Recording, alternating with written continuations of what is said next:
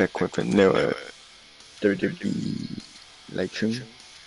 I just downloaded this, so let's start the showcase. This would be new to me.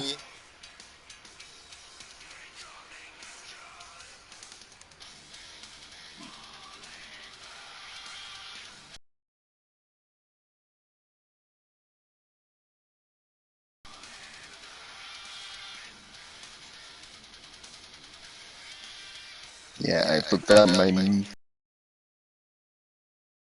arms, so I had to use my phone. Don't mind the echoes. Okay. This is at WrestleMania now. WrestleMania 40. That's my dog. Are you kidding me? How? How did Rhodes survive? Desire is how, Corey. Grit is how, Corey. This is how bad Cody Rhodes wants to finish his story. John Cena. What the? It can't be. It is. John Cena's here. Cena's at WrestleMania. A saving grace for Cody Rhodes. John Cena here to fight off Solo Sikoa. Solo sent crashing to the outside, courtesy of the franchise. Cena's got Roman off, attitude adjustment. Down goes Reigns.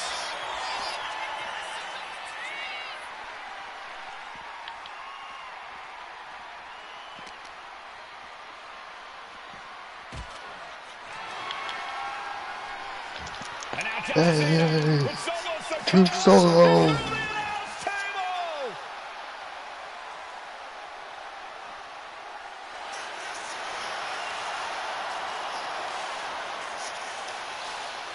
Oh, hold on, guys. Hold on. You gotta be kidding me. The final boss is at WrestleMania.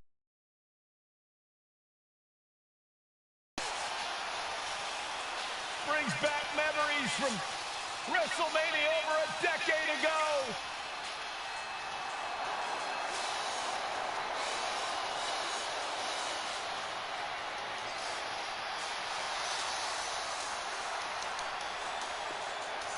This is just the intro of it. This is a WrestleMania moment. Rock and Cena It's gonna take how many hours? I don't know. the electricity of this crowd. Might will have to do this in 2 live streams.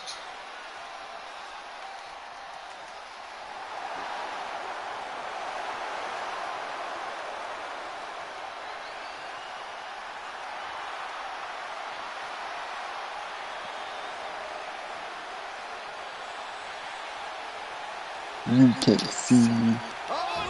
Rock bottom. And get the hell out of my room. The final boss strikes, and Cena is down. And now The Rock taking off the Mama Rhodes weight belt, and he's going to use it against Cody. The Shield entrance. No way. No way. Guys, what is going on here?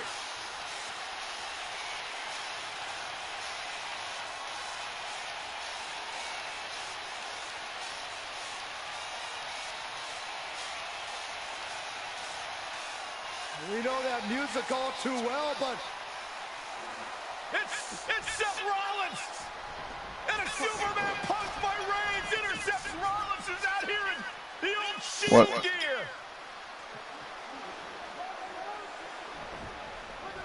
I didn't say when or what day, You said tomorrow, yesterday. but not what time. I said whenever we wake up. I remember. Shit. Now what? No. What's had to do with doing my life fucking life shit. Yeah, I Oh know. my gosh! The Great One face to face with the Reaper at WrestleMania. Did you just pause it?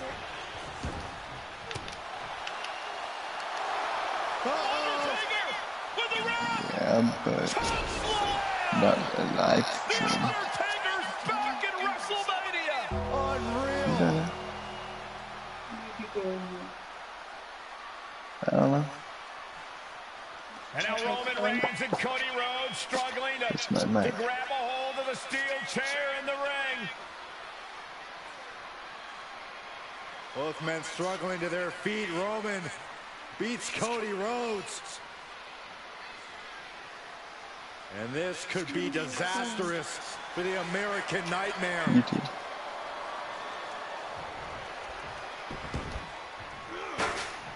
Payback! For all those years, Plan B. Roman Reigns setting up, looking for the spear to put Cody away. No! Cody catches Roman. I Crossroads. just got live And another crossroads. because Looking for the pretty much half of the trifecta day now. I had to wait till it Finish. done uploading.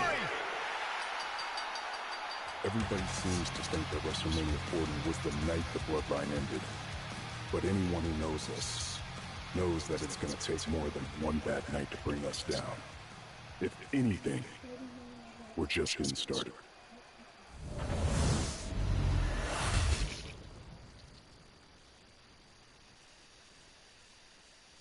Ladies and gentlemen, my name is Paul Heyman, and I serve as special counsel and the wise man to your tribal chief, Roman Reigns, the undisputed, uncontroverted, unquestioned leader of the bloodline, the most dominant group in recent memory and in the entire history of WWE.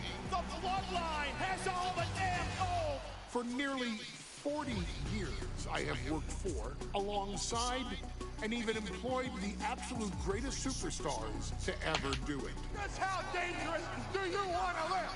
I've created the Dangerous Alliance, led an extreme revolution with ECW, and managed the most legendary of all champions. And for me, none of that compares to the relationship I've built with the Anawa'i, Fatu, and Maivia families, the triumvirate that composes this dynasty that we know more colloquially as the Bloodline. My time with this family goes back 40 years.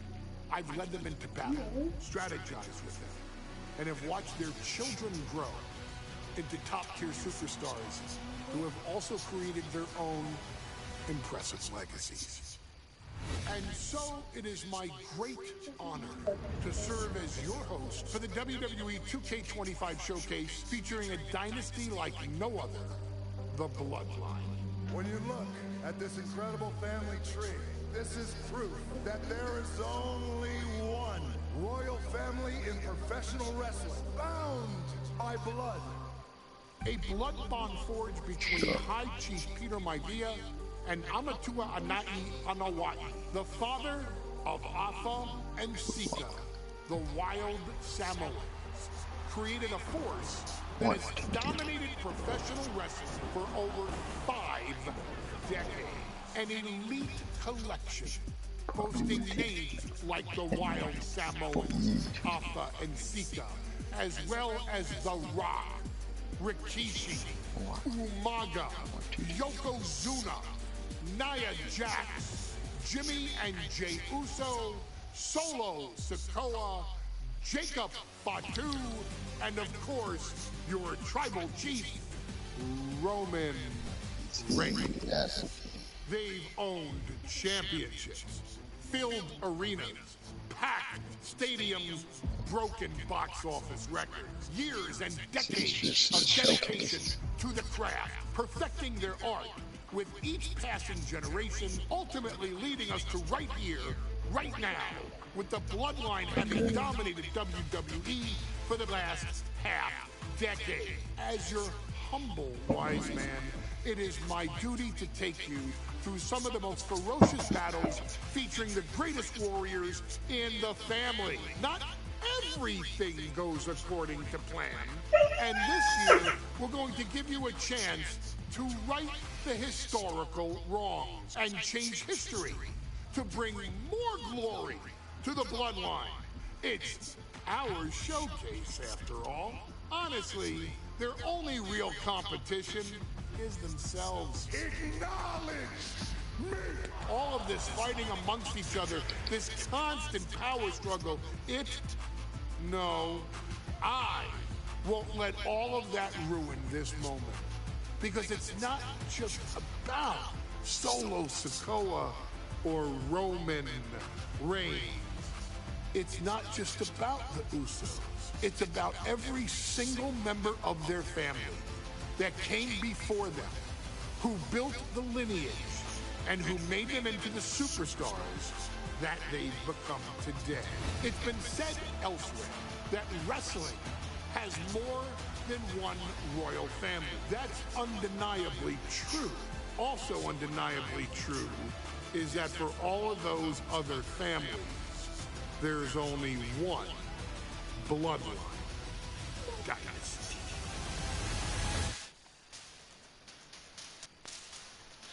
Okay, I'll be back and then I'll start this.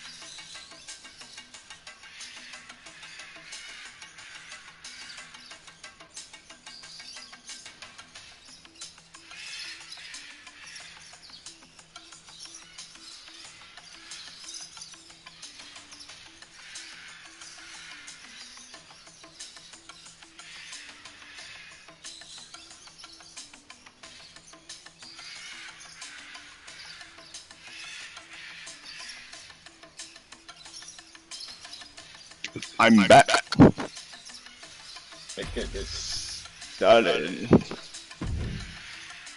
Let's do it.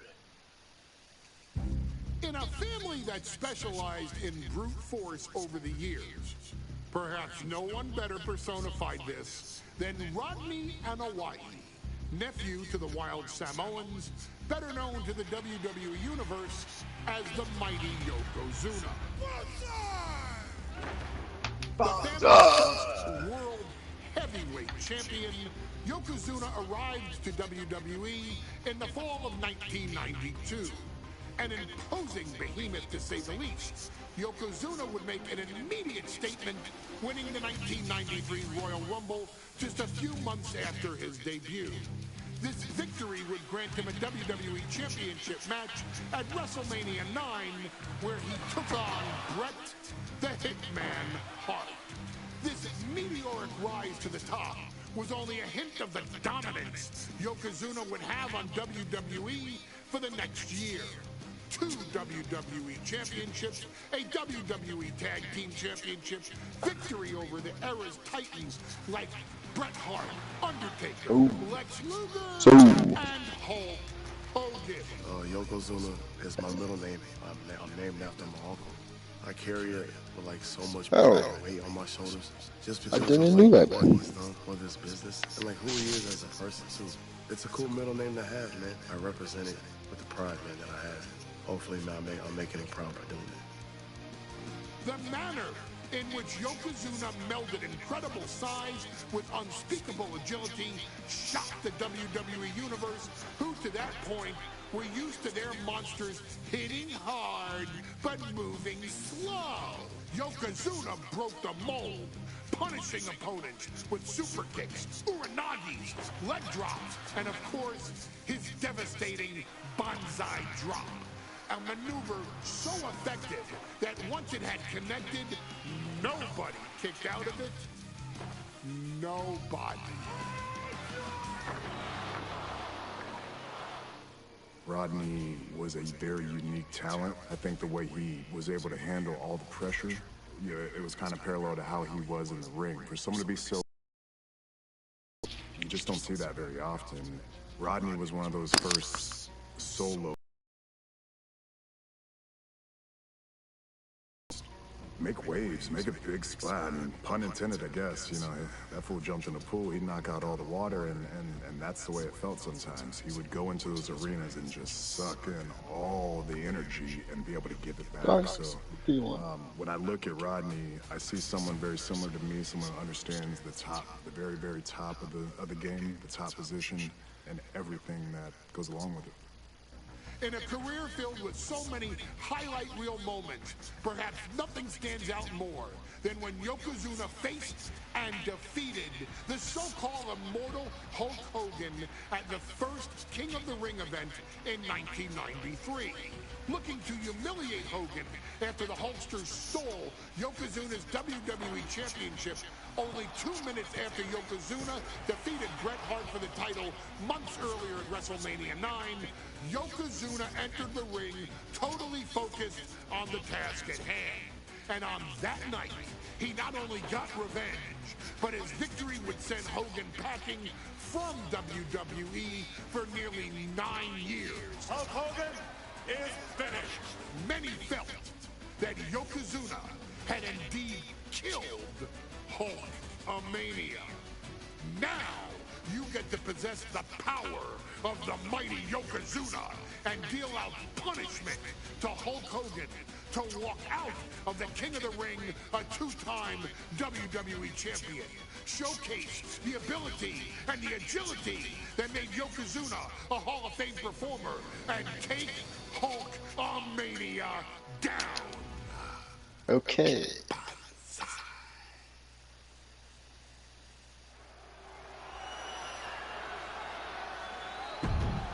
I don't care about that entrance. Undoubtedly, the top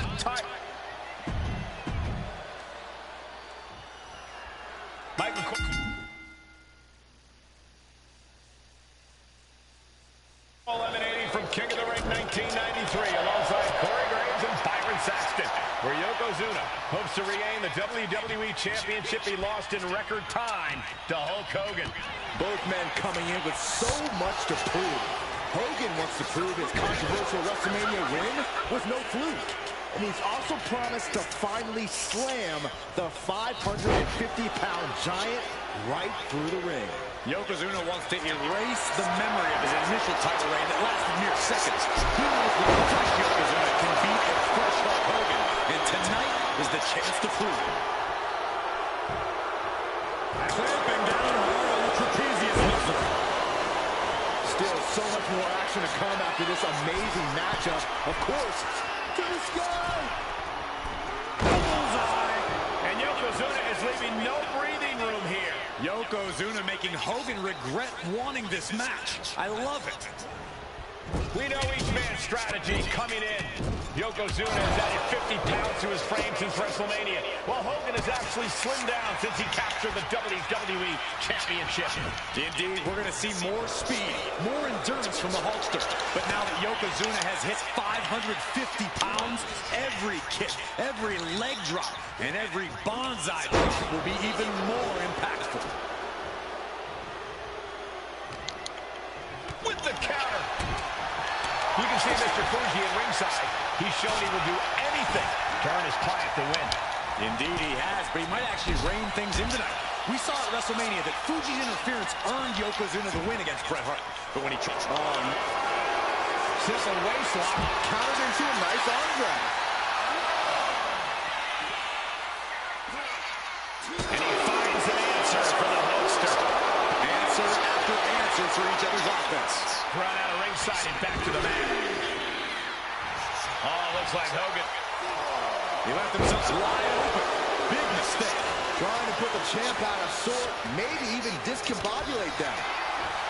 Inside cradle. Oh, look at this small package. Gets the shoulder up after one there. Staying in this one. Oh, this is going to hurt. Just a barrage of elbow drops into the chest. Unleashing a barrage on their opponent. Bombastic claims coming out of both camps coming in. And here comes Hogan. Oh, drop to the mat. Hogan's in deep trouble. Oh. Maybe not. Maybe not at all. Here comes the Hulkster. Sit down, Saxton. I can't help it. Hulkamania's running wild. Look at the Hulkster go. Here he comes. The big boot. It's over. Leg drop. The Hulkster picking his spots and targeting Yokozuna. Exactly. From the top. Piercing elbow. Fell like a boulder out of the sky and absolutely flattened the target. You know, Hogan slimming down may have an adverse side effect. Yokozuna can wrench those holes in on the Hulkster's waist now. Well, the waist and chest may be a little bit smaller, Corey, but you better believe the 24-inch pythons have not changed shape. Shoulders are down. To retain. No, just got the shoulder up. He kicked out. He actually kicked out. We're going to shut this down. And kicked out before the refs count. Are you kidding me? The Hulkster with a body slam. We know what comes next. The champ taking care of business here. Oh, going right into the pin. Two. Hogan did it. He's still the WWE champion. Come on. And the Hulkster just In match one. I love it.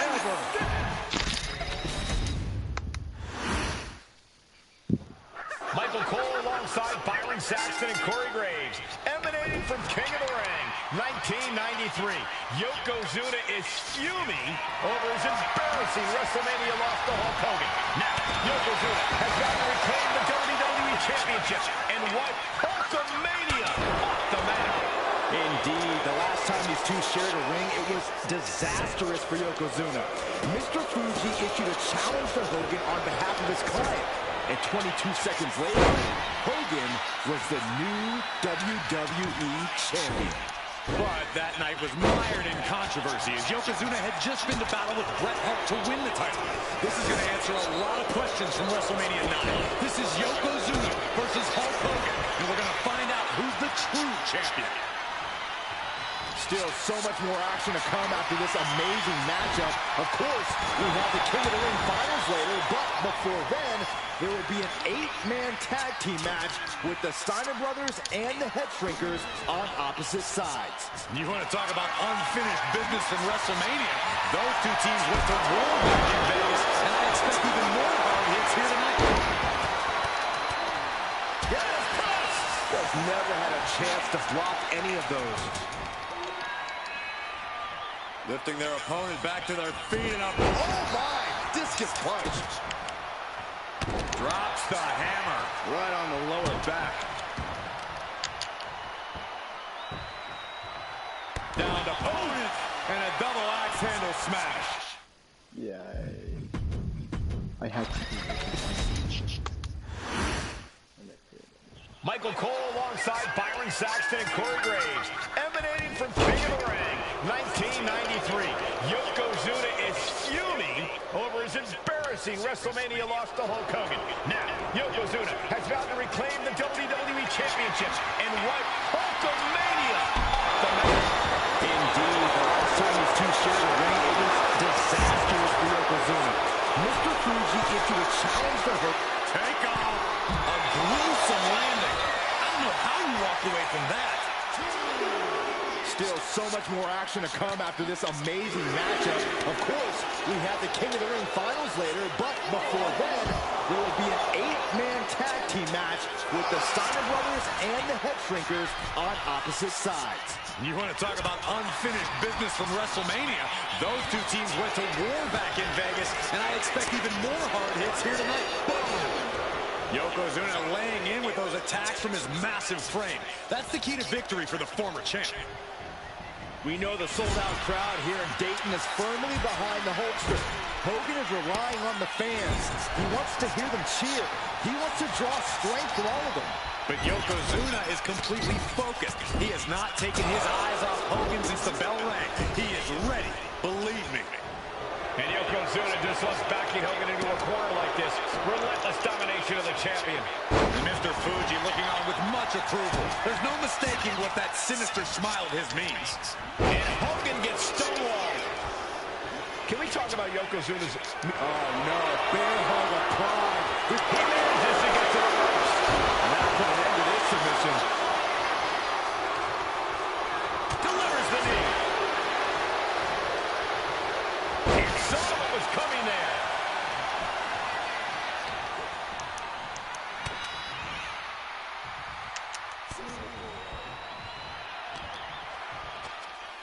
Yoko now. Belly-to-belly slam. That's got to be the end of Hulkamania. Jimmy Hart trying to rally. And a kick out by Hogan with authority. Hulk Hogan's not done yet. Hulk Hogan is coming alive. Yokozuna back to his feet. Big chop to Hogan. And Hogan's starting to Hulk How up is he here. doing this? How many times have we seen this over the years? These massive strikes from Yokozuna having absolutely no effect on Hogan. Hogan fired up. Hogan's ready to go. That's just my chest. Hogan feeding off the energy of all the Hulkamaniacs. And here comes Hulk. And Yokozuna being backed up to the ropes. Big boot. I can't believe Yokozuna's still standing. Hogan He's a continuing to powerhouse. pour What on do you the say? offense. A second big boot, but Yoko still on his feet. Don't let up, Hulkster. Keep swinging, keep firing away.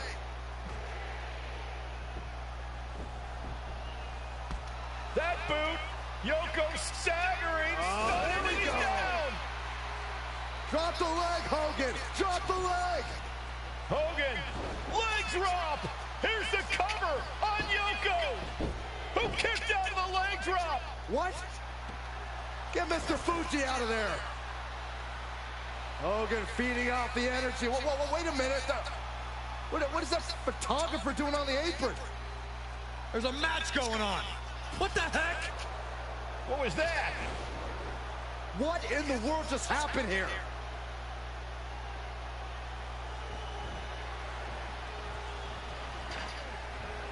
Oh, what a clothesline. Forcefully delivered.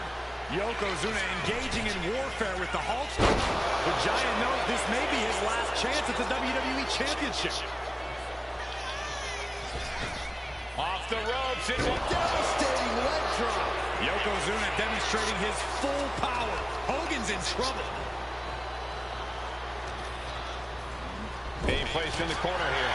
He's pushing back now. A chance for Hogan to gain his wits about him. He's able to beat a 2 count. Refusing to give up even an inch of ground as this match continues.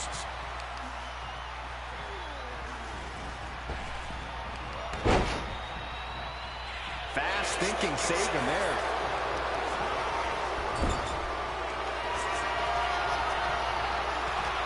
A colossal headbutt from Yokozuna. And the big man looking to end it all right here. Yoko making the climb to the middle rope. Blindside throw. The challenger might have what it takes to win this. 2. No, they kicked out. The champion kicked out.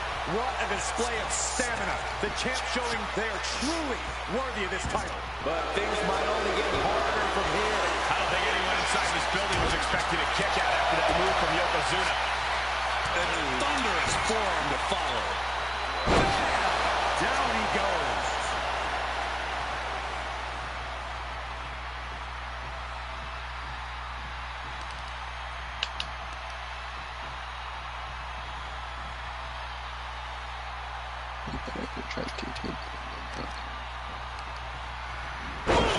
Good defense from him. Oh, and his aggression, just pure brutality. Easy. And stayed one step ahead. Yokozuna saw it coming. The windup. And the pitch. The Hulkster picking his spots and targeting Yokozuna. Exactly what he planned to do to wear down Hogan. Quite the battle brewing here between Hogan and Yokozuna. This is exactly what the crowd. Great trouble here. Can he get it full locked in? Camel clutches. And he very quickly counters. Ooh, back elbow puts a stop to things. Hogan's offense gets foiled. Yokozuna's got something in store. The challenger comes up big. This is just too far. Get some control in there. And his aggression, just pure brutality. Easy. The Hulkster continues to survive. Side headlock applied. Oh, and a right hit. The champ with the cover. Kick out just before 2. Still gonna take a minute. The champ goes for the cover.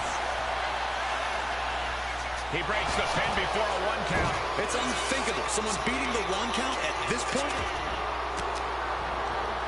Denied with an elbow. Vicious right forearm. And clearly going after his core to slow him down. Straight attack down the throat.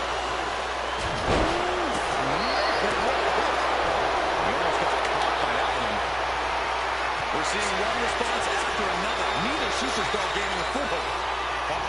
Look at the power. Shoulders down. Championship on the line. He kicks out at 2. You are not alone in your shot, Cole. We all thought that was it. Oh, timely boot. Like a brick wall running into you. The big man, Yokozuna. A big leg drop by Yoko. That is the work of a one-of-a-kind superstar. Once again, Yokozuna has delivered. Towards that off. What a response. Executed hip toss. Hogan's hanging in there, bringing the fight to Yokozuna. Yoko says this one's over. Standing.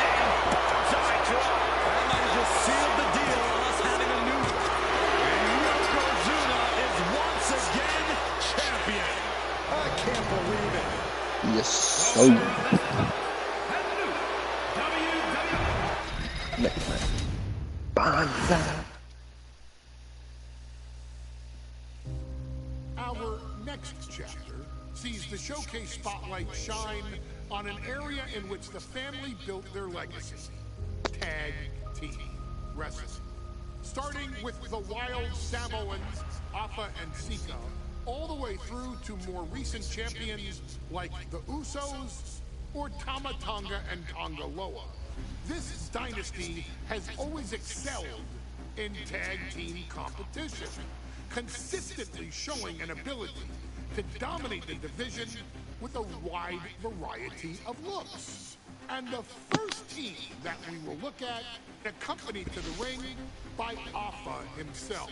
Fatu and Samu, the Head Shrinkers. They put the fear in people's hearts. That's what the Head Shrinkers did back in the day. Second to none in that ring. You know, hard-nosed, battle-tested. They went for it every single night. More astute fans may also know that early in their journeys, Samu and Fatu were managed by me, Paul Heyman, then known as Paul E. Dangerously, and the SST, the Samoan SWAT team. The Samoan SWAT team is here. Vengeance is mine. Already an imposing force that early on, their future greatness was obvious to so many industry experts. Afa, more than anybody, knew he had the team on his hands, with Samu being his son and Fatu his nephew. The tribal elder was able to mentor both, instilling in them the same unrelenting approach to competition that made the Wild Samoans world famous. The team toured through regional promotions before a quick stop with me in WCW, but WWE was always their goal.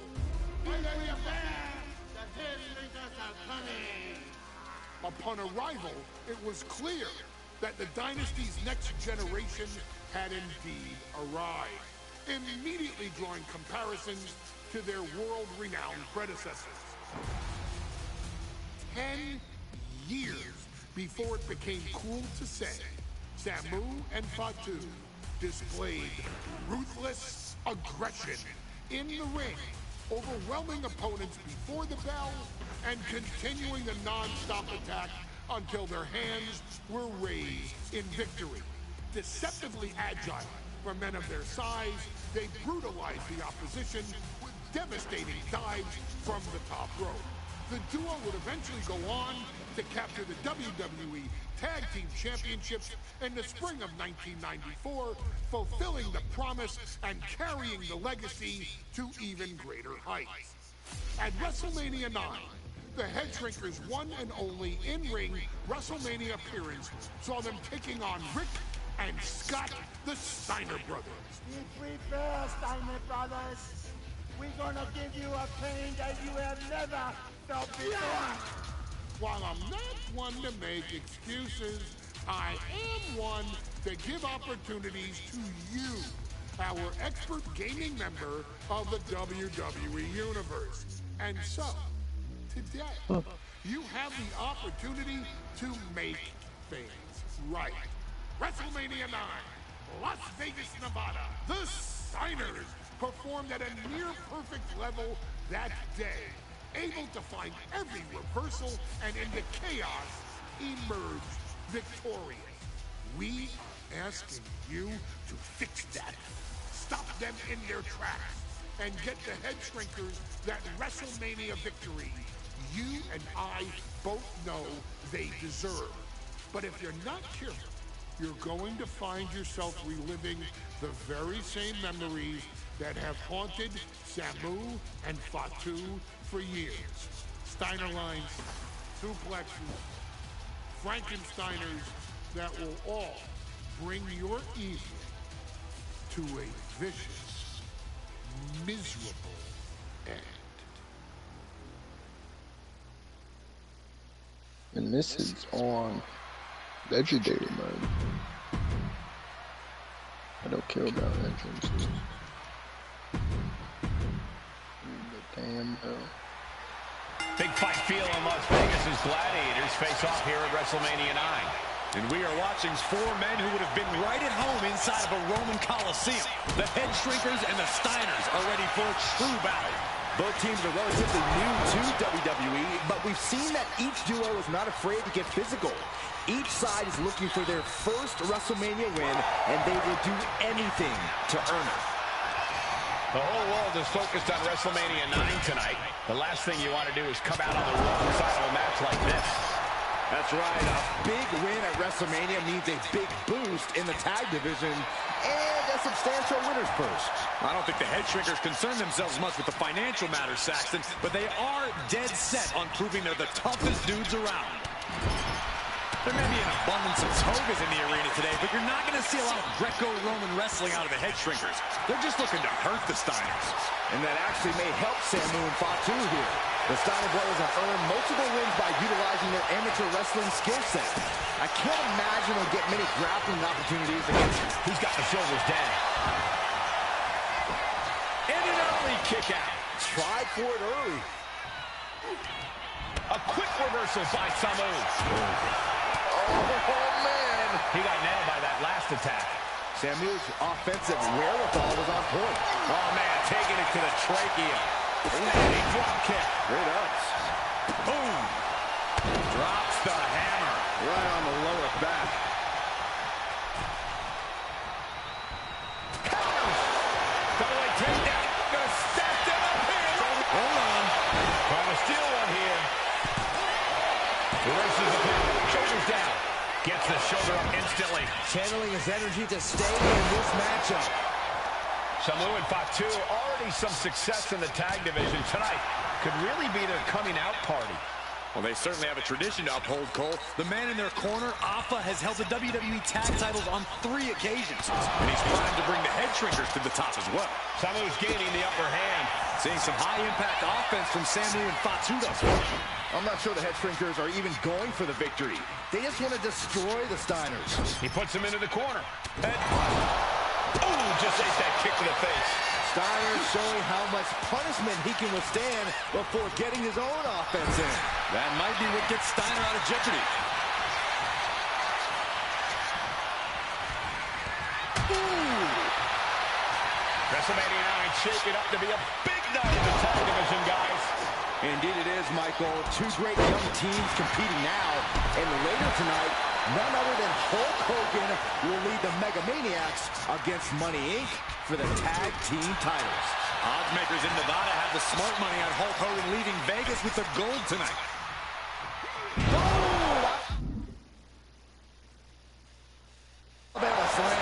Talk about intimidation. I'm not sure if it's resilience or stupidity that's going to drive you to try and come back from a move like that. What a display of strength here. What a cross slam.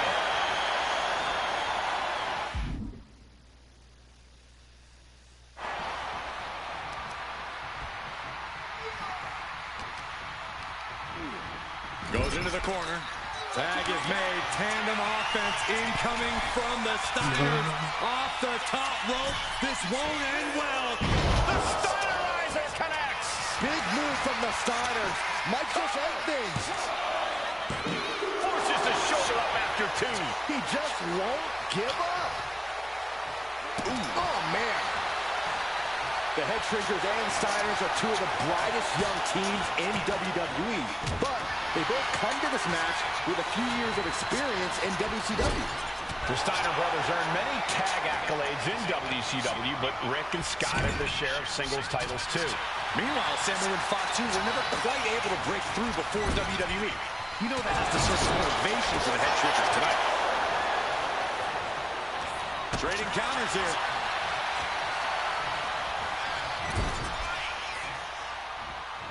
Trapped in the corner, unleashing the headbutts, bludgeoning their opponent. Stiff shot to the abdomen.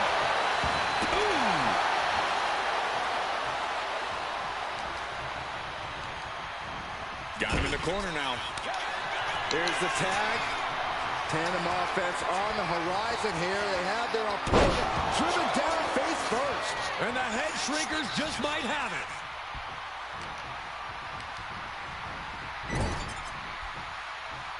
Big splash in the corner.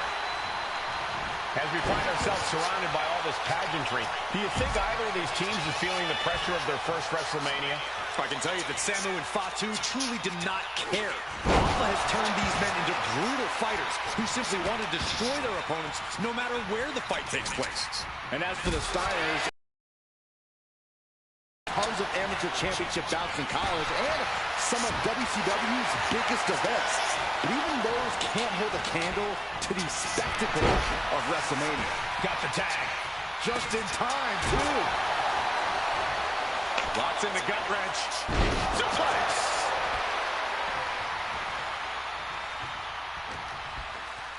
And there goes Steiner sent outside the ring. Fatu like a one-man wrecking machine right now, cleaning house. Oh, look at this, the power by Scott Steiner. But the tag was made and Scott not aware. Big kick. Scott Steiner did not see the blind tag made by Samu. Oh, this is not looking good for Steiner. And this is what the head shrinkers do. Top-tier tag team wrestling. Steiner didn't see the tag, decided to hot dog around, and got a foot in the face for it. Before this match began, you heard the Steiner speak backstage. From the top. Diving headbutt.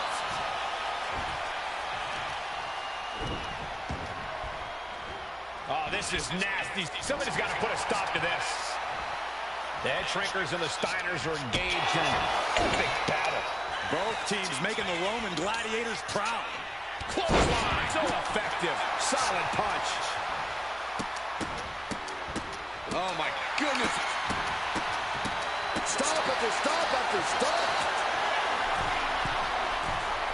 Take off. Coming down with incredible force. That's it. No way the Steiners come back now. And that was some vicious DDT we just saw. He's really feeling all the damage he's taken up till now. Yeah, holding strong for this long in a tag team match is commendable, but it might be time to tag out. Over the top and lands awkwardly outside. Elbow drop. Piercing. Samu sensed that was coming.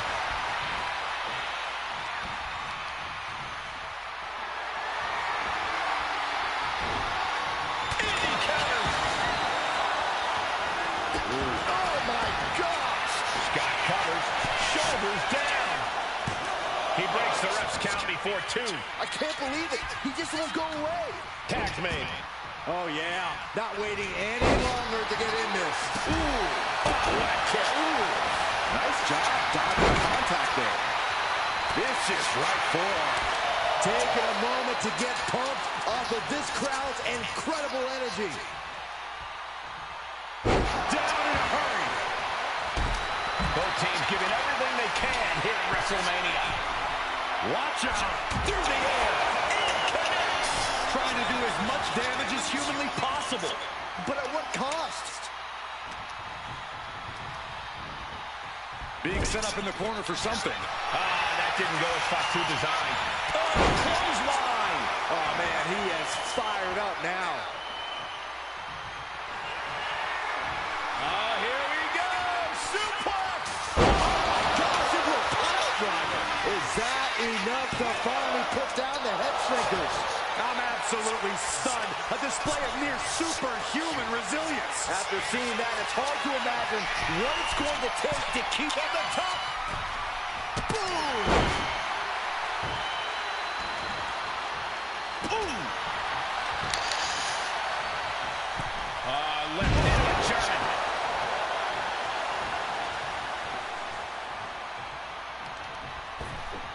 Oh my gosh! With one hand! Oh man! Jarring headbutt. Just rake in the face. And Scott with the wherewithal to counter. The match clearly taking a heavy toll. No doubt anybody's going to throw in a towel, though. Ooh, devastating kick. Ooh!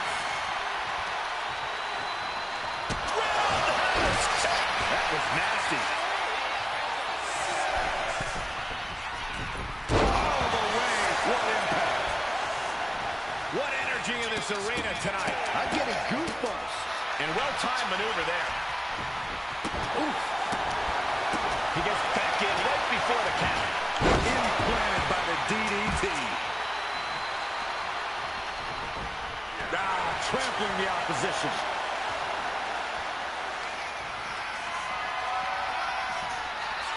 Oh, look at it torture their opponent. Uh-oh, this isn't going to be good.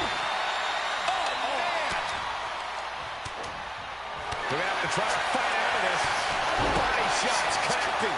Climbing to the top turnbuckle now. Look out, big boy.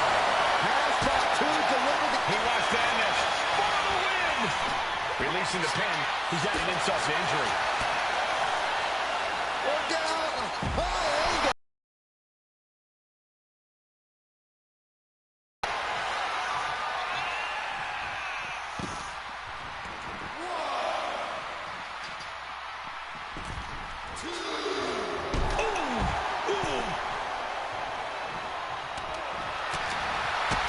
Big boot to the gut and a thunderous forearm to follow. Vicious right forearm.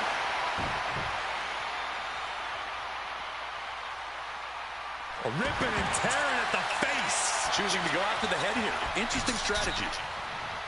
Shoulder tackle.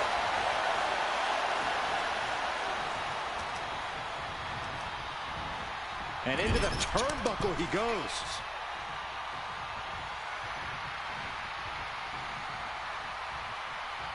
Boom! What a right. Bang! Crucial counter there. Ooh! What a punch. That's how you stop your opponent. Styling powerless to every attack. The head shrinker smartly keeping them. There's the tag. Tandem offense on the horizon here. They have their opponent driven down face first. Steiner was absolutely out of it. Quickly transition. Shoulders are down. Are you kidding me? He refuses to stay down. Pure instinct. Punch right in the head. Oh! Oh! Oh! Steered away there.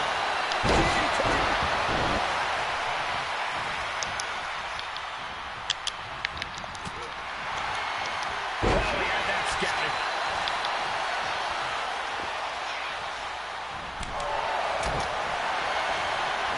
Kick to the face.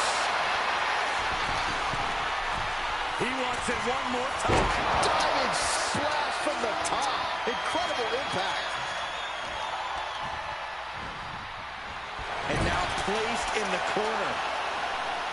Now lifted onto the top turnbuckle. Punch connects. This is risky. This is dangerous. From the top. Get right up on the pin. It's all or nothing time. Still only got one. You got to question, how much is it worth? How much is it worth to continue through the agony? It's obviously worth everything. Obviously worth every drop of sweat on the ground.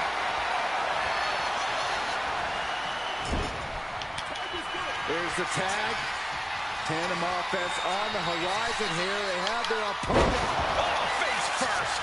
Is there any air left in Scott? Cashing in on that effort. Two. And the head shrinkers get the win. It's so... Here are your winners. Samu and... Next match.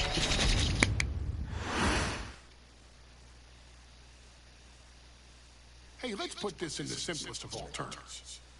Dwayne "The Rock" Johnson is the biggest celebrity on the face of the planet today. Now, whether he's a blue chipper, the people's champion, or as we know him right now, the final boss, The Rock has always commanded all of the attention in the arena since the very first moment he made his WWE debut at the 1996 Survivor Series. Born into this business, The Rock would become WWE's first ever third-generation superstar, following in the footsteps of his father and grandfather.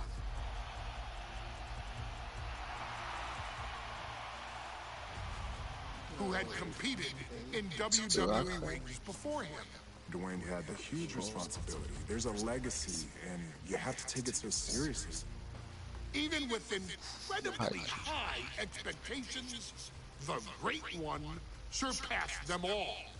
Along with the usual achievements, if your name is The Rock: 2 Intercontinental Championships, 5 Tag Team Championships, 8 WWE Heavyweight Championships, a Royal Rumble victory, not even to forget the fact that The Rock once led an entire nation.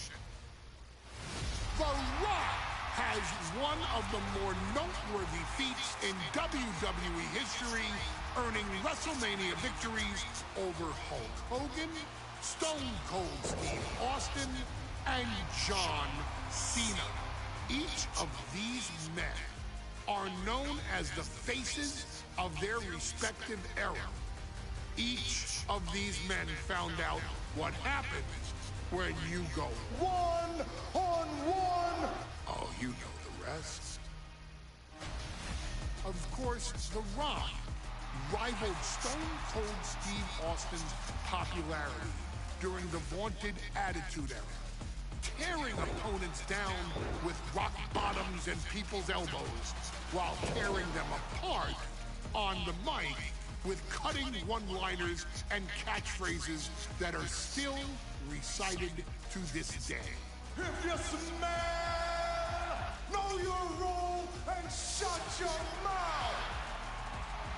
He ended CM Punk's 434-day title reign as WWE Champion at the 2013 Royal Rumble as well, after having only competed twice over the previous 9 years, displaying the always-ready mentality and physical conditioning on which he has built his global brand. But you don't need me to rattle off The Rock's resume to you, now do you? Of course not. The man is an occasion unto himself. He has headlined the biggest events against WWE's most iconic superstars and has always found a way to, how does he put it? Layeth the smackdown on some jabroni's candy ass. I couldn't have said it better myself, although I think I may have just done that. But indeed, he has, on a Thursday night in February of 1997, The Rock, still known as Rocky Maivia, would find himself challenging for the WWE Intercontinental Championship. Only a few months into his tenure, he would be matched up against a face that would ultimately become one of his most familiar and hated rivals, Triple H, Hunter Hearst Helmsley. Seemingly overmatched by a more seasoned opponent, a youthful Rock would demonstrate all the traits that have come to define him in the years since. Tenacity, high IQ, and that legendary Samoan strength to ultimately surprise Helmsley and kick off the first championship reign for Rocky Maivia.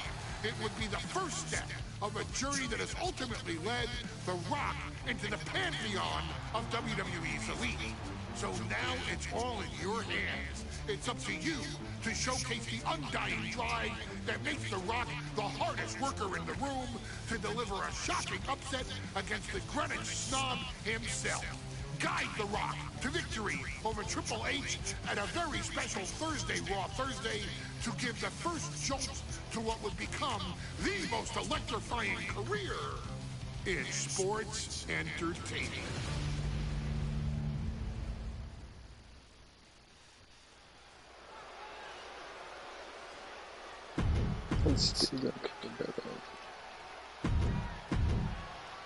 You win this title, you are a top.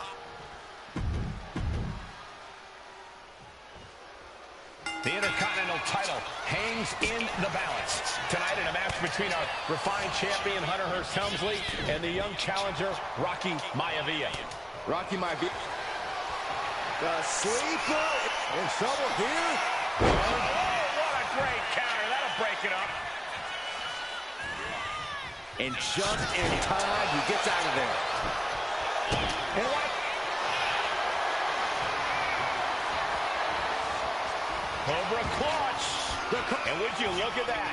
He just let go of the submission. Maybe he did the damage he meant to do and has something else in mind now. What's it going to take for Hunter Hearst Helmsley to retain his Intercontinental title here? How can he get the better of Rocky Maivia? For the champ needs to put...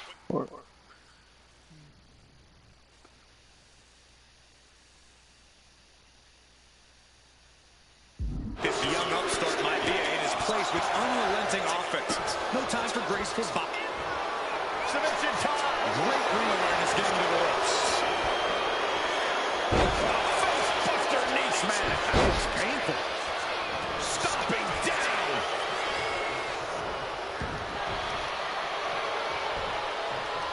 Rocky moves out of the way.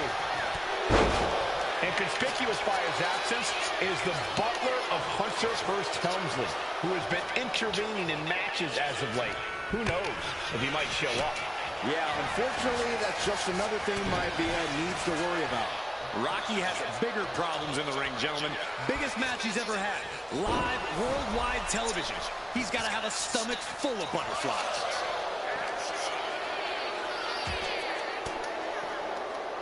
Maivia with a nice turnaround. Several reversals. Neither superstar able to penetrate their opponent's defenses. Oh! Just punched him right in the mouth. Relentless. Just grounding and pounding. Before this match, I was talking to Helmsley, and he said he can beat the snot out of this Maivia kid in less than 10 minutes. In fact, he was showing me on his watch. Did you know he has a timepiece that costs $20,000? Confident words from Hunter Hearst Helmsley. Not sure how relevant his timepiece is to this match, though, Corey. It isn't relevant. I just wanted to share an example of how far ahead in the game of life Helmsley is. Oh, brother. And goes back into the ring here. Headed out of the ring, but the count is looming.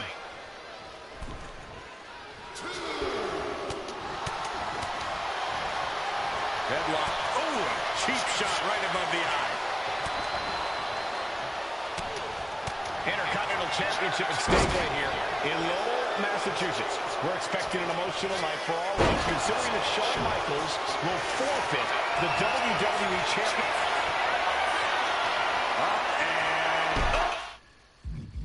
I can't hear the mission.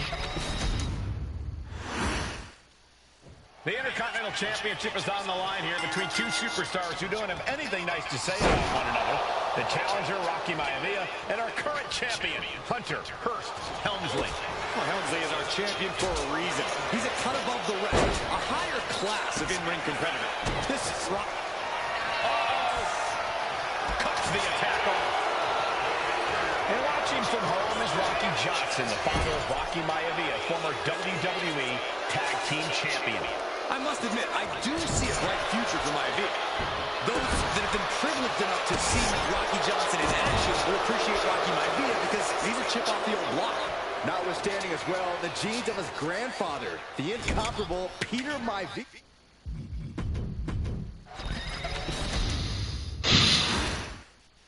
The Intercontinental Championship is on the line here between two superstars who don't have anything nice to say about one another. The challenger, Rocky Maivia, and our current champion, Hunter Hearst Helmsley. Well, Helmsley is our champion.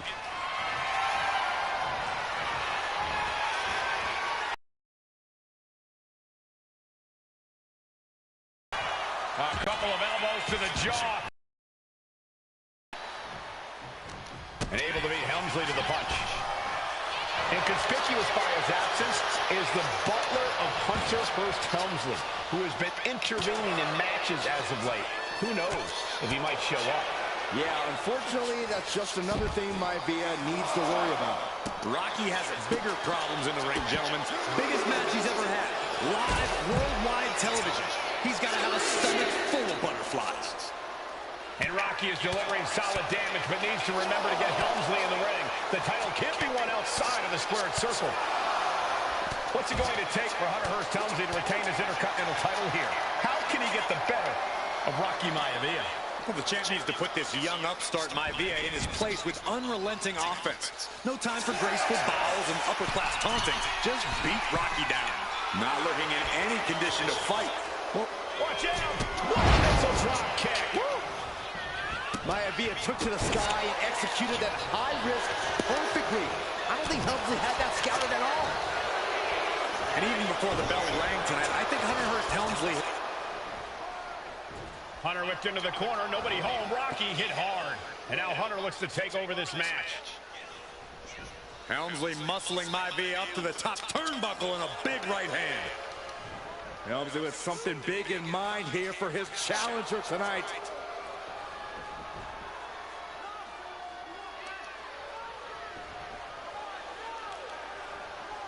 Well, this is just blatant disrespect from the arrogant champion. Almost daring Rocky. Hey, you really want my title? You really think you're going to be Intercontinental Champion?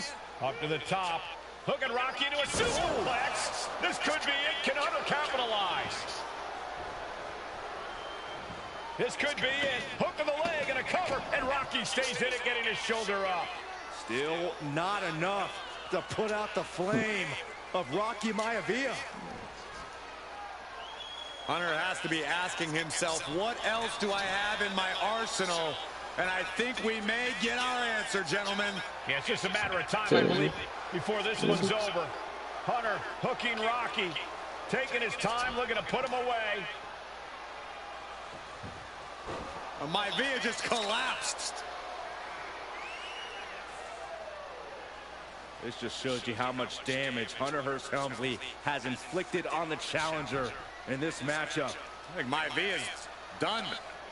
Official might want to step in, call this one. The official checking on Rocky. Hunter Hearst Helmsley believes this is close to being over. Lifting him back up again. Rocky rolls through. Shoulders down. Rocky wins the title.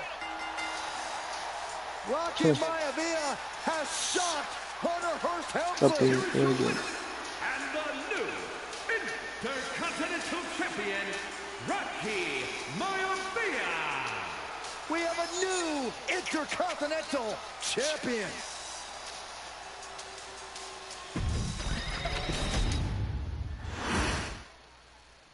Next match is what?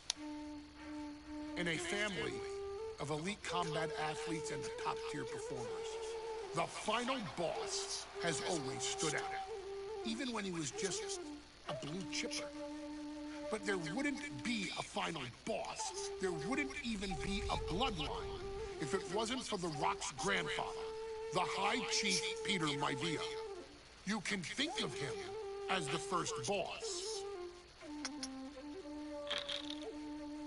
Predecessor to the tribal chief. He is one of, if not the foundation for our family. The Anawa'i Fatu Maivia wrestling dynasty. I don't think there's anybody more responsible for what's going on now than the High Chief himself.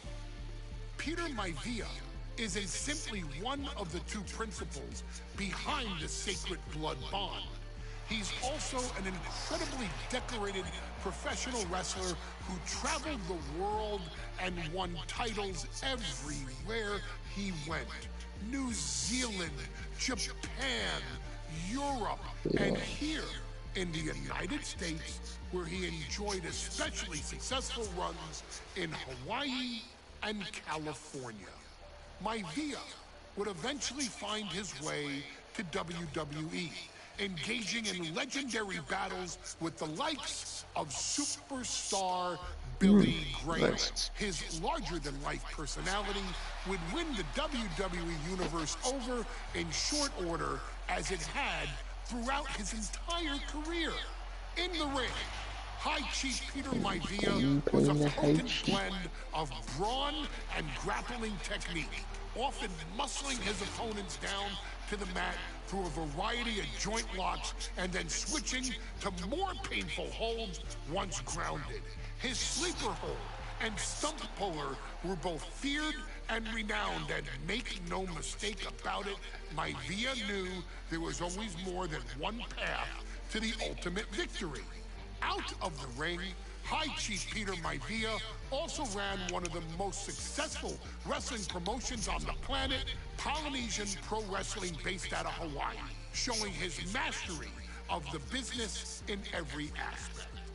His induction into WWE's Hall of Fame class of 2008 was supremely deserved, forever enshrining Peter Maivia as the legend he always was.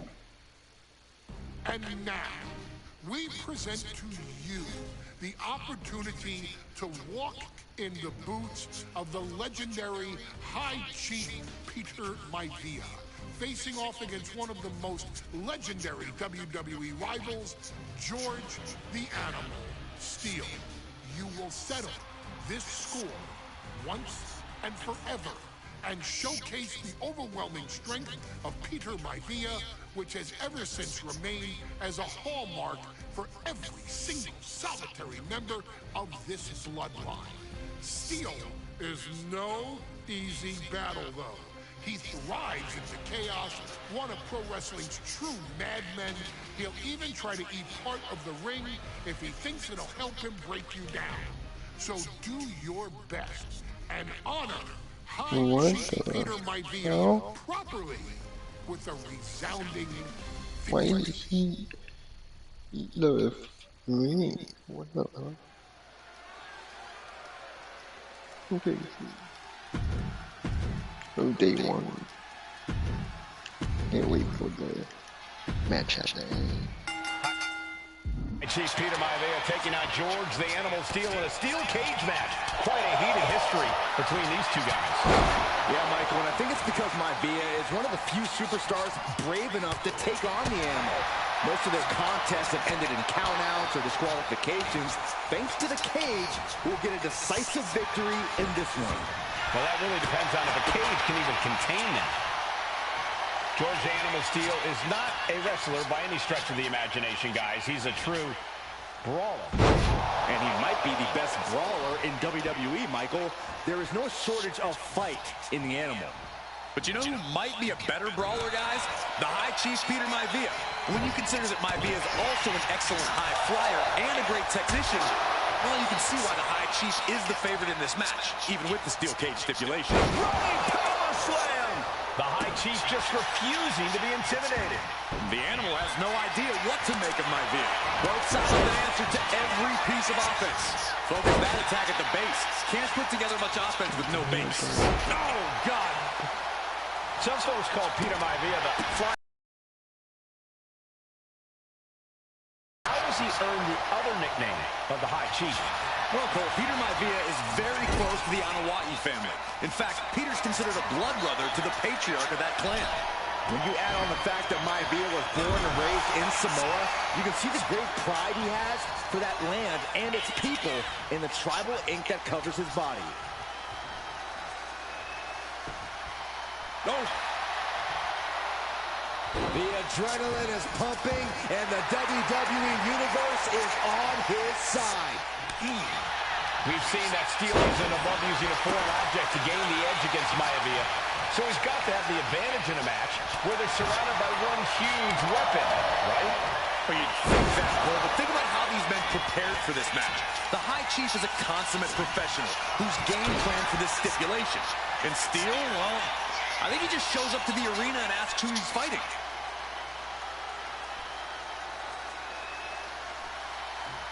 Crank in the head. The Animal has to be elated to be in this steel cage. Oh, no, getting in position. What's he planning to do here? This might just do it. This. Able to punch his way out.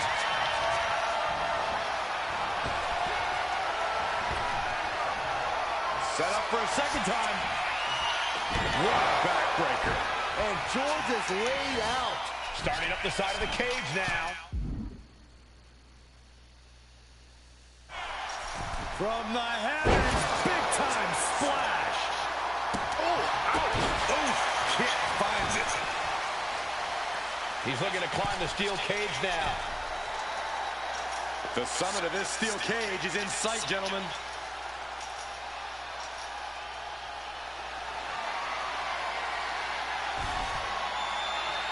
succeeded. A long way down from there, but it looks like he has a plan. Oh, no! Caution to the wind. That had to be the worst outcome anyone could imagine. There are risks in slugging it out toe-to-toe now. Ooh. Neither competitor is backing down. The fight is on, and it's furious. Big shots being fired right now. Neither competitor letting up. Back and forth, neither one giving up any ground. Overhand chop. Oh, gosh. Maivia just dominated the animal with that one. Are we about to see it again? Backbreaker. Realign your vertebrae. Is it enough? Is it enough for Peter Maivia?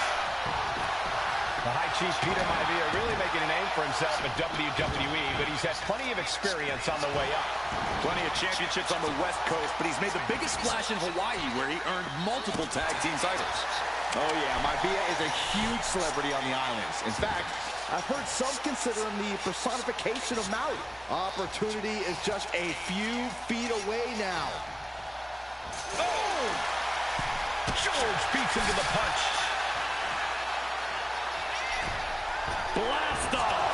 Nobody home. What an impact! Finds the room to land the back elbow. Ooh, great anticipation. George Animal Steel might be a bit of an underdog here. In fact, he lost the match by countout to the High Chief. In Steel's defense, I'm not sure he knows how to count exactly, or how to read a rule book. So he's got to be happy to be in. Nothing fancy here. Instant victory. Backed up. Counters. Cover. Oh, come on. Did he really need to stop the pin like this? And he avoids what was coming.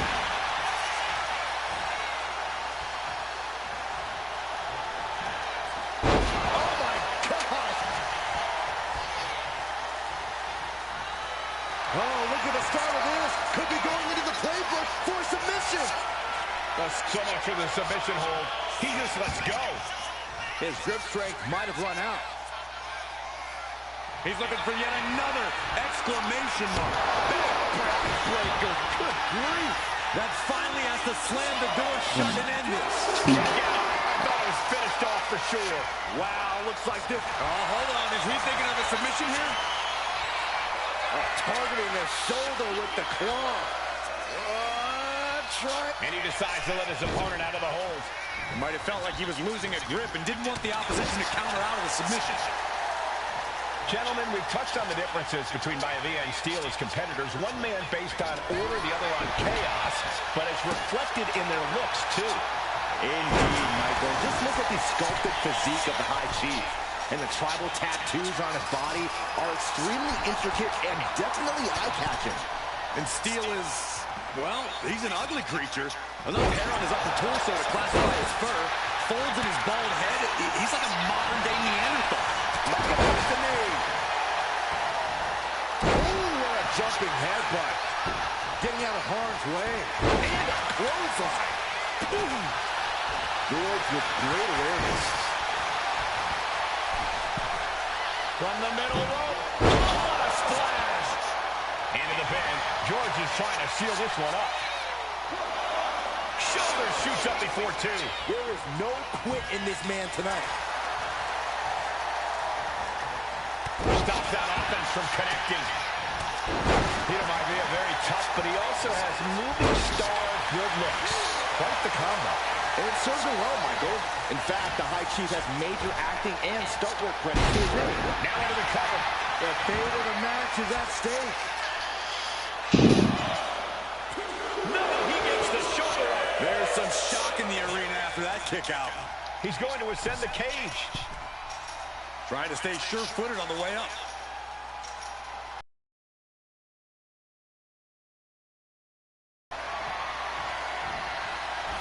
And now going to start the climb up the cage. And all he has to do is finish getting over the top of the cage, and he's home free. Now for the hard part. He can taste victory now. This superstar dragging them back down to continue this fight. Uh-oh, face first. The boards have certainly seen better days. Going up and possibly out.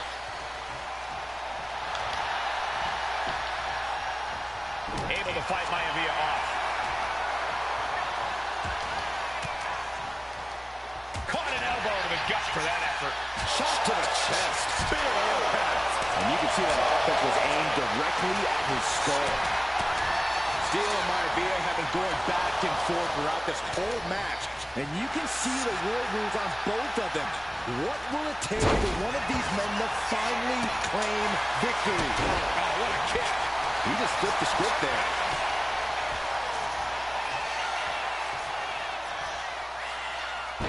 Punishes. He's going for the pin.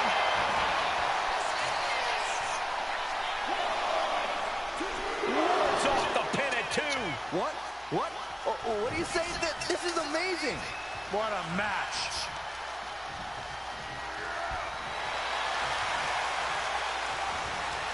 What a counter by Peter Maivia. Bam! Got out of there at the perfect time. Wards with great awareness. Big forearm.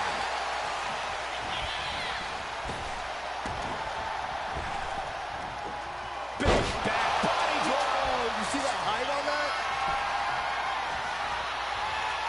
Big impact. Running FTO plants him. Nicely done. But his torso continues to be the target here. Yeah, it's going to be hard to mount any sort of attack for him now. He averts the offense.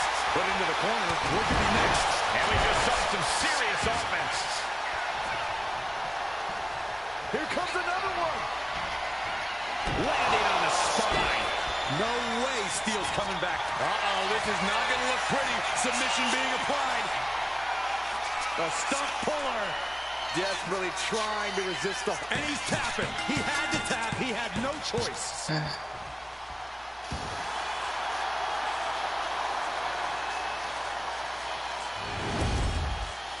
Here is your winner!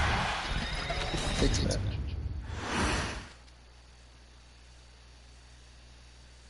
She's not like most girls. It's She's a also Nia not Jax. like most WWE superstars.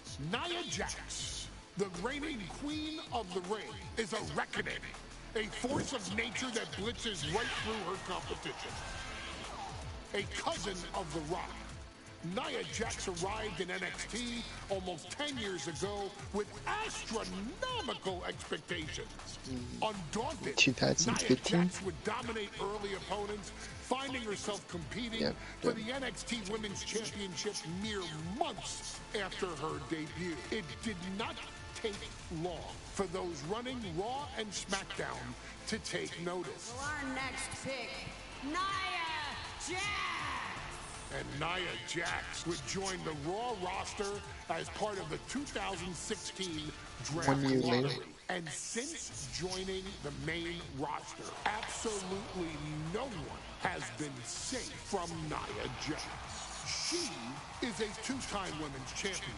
She is a two-time women's tag team champion. She competed in the men's Royal Rumble match in 2019, even getting an elimination while in the ring. Nia Jax looking to eliminate. She does. She's battled standouts like Charlotte, Bayley, and Becky Lynch. And all the while, she has left undeniable destruction in her wake. In the ring, she applies many of the same tactics that once benefited Yokozuna, even using her own version of the Banzai drop, known as the Annihilator. And just like its namesake, if it connects, your night is over. And Nia Jax remains driven for even more success, jumping at any opportunity to prove her dominance. This last year, that included entering into the 2024 Queen of the Ring tournament after earning victories over Naomi, Jade Cargill, and Bianca Belair. Nia Jax would fight her way into the finals, taking on former NXT Women's Champion Lyra Valkyria. Valkyria built a lot of momentum, defeating Dakota Kai, Zoe Stark, and Io Sky to to punch her ticket into the final at the Queen and King of the Ring. With an obvious game plan, Lyra would look to stick and move, avoiding the colossal attacks of her opponent.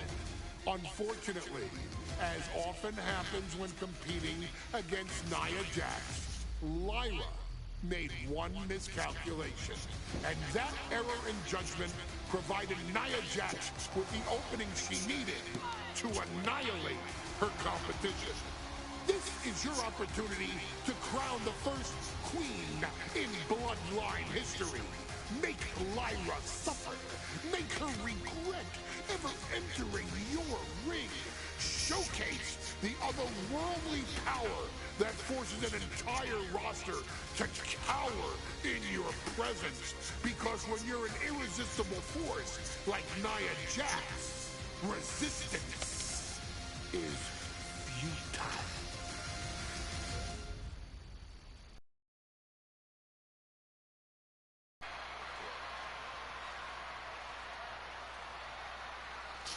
And now a dark horse will face an unforgiving Titan in hopes to dominate.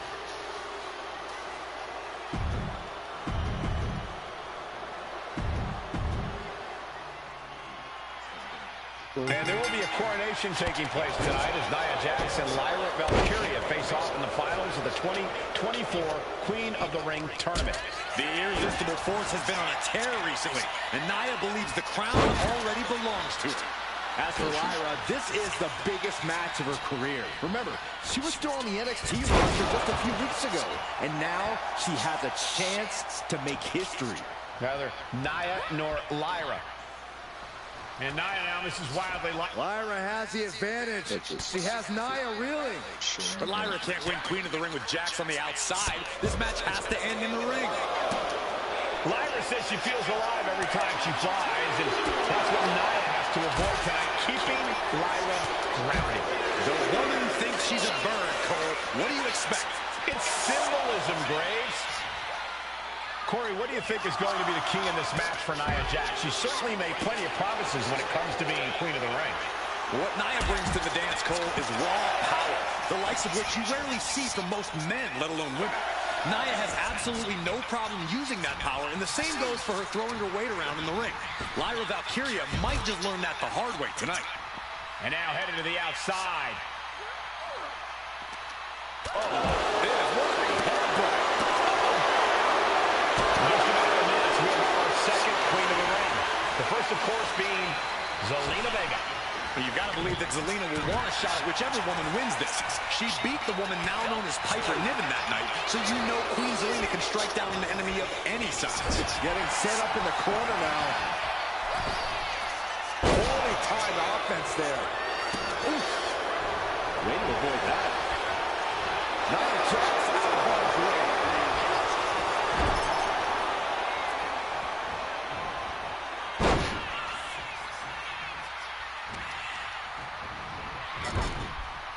Didn't go to plan for Jax. A clinic of counters being put on by these competitors. Many in the WWE Universe getting their first look at Lyra Valkyria. She's only had 3 main roster matches so far, and they were all in this tournament. Big wins over Dakota Kai, Zoe Stark, and Io Sky over the last 3 weeks.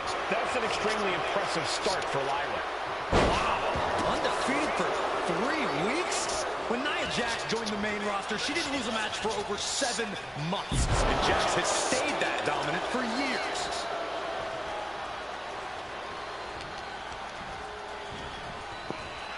Leading her into the corner now.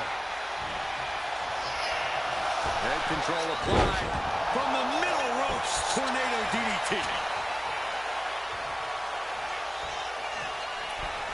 Massive miscalculation on that one. Confidence is always a key for Nia Jax. She comes into every match thinking she hasn't won. But when you have this business in your blood like Nia does, that confidence is genetic. But ever since the Irresistible Force returned to WWE 8 months ago, her confidence has been on another level. And she's gaining even more confidence as this match progresses. Jax may just be unstoppable now. She fights back with the counter. Tyler looking for the win. Look at the bridge, too. She powers out immediately there. Not even close to down and out at this point. Manages to reverse it.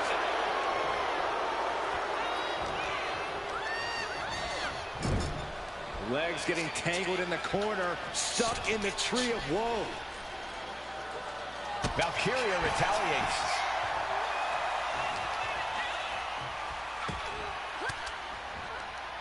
Elbow will break that up. She turns that attack away. Boom! Devastating clotheslines.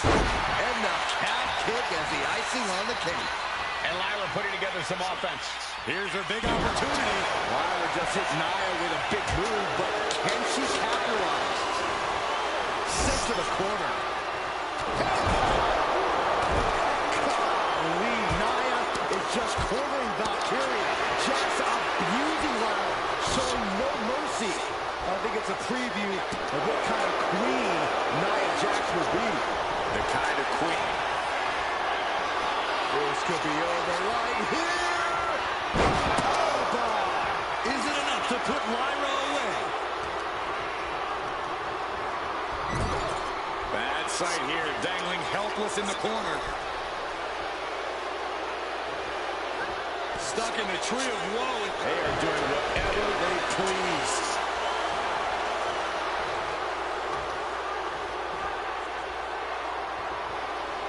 Wait for it. There's so many moves at Nia's disposal that she can end this match with. For Lyra, not nearly as much. Yeah, I can't imagine it would be easy for Valkyria to pick up Nia Jax and drop her with the Nightwing. Please, let's call the move by its real name. It's a Samoan driver. You think Nia Jax doesn't have the Samoan driver scouted? Set hard into the corner. Lyra Valkyria making it loud and clear for her opponent tonight. Desperation in the eyes of both Jax and Valkyria. Neither woman willing to back down. Both throwing everything they can at each other. Able to slip out of that one. A chain of reversals here. Every motion getting cut off. Nia Jax is doing what...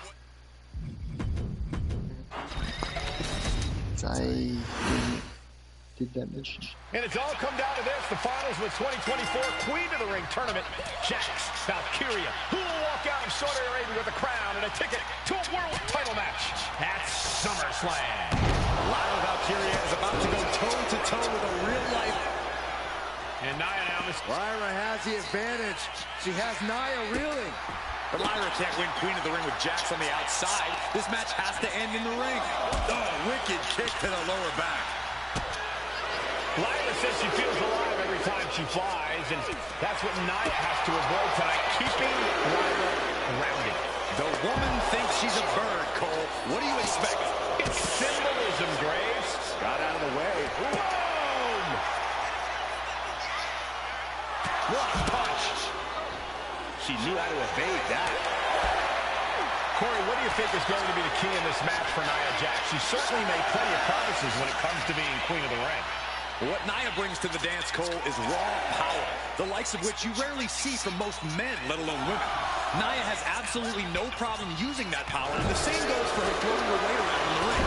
Lyra Valkyria might just learn that the hard way tonight. An insult to injury. Lyra Valkyria, one of the best technical wrestlers in NXT Women's Division history. But the game is about so much more than technique. It's about experience and timing, knowing when to tap into certain parts of your psyche. Nia knows this, and we've seen it for years. The big question is, does Lyra?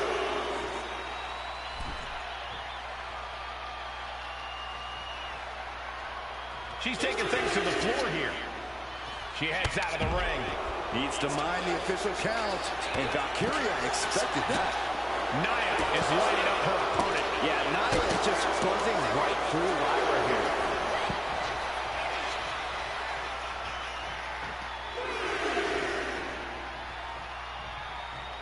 Jax pausing to soak up the adulation. Oh, big mistake, and that error could be costly. Sent into the corner. Many in the WWE Universe getting their first look at Lyra Valkyria. She's only had 3 main roster matches so far, and they were all in this tournament.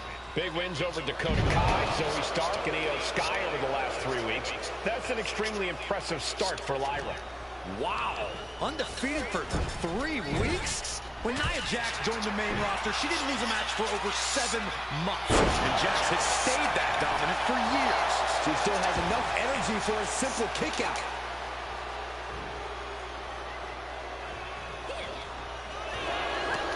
Dodges away.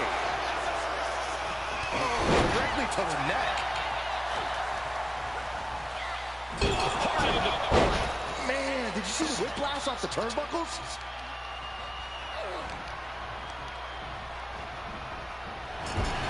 Confidence is always a key for Nia Jax. She comes into every match thinking she hasn't won. But when you have this business in your blood like Nia does, that confidence is genetic. But ever since the Irresistible Force returned to WWE 8 months ago, her confidence has been on another level. And she's gaining even more confidence as this match progresses. Jax may just be unstoppable now. Golly, Nia is just cornering Valkyria. Jax abusing Lyra, showing no mercy. I think it's a preview of what kind of queen Nia Jax will be. The kind of queen that will happily send victims to the guillotine. Feet tied up, has to be feeling vulnerable here. Stuck in the tree of woe and just having their face stomped. In just a matter of minutes, we'll have our second Queen of the Ring. The first, of course, being Zelina Vega. Well, you gotta believe that Zelina will want a shot whichever woman wins this. She beat the woman now known as Piper Niven that night, so you know Queen Zelina can strike down an enemy of any size. You have to be in peak physical condition to pull off a move with that much weight behind it. She's able to evade. My goodness, that's insulting. I think rage took over in that moment. Nothing but blind rage. Uh-oh. Valkyria keeps her away. Here we go. It's popping off. Oh. 2 Titans trading strikes and refusing to back down. Feels like a hockey fight just broken out. This is a war of attrition with neither superstar wanting to be the one who surrenders. Nia Jax is doing whatever she wants. Each Samoan drop driving all of the air out of Lyra Valkyria. What impressive determination. What's going on? Everything that is going on. That shot ends things.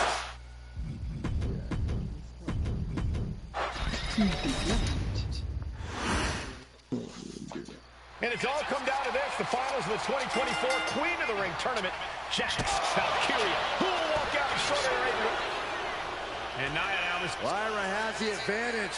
She has Nia reeling. But Lyra can't win Queen of the Ring with Jax on the outside. This match has to end in the ring. Lyra says she feels alive every time she flies, and that's what Nia has to avoid tonight, keeping Lyra grounded. The woman thinks she's a bird, Cole. What do you expect? It's symbolism, Graves. Corey, what do you think is going to be the key in this match for Nia Jax? She's certainly made plenty of promises when it comes to being Queen of the Ring. What Nia brings to the dance, Cole, is raw power, the likes of which you rarely see from most men, let alone women. Nia has absolutely no problem using that power, and the same goes for her throwing her weight around in the ring. Lyra Valkyria might just learn that the hard way tonight. Oh, she could be on her way to a countout. Back into the ring here. Gets herself out of harm's way.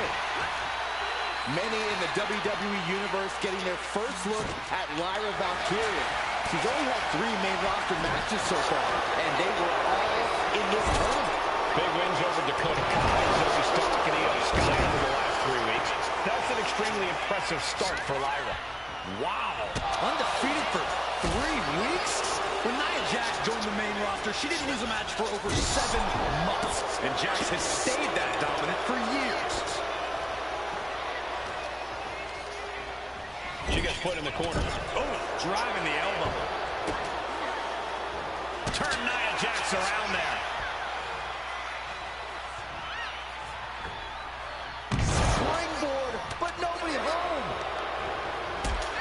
Confidence is always a key for Nia Jax. She comes into every match thinking she hasn't won. But when you have this business in your blood like Nia does, that confidence is genetic. But ever since the Irresistible Force returned to WWE 8 months ago, her confidence has been on another level. And she's gaining even more confidence as this match progresses. Jax may just be unstoppable now. A drop kick in the corner. Perfectly executed.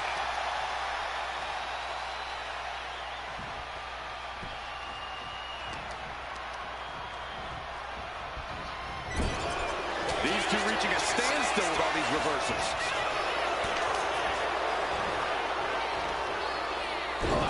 Inverted backbreaker. In just a matter of minutes, we'll have our second Queen of the Ring. The first, of course, being Zelina Vega. But you've got to believe that Zelina will want a shot at whichever woman wins this. She beat the woman now known as Piper Niven that night, so you know Queen Zelina can strike down an enemy of any size. Tremendous pressure on the head and neck. He gets sent right into the corner. Oh, my goodness. Golly, Nia is just cornering Valkyria. Jax abusing her, showing no mercy. I think it's a preview of what kind of queen. I think we're about to see it. Muscles them all the way up, all the way down. Powerbomb. Can Lyra Valkyria survive this? Draped into the deadly Tree of Woe position. A quick reversal from her. Jax with great wherewithal. Draped into the deadly Tree of Woe position. Stuck in the Tree of Woe and just having their face stomped. And it appears that the crown is now within reach for Jax. Well, if you didn't see things going this way, you're a fool. An insult to injury. There's so many moves at Nia's disposal that she can end this match with. For Lyra, not nearly as much. Yeah, I can't imagine it'll be easy for Valkyria to pick up Nia Jax and drop her with the Nightwing. Please, let's call the move by its real name. It's a Samoan driver. You think Nia Jax doesn't have the Samoan driver skill? Oh, turned that around and planted them.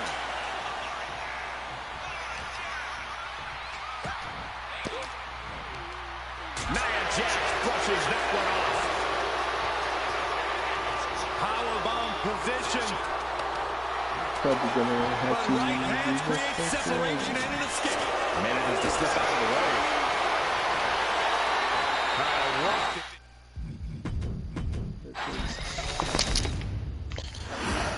That would be hard. And it's all come down to this, the finals of the 2024 Queen of the Ring tournament.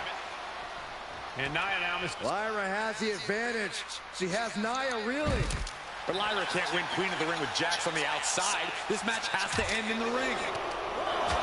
Lyra says she feels alive every time she flies, and that's what Nia has to avoid tonight, keeping Lyra grounded. The woman thinks she's a bird, Cole. What do you expect? It's symbolism, Graves.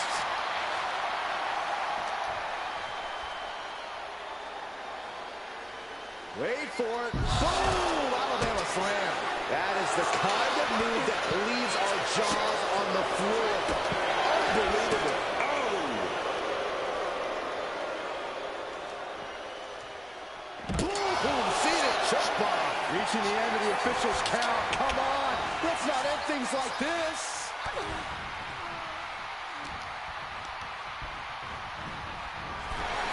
Many in the WWE Universe getting their first look at Lyra Valkyria.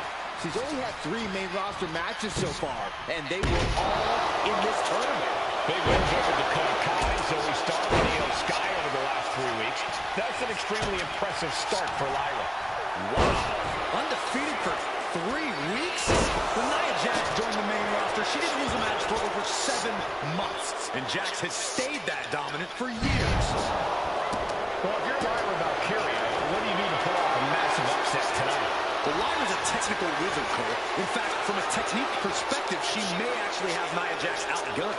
And beyond relying on her technique, if I'm Lyra, I'm going to try to frustrate Nia. I don't know how possible that is. From the middle rope. Oh, what a splash. came down like a lead balloon. Ooh! In just a matter of minutes, we'll have our second Queen of the Ring. The first, of course, being Zelina Vega. You've got to believe that Zelina will want a shot whichever woman wins this. She beat the woman now known as Piper Niven that night, so you know who's going to construct out an enemy of any size. Placing her against the turnbuckle. And Lyra only finds herself on the defensive. And the irresistible force is really keeping Valkyria grounded here.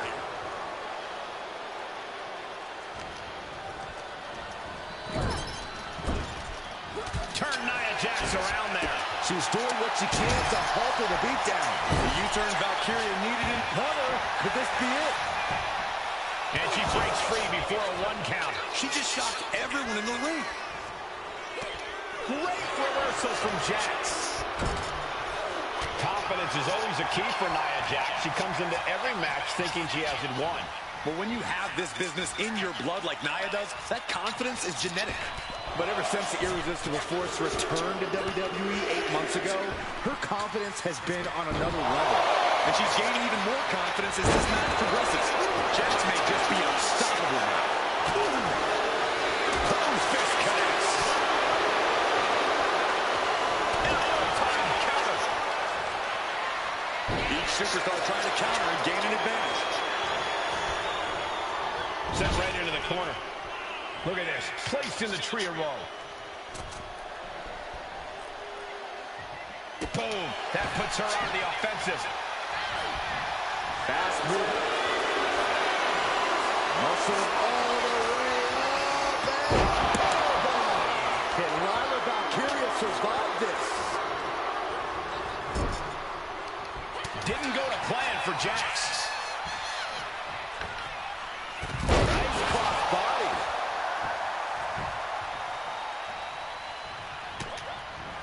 Oh, just nailing the double axe handle. Big clothesline. And going for body blows is a good way to drain your opponent. Oh, that opens the door for Valkyria. Turns that around. Oh, man, they're getting hit by a brick wall. Oh, man, what a extra luster behind that kick. Strong. My goodness.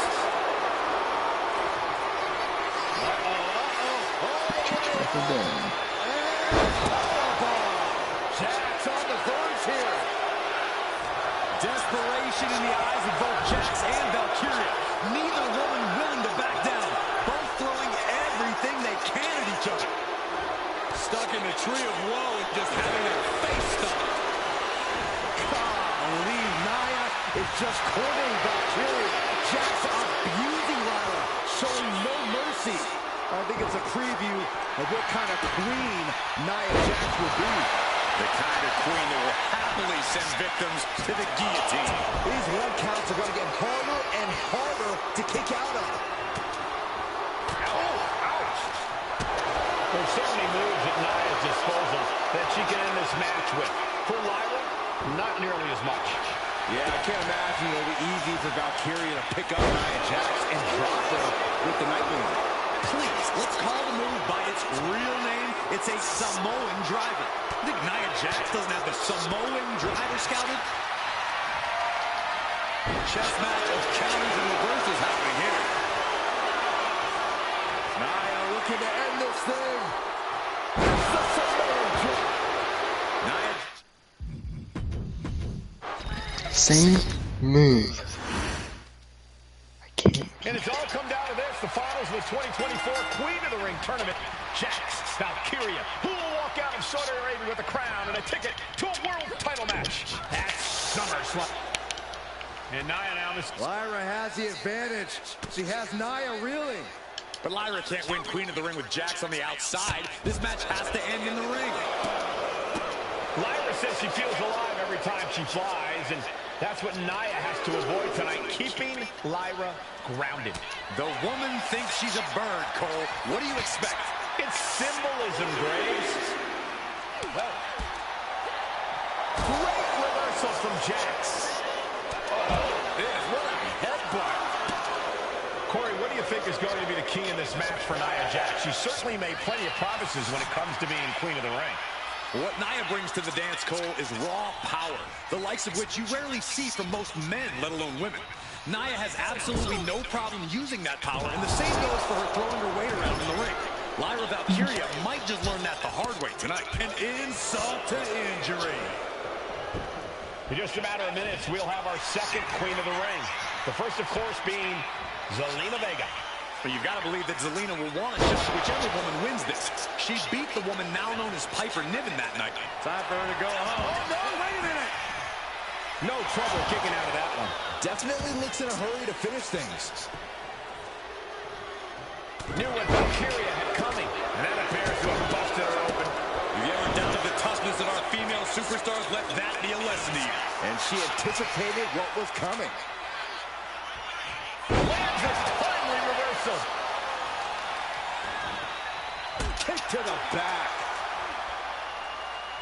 Moonsault. Incredible agility.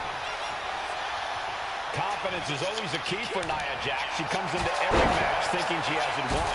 But when you have this business in your blood like Nia does, that confidence is genetic. But ever since the Irresistible Force returned to WWE 8 months ago, her confidence has been on another level. And she's gaining even more confidence as this match progresses. Jax may just be ace. This could be over right here. And now it's all Nia.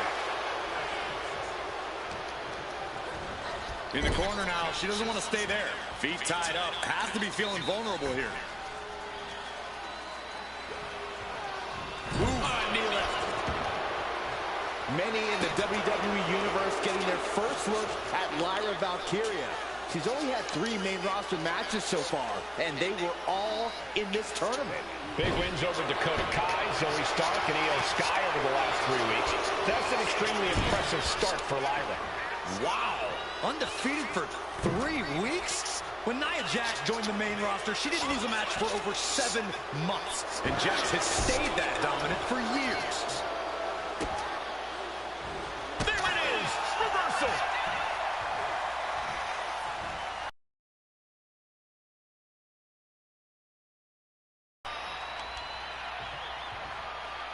Great power.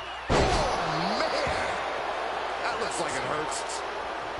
There's so many moves at Nia's disposal that she can end this match with. For Lyra, not nearly as much. Yeah, I can't imagine it'll be easy for Valkyria to pick up Nia Jax and drop her with the Nightwing. Please, let's call the move by its real name. It's a Samoan driver.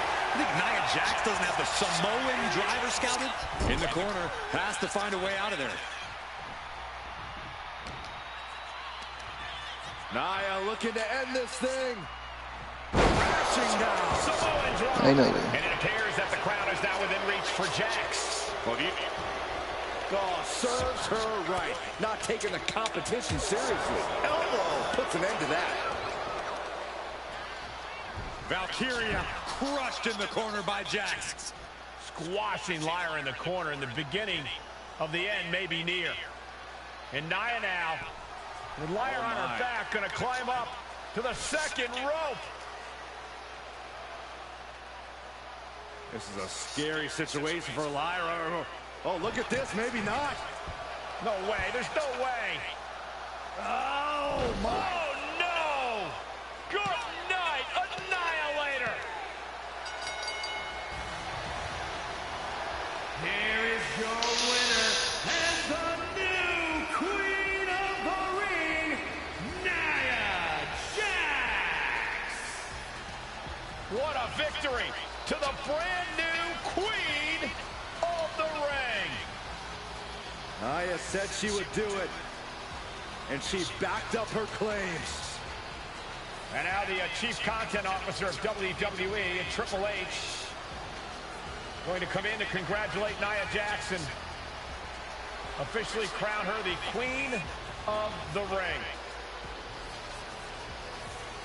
Absolute dominance by the new queen.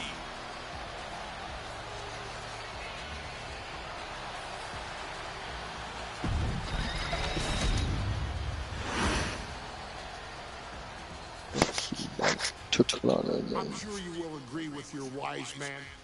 Many WWE superstars say they will do whatever it takes in order to achieve success. Quite often, it's a bunch of BS. But if you're lucky, you may run into someone who is willing to look out for the group. Someone willing to make sacrifices. And for this family, there was no one better than Rikishi. After the Head Shrinkers run in WWE came to an end, Rikishi, then known as Fatu, would go on a journey of self-discovery. This journey would lead to him taking on the name Rikishi, a subtle nod to his cousin Yokozuna, as well as an opportunity to start fresh with a global audience. Now, Chad, when he became the Rikishi character, when you think about Samoan wrestlers, right, or mean, or aggressive, he made it like his own flavor, right? He had the blonde hair, still carry the aggressiveness, but I think he just wanted to add like a little flavor to it, but it became even more popular to his culture. Rikishi blitzed WWE from the jump, devastating opponents with new tricks and winning people over with his fat-ass dance move. Rikishi is fat, all right. P-H-A-T. And with this wave of newfound momentum came even more success, with Rikishi capturing the WWE Intercontinental Championship and displaying incredible athleticism in iconic moments like when he dove off the top of the steel cage. The year 2000 belonged to Rikishi. But little did anyone know, Rikishi held a dark secret regarding a decision he made not for his own benefit, but for the benefit of the family. It was at the 1999 Survivor Series that Stone Cold Steve Austin was hit by a car in the arena parking lot, forcing him from the main event later that night for the WWE Championship. For nearly a year, all of WWE was consumed with figuring out who was driving that damn car and why Austin was targeted in the first place. The verdict came in. The car was driven by Rikishi. Rikishi would stand strong. Stone Cold Steve Austin. I didn't do it for me. I did it for The Rock. What? Rikishi would lay out a years-long gripe that WWE preferred Steve Austin to The Rock, and so Rikishi had made sure that The Rock's only competition had been removed from the picture. Rikishi sacrificed his own popularity to reach this goal. The Rock thrived while Austin was on the shelf. For Rikishi, the struggle and fall was all worth it. Rikishi knew that he would eventually have to face off with the Texas Rattlesnake to answer for his sins. And he welcomed that meeting with open arms. What Rikishi was unprepared for was for WWE to stack the deck entirely, looking to make Rikishi pay for taking out their golden goose. Stone Cold Steve Austin was allowed to drive his truck directly to the ring and was generally given the freedom to do whatever the hell he wanted in the name of revenge. We are going to make things right. This time, when Rikishi and Stone Cold Steve Austin lock horns, there will be no stacking of the deck. Someone willing to give of himself so that his family, this family, can succeed, deserves better. So get in there and showcase the never say die spirit that has led this family to victory time and time and time and time and time and time again. Use whatever weapon you can get your hands on and prove to Stone Cold Steve Austin that you will do anything for the people.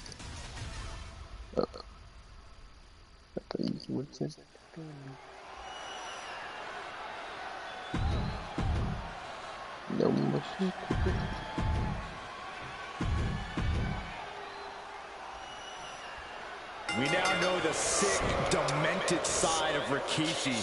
Rikishi almost cost Austin his life. Instead, he's here tonight to finish the job. Listen, Rikishi has seen members of his family be skipped over while other superstars skyrocketed to unimaginable heights. Rikishi feels it's The Rock's time, not Austin's. It's been a month of stunning revelations, all leading to the in-ring return of Stone Cold. And Byron, I just cannot see any legitimate reason to run over Stone Cold like Rikishi did last Survivor Series.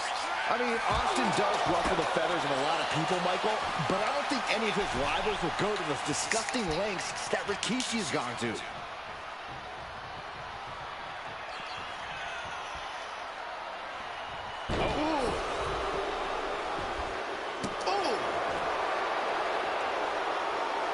He wastes no time dodging the attack. Good defense there. Delivers the Bulldog. Dropped him with a big shoulder tackle. Oh, quick way to respond with the reversal. Big leg drop. And looking at my monitor, it just makes me sick to my stomach watching Rikishi.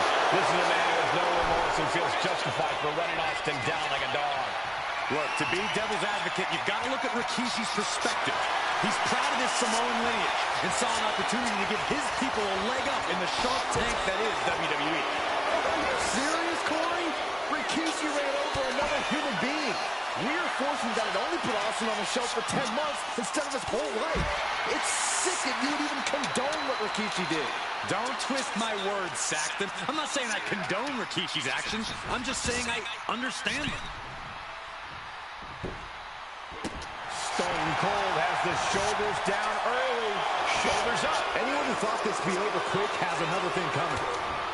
You talk so much about motives leading into this match. In my view, Rikishi's are delusions. His family have been given equal opportunities, and they all took full advantage of that.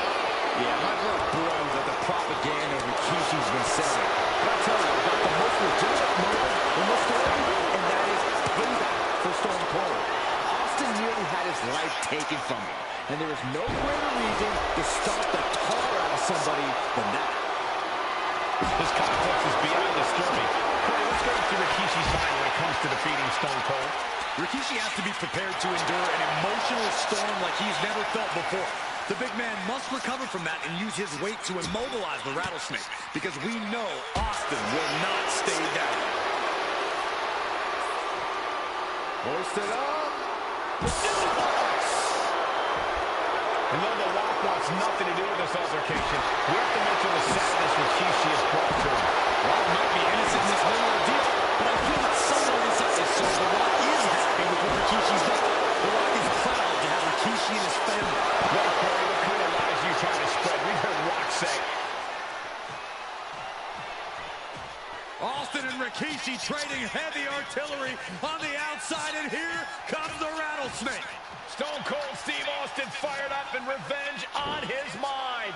You got to think about how bad Austin has wanted this ever since Survivor Series last year. Been dying to get his hands on Rikishi. All of that venom, all the vitriol inside of Austin being unleashed on Rikishi right now. Remember, this is no holds barred. Anything goes. Austin has Rikishi down. The rattlesnake is red hot. And do you hear this capacity crowd? They want more from Stone Cold. All that he wants to see Rikishi get beaten down like a pile of human filth. Fights back against Stone Cold. And we know how despicable Rikishi has been, but to throw vinegar on the rattlesnake's nest, Rikishi goes and destroys Austin's shot with a sledgehammer. No fury like a man who has his car tampered with. It's just extra motivation for every fist Austin lands in this fight. Rikishi is picking the competition apart. Rikishi with an onslaught here against Austin. Dare I say, Stone Cold could be in trouble. And slides back into the ring. And Rikishi channeling his energy here. And Rikishi slows Austin down with a thunderous right. Austin's in trouble. And now a steel chair. Oh, and Austin, he just averted disaster there. And now Austin gonna deliver the punishment with the steel chair.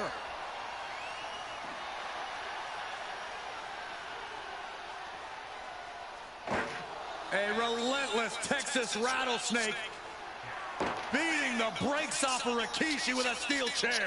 And again, thunderous blows by Austin. Down goes Rikishi. Austin beating the hell out of him. I know Austin has good reason to be doing all this, but he could be taking it too far at this point. I don't think the rattlesnake has taken it far enough, Corey. Austin wants to put Rikishi's life in danger, just like Rikishi did to him. Austin getting ready. From way up, misses big time. Rikishi hoisting up his opponent. Rikishi driver. Will that keep the rattlesnake down? Stick kick. Corey, the superstars get right back in this match. It's almost unbelievable what we're seeing with our own eyes. Believe it, Corey, believe it. Back body drop. Exclamation point. Driven through the ground.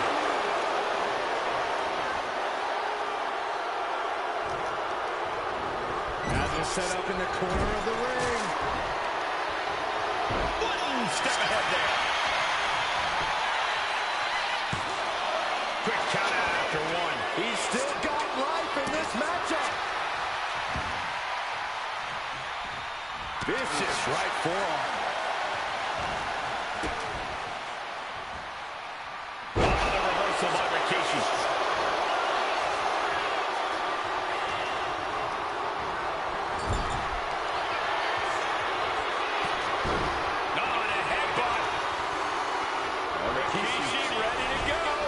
Done yet. The wheels are turning for Rikishi as he ascends up the ropes. Rikishi may have put the exclamation on this one. There's two. Wow, just barely making it out. Austin somehow got the shoulder up. Intestinal fortitude on display from Stone Cold. That move has brought victory before, but not on this occasion. Might be time to think outside the box. Down the opponent and a double axe handle smash. Austin stomping at Rikishi's heart. That's if Rikishi even has a damn heart. Back into the ring now. Rikishi able to Austin Stone Cold Stunner. Will Rikishi get back up? He's still in this fight. He had to dig deep to break that pin, but can it be done again? How much is left after that? And you gotta wonder if desperation starts to kick in for Stone Cold or if he stays the course. Clothesline. He'll take things into the ring. Clearly hoping something nefarious is beneath the ring. Run! He's got his right nose still. He lets his opponent out of submission. Yeah, but who knows what damage has been done. I'm a witness to that. Rikishi punches target with that one. Catches the leg. Trading counters and reversals back and forth. Proof these superstars have done their homework. You get it. Rikishi may have put the exclamation on this one. Rikishi saw the fangs of rattlesnake. Damn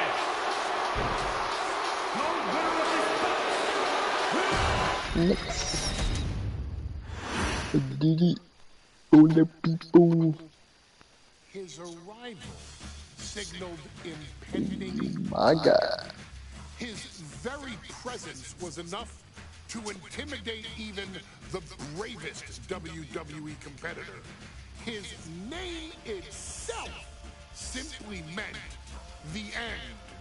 And if you found yourself standing across the ring from Umaga, you were most certainly coming to the Probably end finish this today of your own road. before The I younger had to brother get to my of mom's. Rikishi, Umaga, was every bit the Samoan bulldozer that his nickname would suggest, mauling opponents with ease, chaos that he created, for ultimately sealing their fate with his vaunted Samoan spike, a vicious It's a legendary today by Michael. Solo Sikoa.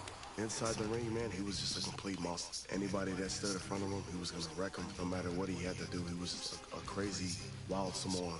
Outside of the ring, man, just a loving guy to be around. A fun uncle, always joking, always barbecuing at his house. I always looked up to him. He was just so cool. Perhaps an unheralded aspect of Umaga's game was his mastery of mental warfare. Umaga loved to present a wild, out-of-control savage, one who needed manager Armando Alejandro Estrada to handle all the details while he destroyed opponents. Umaga was the perfect definition of the word aura. A two-time intercontinental heavyweight champion, Umaga established himself as one of the purest forms of dominance to ever set foot in a WWE ring. His intense clashes with Batista, the Heartbreak Kid Shawn Michaels, and Triple H, along with WWE Championship battles against John Cena, still live on in the memories of those who were fortunate enough to watch Umaga perform. And Umaga will live in immortality through every member of this family, whether it's with a huge Samoan drop, a running bulldozer into the corner, a Samoan spike, or even a war cry in the middle of battle. Umaga is forever. I wish he was here. I know he's watching from above. So you, our beloved Usos in training, are asked one simple thing here in the WWE 2K25 showcase: to defeat John Cena. You've done that in this mode before, right? Simple. It was at New Year's Revolution in 2007 that Umaga and John Cena first collided for the WWE title. Umaga appeared to be too much for Cena in the minds of many pundits.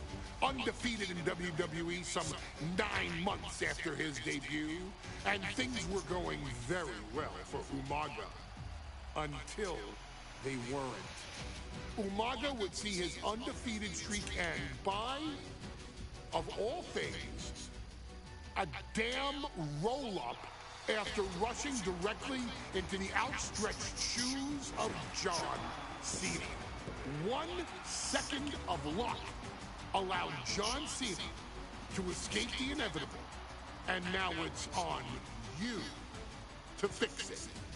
Head into that ring, showcase Umaga's cruel brutality, and get Umaga the WWE Heavyweight Championship victory that he should have gotten in the first place. I assure you, my dear friend, Armando Alejandro Estrada will make sure nothing else goes wrong if you take care of business inside the ring.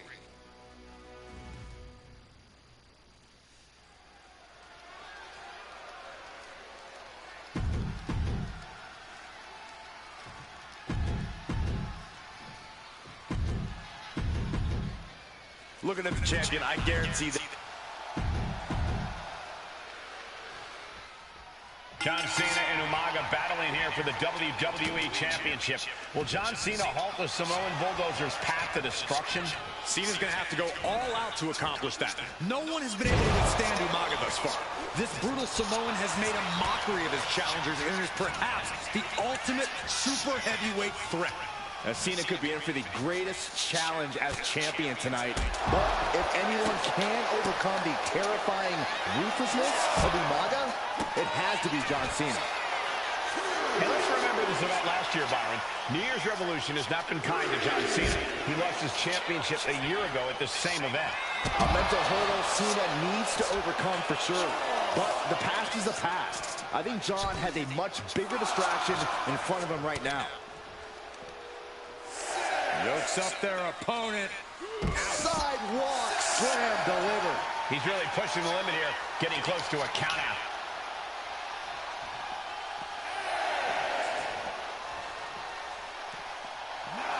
And here we go, returning to the ring.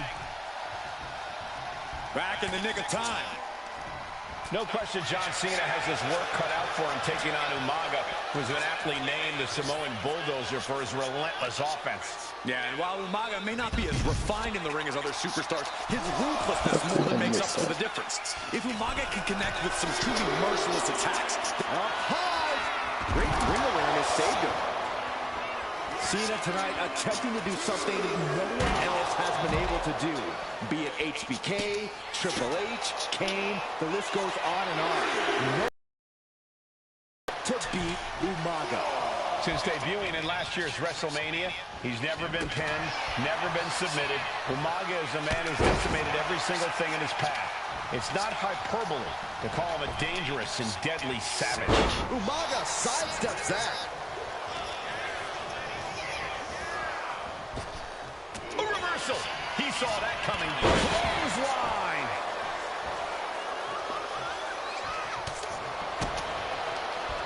Short clothesline hits its mark.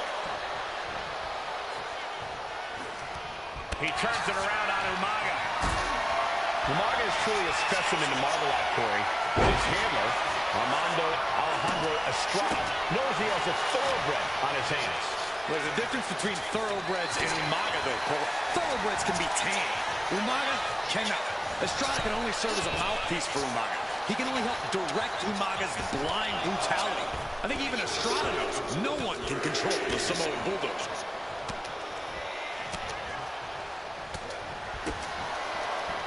Short clothesline hits its mark. Escape that in a hurry.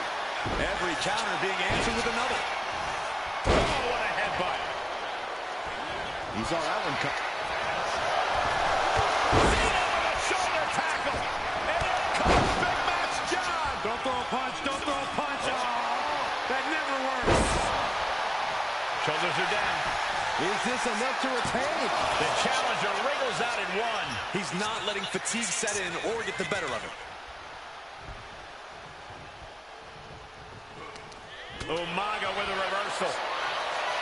In Umaga, of course. Here we go. Time to work out. These two are clearly fired up, going blow for blow.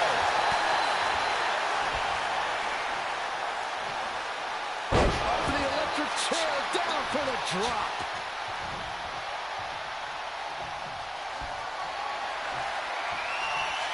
Listen to this place. The WWE Universe erupting for the five-knuckle shuffle.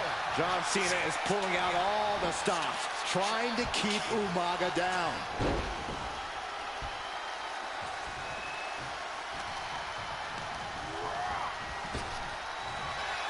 Uh-oh. Man, what timing on that counter. This will do it. Umaga. Oh, solid spike. It just got as bad as it could for the champ. Oh, my. Ooh. Kick lands. Kick. Nasty kick. Cena dodges out of that.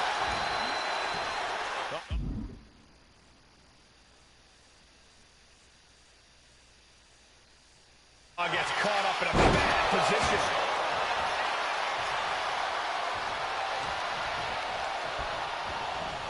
Getting him right into the corner. We're locked in reversals here. Neither competitor intimidated.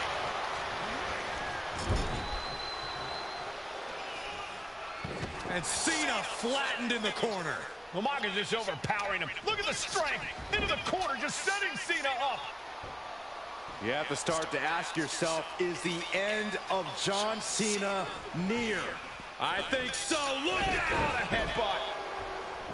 No one has been able to stop Umaga. No one. You are seeing why Umaga is undefeated. Why no one has been able to stop the Samoan Bulldozer. Here comes Umaga, and Cena catches him with a boot. John Cena from behind, rolls him up, shoulders down, and a kick out by Umaga. And Cena immediately back into the clutches of Umaga. I'm not sure what else Cena can do here. I'm not sure John Cena knows how to stop Umaga. And Corey, you know there's no force equal to being on the receiving end of a headbutt from Umaga. It's in Umaga's DNA. Generations have perfected the art of using their own skull as a weapon that could stop an elephant. Brutal attack from Umaga. He smells Cena's blood in the water. Pulled in from belly to belly. Sometimes I look at Umaga and it just scares me. Here it comes! Samoan spike! We might be moments away from crowning a new champ.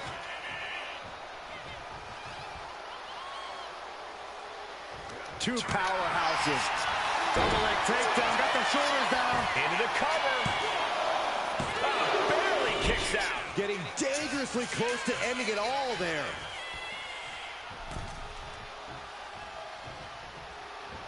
Splash. And the champion still chipping away at the challenger. Cena knows it will take much more to defeat this beast of a man. Oh, the elbow connects. Making his way to the top here. Sky high. Body on body. Wow. This has to be it. 2 count. No, stops the count at 2. What do you have to do to put this guy away?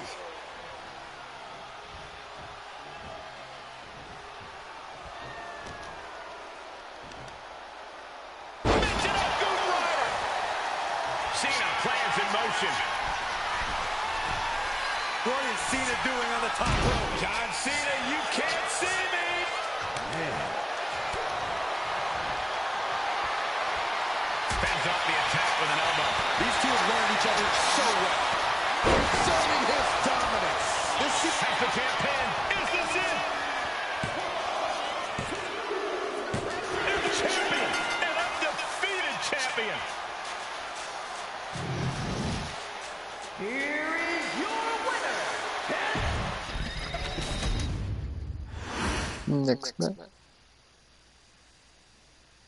Hey, in WWE, things move really fast. If you aren't present in the moment, it can feel like a year goes by in only 2 or 3 minutes. That's why you always have to make time to make sure that you check. Hold on. Did I just hear myself say 3 minutes? Stop. Can you believe I'm actually doing Eric Bischoff's shtick? In the early 2000s, few words sent a shudder through the roster like the words 3 minutes, summoning the fearsome duo of Rosie and Jamal, collectively known as the 3-minute warning. Initially hired by the aforementioned Raw General Manager Eric Bischoff to interrupt anything he didn't find to be entertaining. You're just not entertaining me. 3 minutes are just about up.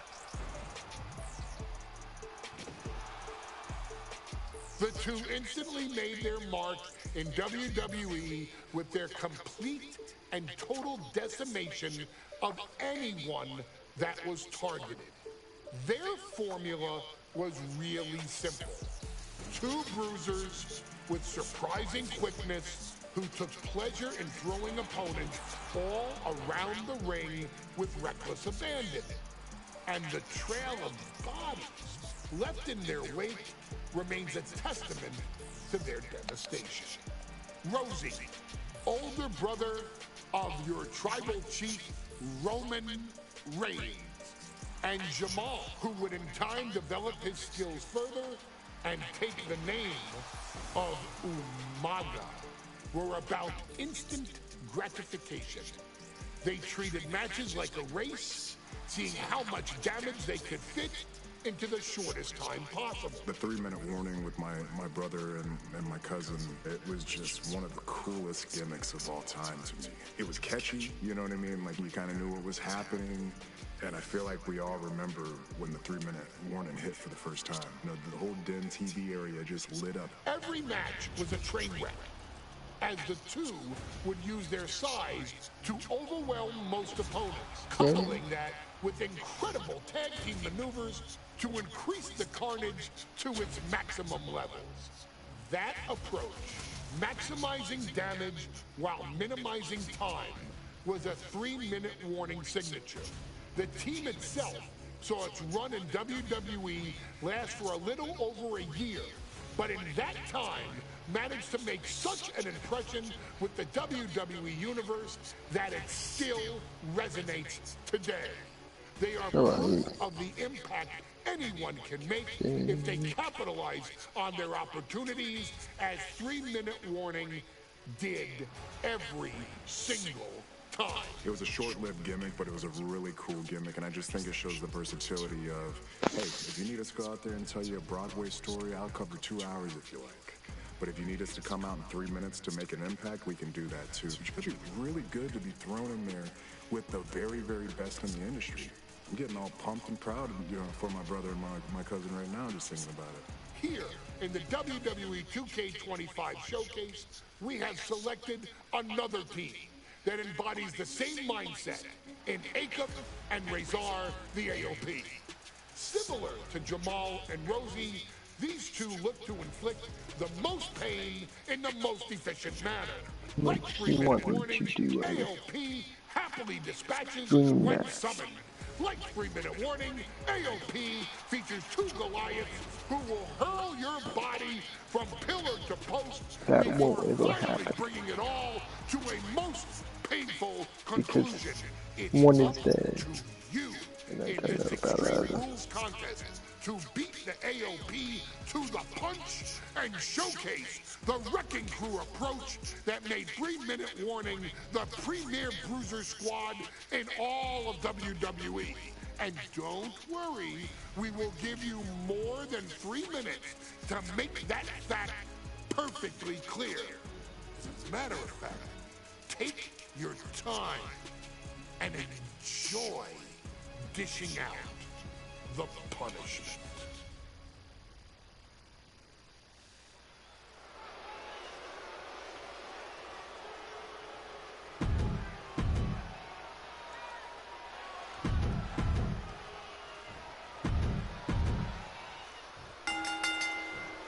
Here we go with AOP and 3-minute warning going head-to-head. This is an Extreme Rules match, and it's a good thing it is, because neither one of these teams likes to play by the rules or limit their aggressive tendencies. There's nothing on the minds of these men except dealing as much damage to one another as possible. Both 3-minute warning and the AOP excel at brutalizing their opponents and inflicting massive amounts of pain, but only one of them can be the best at it. We can safely predict that this is going to be an exceptionally gruesome and painful match to watch. He's heading back to the ring. Many would call the AOP and 3-minute warning equally brutal. How can one of these teams get the edge in this head-to-head contest? It's true they're well matched, but AOP tends to be the more methodical and calculating of the two teams. If AOP can get control of the pace and smother 3-minute warning's chaotic in-ring style, they'll be in a position to win this. Rosie and Jamal tell their victims that they will feel the 3-minute warning. What does that mean, Corey? Well, it means a lot of superstars will get run over by the pain train, and it's only going to feel like the longest 3 minutes of their lives. When you're as big and strong as Rosie and Jamal, that's how quickly it can be over. Big splash! Massive damage to the whole body. Nothing fancy there. Oh, man, right into the steel steps. Countering each other again and again. Punched him right in the mouth. Relentless. Enough already. God, disturbing impact. A narrow escape.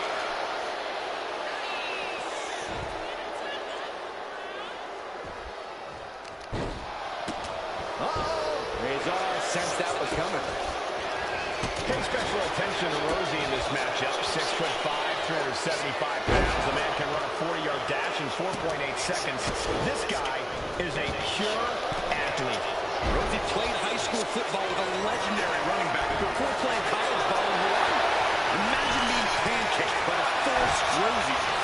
Take it away! Go for the win here! Will takes down and gets the cover. He breaks the pen, keeping his team in this one. Despite his toughness, Jamal actually looked pretty bothered by that one. Yeah, Akam looked confident going on the attack. Ooh! No, it is aggression, just pure brutality. Easy. No, please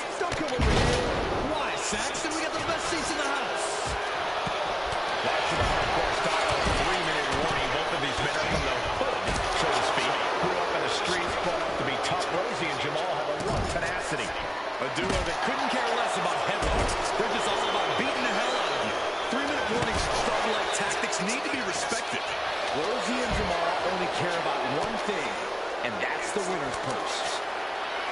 We knew this would be a grueling and punishing match, but AOP and 3-minute warning are exceeding all expectations.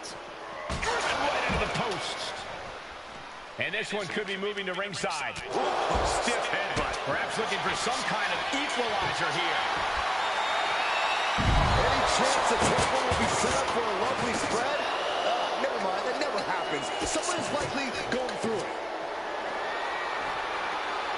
Down to opponent, and a double axe handle smash. Just look at the size of all these superstars. The ring had to be reinforced before this match. Over 4.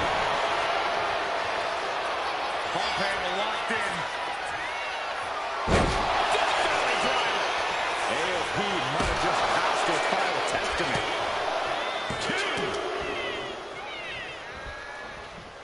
2. Looks like he knew what was coming up. Kick gets caught.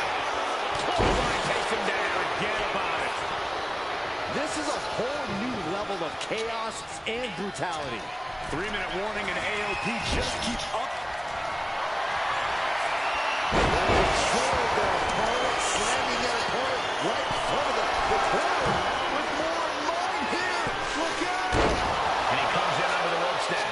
3-minute warning might just be done messing around.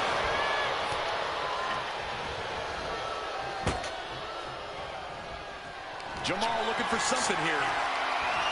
Hoisted up into a powerbomb position with steady punches. Man, Rosie and Jamal, Akam and Razor representing the biggest, most imposing teams WWE has ever seen. Both teams don't care what the motive is, don't care who the target is. Their goal always remains the same, and that is complete destruction of the opposition. We call them equal opportunity ass kickers. The first few rows should take a couple steps back because no one is safe when you're in the vicinity of these teams. The WWE are standing at attention, completely entranced by this matchup now. Can't miss action taking place in front of them. Nobody wants to blink. They do not want to miss a second of the action at this point. He's able to counter that.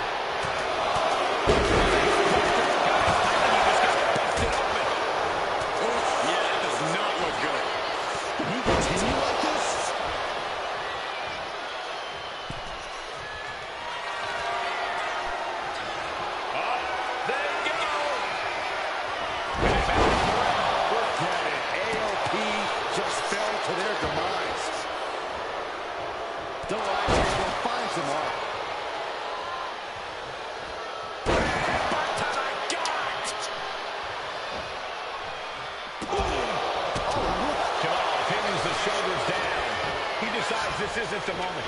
Hope he doesn't miss his chance because of this choice. Saw it coming and avoided it. Oh, face! Akam avoids his tap. Thunderous powerbomb. Dropping with a big shoulder tackle. When you're in an atmosphere like this, when you can't hear yourself think because the crowd's so loud, you find a way to do superhuman things. That's what these combatants are doing here. Oh, man, he grabbed the kendo stick. Everyone needs to watch out now. Big time clothesline. Good grief. Went for it all, but gets nothing. He was quick to get out of the way. Ooh, a vicious shot right to the dome. Boom, running FTO plants. Nicely done. Slides under the ropes. Back into the ring. Jamal going up. Soaring. Whoa, look out. From ring post to ringside, risking it all. Slamming their opponent into place. Curious to see what's coming next. From the second row. Huge splash. I'm not liking Razor's odds here. Oh, somehow managed to keep this match going. That sucked all the air out of this place. It looked like a done deal. Oh, wait a minute. Turns the leverage for a pin of their own.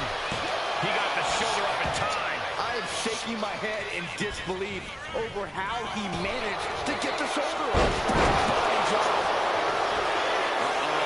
Going for the run. That's it. 3 minutes. Done. Oh, he gets the shoulder up before 3. Where in the world is he getting this from? His beating heart will not be locked in. Death Valley driver. Akam sees the finish line. There's 2.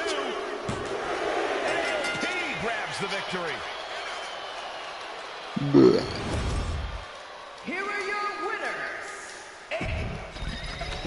That's do this again, yeah. Here we go with AOP and 3-minute warning going head-to-head. This is an Extreme Rules match, and it's a good thing it is, because neither one of these teams likes to play by the rules or limit their aggressive tendencies. There is nothing on the minds of these men except dealing as much damage to one another as possible. Both 3-minute warning and the inflicting massive amounts of pain, but only one of them can be the best at it. You can safely predict that this is going to be an exceptionally gruesome and painful match to watch. Man, Rosie and Jamal, Akam and Rezar representing the biggest, most imposing teams WWE has ever seen. Both teams don't care what the motive is, don't care who the target is. Their goal always remains the same, and that is complete destruction of the opposition. We call them equal opportunity ass kickers. The first few rows should take a couple steps back because no one is safe when you're in the vicinity of these teams. Many would call the AOP and 3-minute warning equally brutal. How can one of these teams get the edge in this head-to-head contest?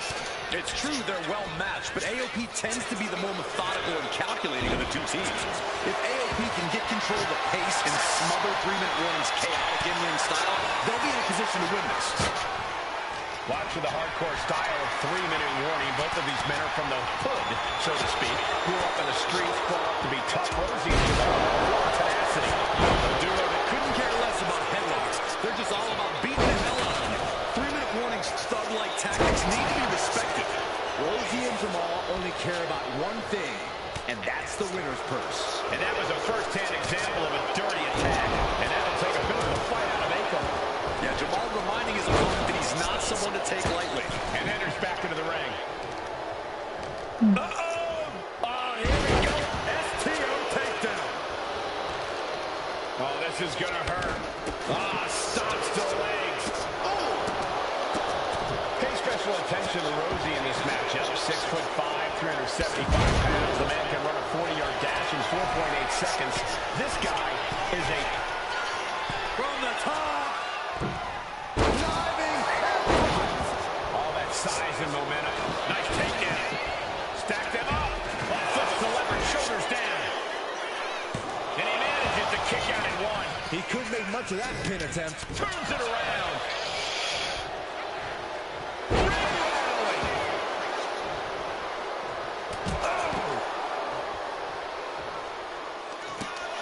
Here we go, Byron. Knew what was coming there. Akam avoids the attack. Right across the legs. Just look at the size of all these superstars. The ring had to be reinforced before this match. Over 1,300 combined pounds colliding.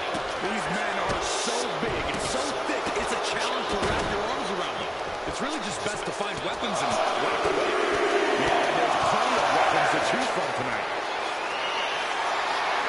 And it's time to pull the kick from the top.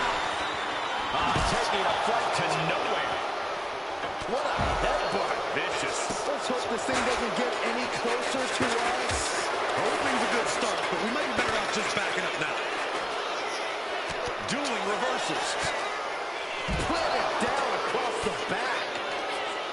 Rosie and Jamal tell their victims that they will feel the 3-minute warning. What does that mean, Corey? Well, it means a lot of superstars will get run over by the pain train, and it's only going to feel like the longest 3 minutes of their lives. When you're as big and strong as Rosie and Jamal, that's how quickly it can be over. We knew this would be a grueling and punishing match, but AOP and 3-minute warning are exceeding all expectations. Under the ropes and back into the ring. Jamal changes the direction of that one. Kendo stick to the skull. Oh, he slipped out of the arm. He's getting fired up now, really feeding off this crowd. There you go.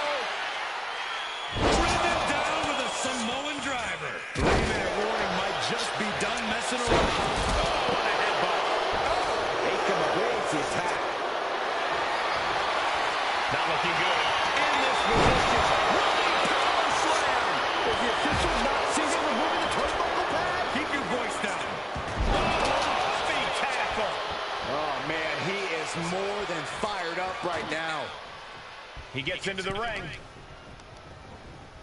Placing him in the corner. Dragging them out. Face the pin. This might be it. And still in this. What a match. Oh, my, what a splash. And a shoulder is lifted before one. Incredible to think after everything we've witnessed, we are still at a stalemate. Got there. This was almost over. Caught that in the first it. Big-time clothesline. Good grief. This is a whole new level of chaos and brutality. 3-minute warning, and AOP just keep upping the ante on each other. Big forearm.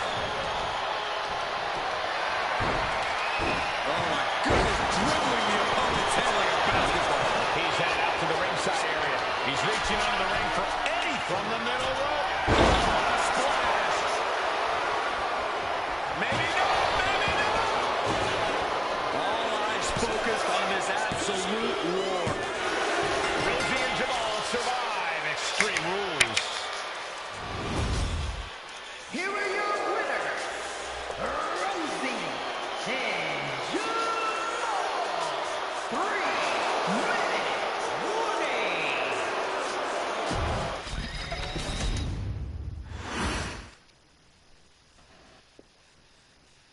We've come to the part of the showcase where we get to talk about Tamina.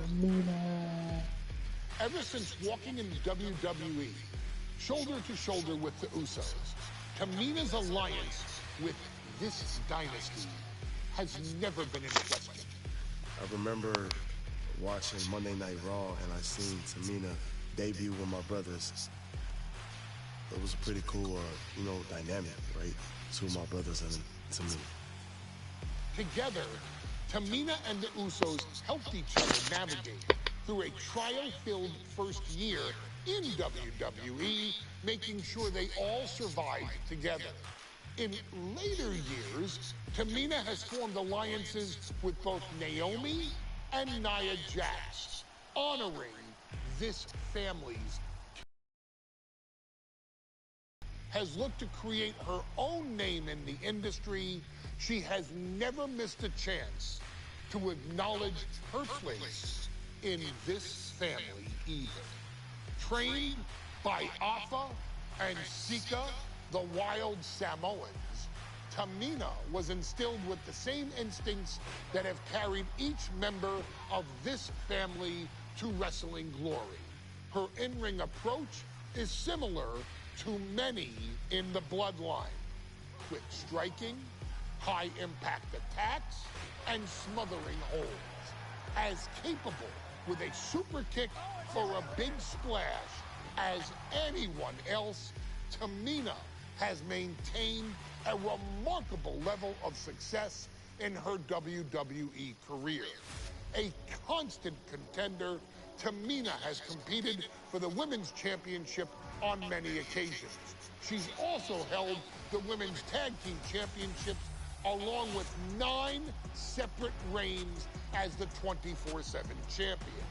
Tamina has proven capable in any environment against any opponent. Tamina is always the perfect test for a rising contender. Defeating Tamina proves that you're at the top of your game, and she will always expose those who aren't quite ready yet. Taking her lightly is the easiest way to book your visit to the local medical facility. Tamina has taken part in many memorable moments, but in the 2K25 showcase, we're going to give you the chance to make history. In the first ever women's Money in the Bank match, Carmella, of all people, would walk out victorious after letting someone else do all the work. Tamina, Becky Lynch, Natalya, and Charlotte Flair were all robbed of a great opportunity that night by Carmella. So this is your chance to make it right. showcase Tamina's grit, and take out the other 4 ladies in this ladder match to become the first ever winner of the Women's Money in the Bank. Carmella might still sneak out with the win, but if she does, she's doing it on her own, because we're not allowing anyone else at ringside for this match in our showcase.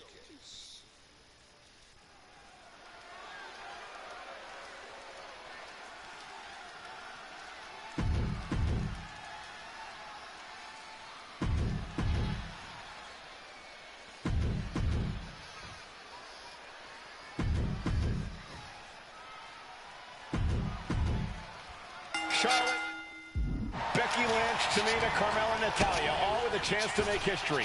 All with the opportunity to be called the first ever Miss Money in the Bank. The revolution that became an evolution only continues in the women's division. One of these women will climb the ladder and earn the opportunity of a lifetime. This way.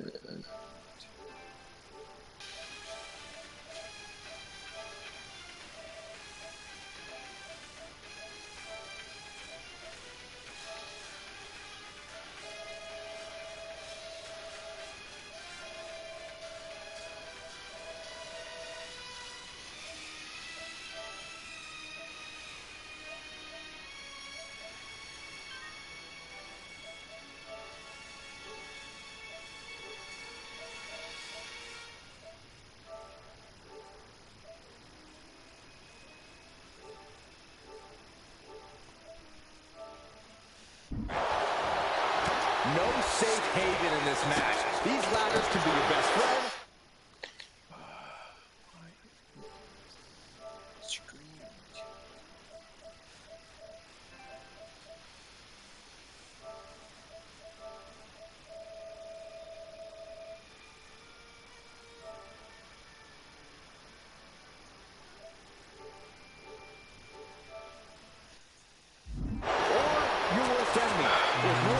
In this match, it's everyone for herself. There is no room for friends when history's being made. Not when you can go down in the record books as the first Miss Money in the Bank. Remember, the first woman to climb the ladder and retrieve the briefcase will become the first ever Miss Money in the Bank. No defense, no disqualifications in this match. Everybody is coming in with a different strategy, but remaining close is the key. Luck is going to play a part that will increase your odds if you stay close to the ladder and close to the briefcase. Headed up that ladder. Center of the ring. She's grabbing at the prize now. Time is your enemy here. I just don't know if there's enough of it to get it down. That can prohibit any use of their shoulder going forward. From behind, step German suplex. The contract that can change lives hanging above the ring. Probably the most profitable opportunity in our sport. 15 out of 17 superstars have successfully cashed in the Money in the Bank contract. A surprise cash-in has only failed once, and the other failed cash-in was alerted to a week in advance. You are almost certain to become the next SmackDown Women's Champion if you grab the contract tonight. Every strike will devastate from the middle rope. She completely missed there.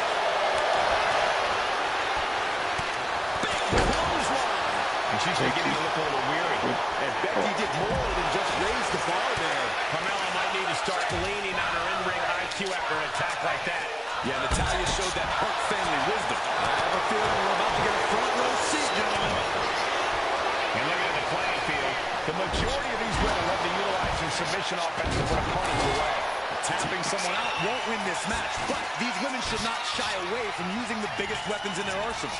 We've heard Becky say she was going to rip arms off tonight.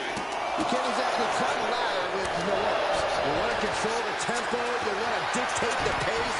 That right there is how you do it. Tamina not caring that Becky's a fan favorite. The crowd's adulation is meaningless. All that matters is the contract suspended above the ring. Tamina's been showing so much dominance in this match. Showing absolutely no mercy at all. What an onslaught. Is there anyone more intimidating in this group than Tamina? I've said it before. It could be a coming out party for Tamina. This is her time to live up to her family's legacy. If Tamina wins the contract, it guarantees her first title opportunity in over 2 years. More than an opportunity, it pretty much guarantees Tamina will become the next women's champion.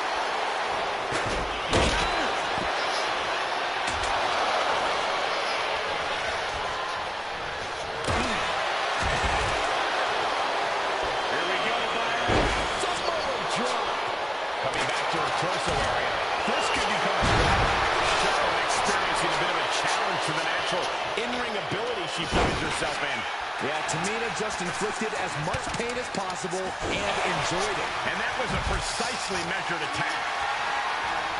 3 second-generation superstars competing in this match. Carmella, Charlotte, and Tamina. And Natalia, of course, a third-generation superstar. Women bred for these kind of moments. Any of these women will add a significant chapter to her legacy if she can become the first Miss Money in the Bank. Oh! Ooh! From the top. Glory hole.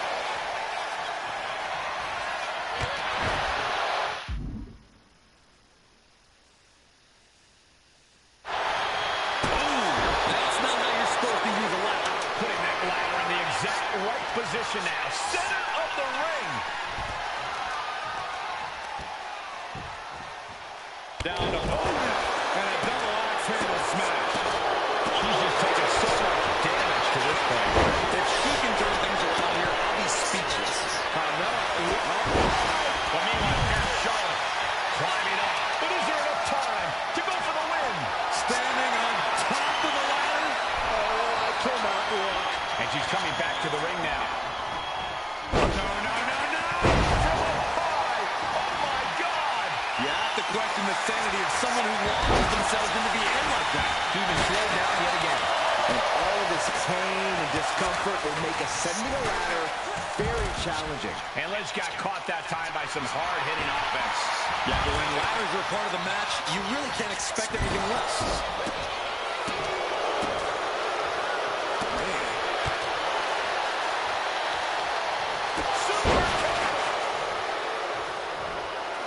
Going up to the turnbuckle here.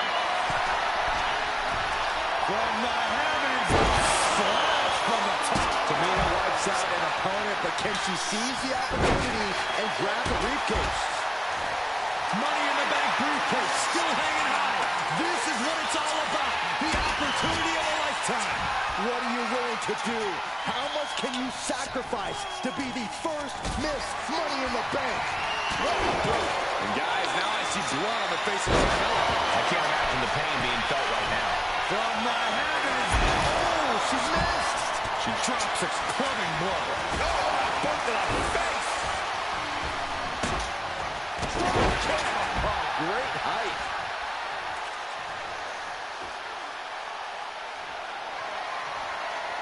Oh, man. You saw that coming. Got the leg. Oh, a dragon screw. That would destroy a knee. History on Natalia. Looking to step through. Sharpshooter applied. Submission maneuver is locked in. Just sapping her. And she breaks her own submission hold. We don't see that often. That can either psych out her opponent or come back to bite her. Flair retaliating.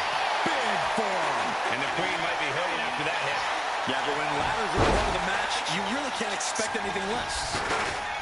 Charlotte Flair with a trademark chopping. Natural selection by Charlotte. The Queen has put an opponent in the dirt, and now the ladder to her throne awaits.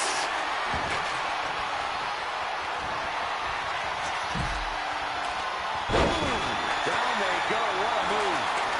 Look at this. She's going for her destiny, guys. But she better hurry. She doesn't have much time.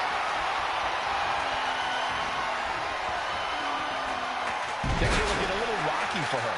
And all of this pain and discomfort will make ascending a ladder very challenging. To the eyes on top of the ladder. She takes her spot up in the air, refusing to back down. She's leaning. Nice reversal by Charlotte Flair. Charlotte driving Tamina, and both tumble to the floor. Both women crashing down hard. The Queen, Charlotte Flair, the first to her feet, surveying the situation. Oh, my. Driving Tamina into the steps. Well, you are seeing a heightened level of aggression, heightened level of intensity from all these competitors because of the stakes involved. Guys, where's Charlotte going? Flair looking to up the ante now from the top. Oh, my goodness, taking out everybody. The Queen rising to the occasion. What you just saw is why we say Charlotte is genetically superior. Yeah, undeniable athleticism from the Queen. Can it pave her way to the top of the ladder? She's making her way to the top turnbuckle. Incoming! Then Tamina. That's going to be on highlight reels for a long time. Incredible courage to even attempt that. Flawless takedown. Gentlemen, no need for monitors right now. The fight is...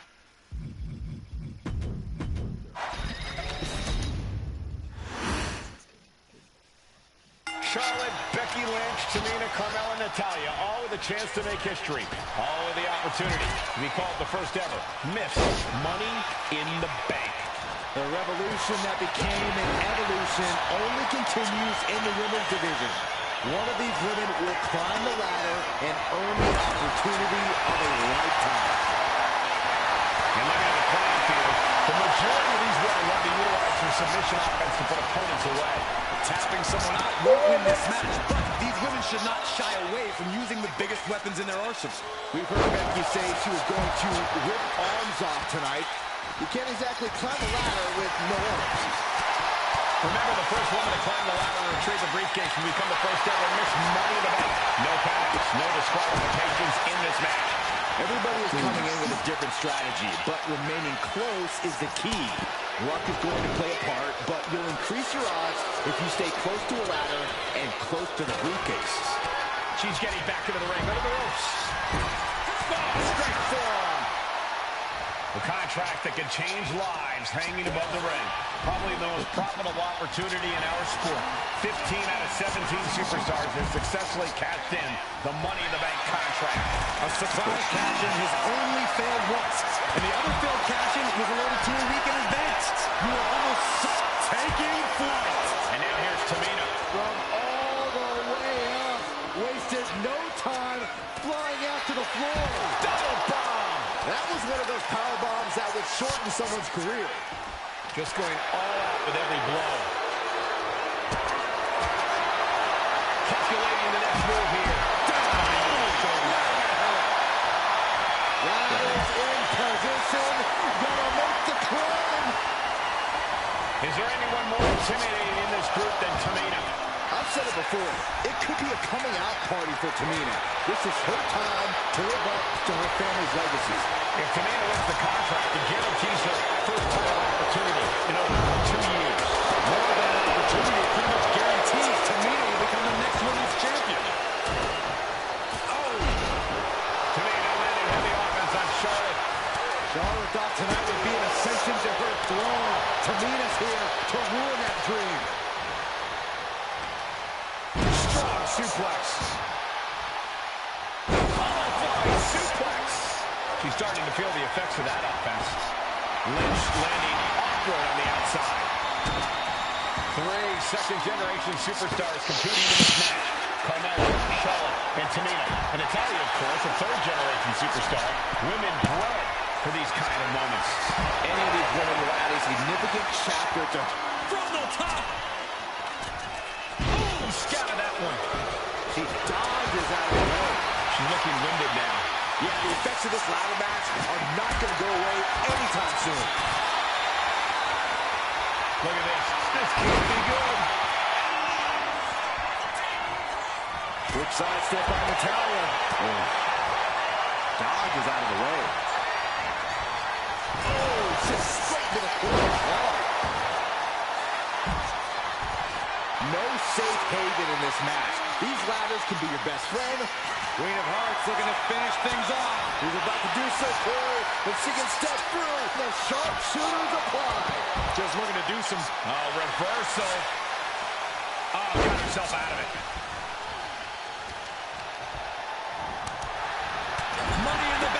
Hey, still hanging high. This is what it's all about. The opportunity of a lifetime. What are you willing to do? How much can you sacrifice to be the first Money in the Bank? I guarantee that chair is not going to be used as it was designed for. A demeaning gaze painted on Flair's face.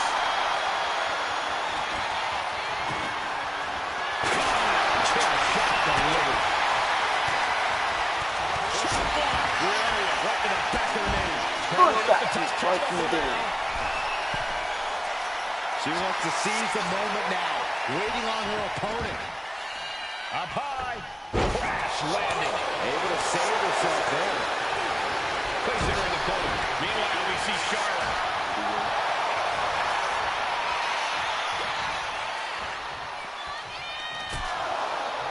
Quick thinking from Tamina. This ladder being used as a weapon. Setting up the ladder. Ladder set right in the middle of the ring. Starts to climb, but needs to move quickly. History on the line. Guaranteed championship opportunity. Nothing but carnage happening in this one. 5 women fighting for their key to destiny. Willing to go through hell for it. She turns it around with the reversal. And she's out. Flair delivering the chop. She's getting fired up. Ready to show her opponent what she's got.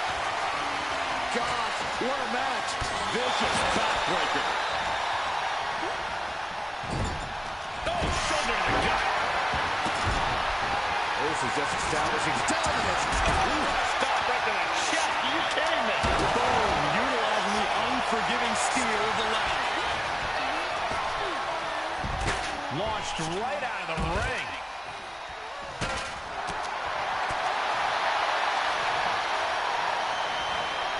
Boom! Read that one.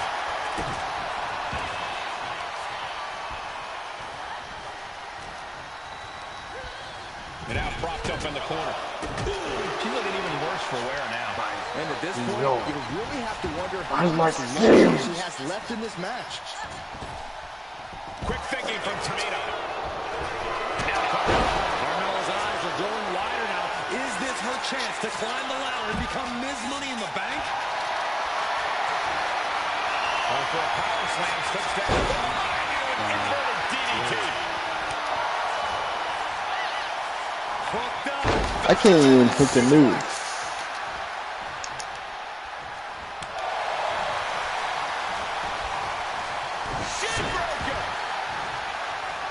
Good job. Didn't need to counter into anything pretty. Just a clubbing blow. Oh, man, inverted backbreaker. Oh, so Tyler's wheelhouse. The Hart family legacy lives on. Sharpshooter applied. Very unique escape to fight her way out of the sharpshooter. Tamina not caring that Becky's a fan favorite. The crowd's adulation is meaningless. All that matters is the contract suspended above the ring. Tamina's been showing so much dominance in this match. Charlotte, so impressive, so powerful. Ladders in position. Charlotte Flair with a trademark chop and Becky with history in her hands. St. Louis behind Becky now. Closing in on the prize here. One good pull and this match is over. That's not that easy. Lynch brings down the briefcase. The first Tyler in the bank. gave Becky the fucking win.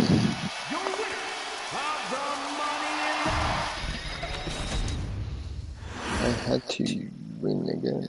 Charlotte, Becky Lynch, Tamina, Carmella, Natalya, all with a chance to make history. All with the opportunity to be called the first ever Miss Money in the Bank.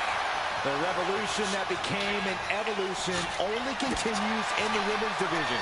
One of these women will climb the ladder and earn the opportunity of a lifetime. Quick thinking from Tamina. Is there anyone more intimidating in this group than Tamina? I've said it before, it could be a coming out party for Tamina. This is her time to live up to her family's legacy. If Tamina wins the contract, it guarantees her first title opportunity in over 2 years. more than an opportunity. It pretty much guarantees Tamina Remember, the first woman to climb the ladder and retrieve the briefcase will become the first ever Miss Money in the Bank. No disqualifications in this match. Everybody is coming in with a different strategy, but remaining close is the key. Luck is going to play a part, but you'll increase your odds if you stay close to it. From way up. She's getting that ladder exactly where she wants it. A crucial step. A contract that can change lives hanging above the ring. Probably the most profitable opportunity in our sport. 15 out of 17 superstars have successfully cashed in the Money in the Bank contract. A surprise cash-in, his only thing lost. And the unfair cash-in is provided to a week in advance. You are almost certain to become the next SmackDown Women's Champion if you grab the contract tonight. From behind! German suplex. Effective counter. And she reversed it. Oh, God. There's a Russian leg sweep. And heavy hands to follow. 3 second-generation superstars competing in this match. Carmella, Charlotte, and Tamina. And Natalya, of course, a third-generation superstar. Women bred for these kind of moments. Any of these women will add a significant chapter to her legacy if she can become the first Miss Money in the Bank. Well, that'll leave a mark. These attacks taking their toll on her a little. Natty putting some old-school know-how behind that maneuver. From the top! Elbow drop. Good Lord. He's ready to take this match to the outside. Bang and screw. That'll tear your knee up. No safe haven in this match. These ladders can be your best friend or your worst enemy. There's no one for herself. There is no room for friends when history's being made. Not when you can go down in the record books as the first Miss Money in the Bank. She's got a chair, and her opponent is in her sights. Wow, this is turning into Swanson Street. And he evades the attack. No doubt about it. This is just an extreme insult to injury. And she had Natalya's number there. And looking at the playing field, the majority of these women want to utilize their submission offense to put opponents away. Tapping someone out won't win this match, but these women should not shy away from using the biggest weapons in their arsenal. We've heard Becky say she was going to rip arms off tonight. You can't exactly climb a ladder with no arms. Fishing for something beneath the ring. Oh, man. Obviously hoping to take things to the next level with this ladder. Returning to the ring now. Leg drop by Becky Lynch, and she's going to do it again. Money in the Bank briefcase, still hanging high. This is what it's all about. The opportunity of a lifetime. What are you willing to do? How much can you sacrifice to be the first Miss Money in the Bank? Chop block. Brilliant. Right to the back of the knee. NCLA from way up. And now Carmella. This can't be good. They just missed wildly. Took the high risk, but unfortunately, no reward. Launching. Double pass. Consecutive high-risk maneuvers, and the pace of this match has certainly picked up.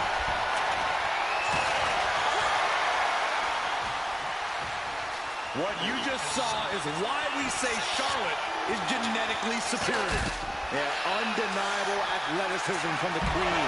Can it pave her way to the top of the ladder? Action from the heavens.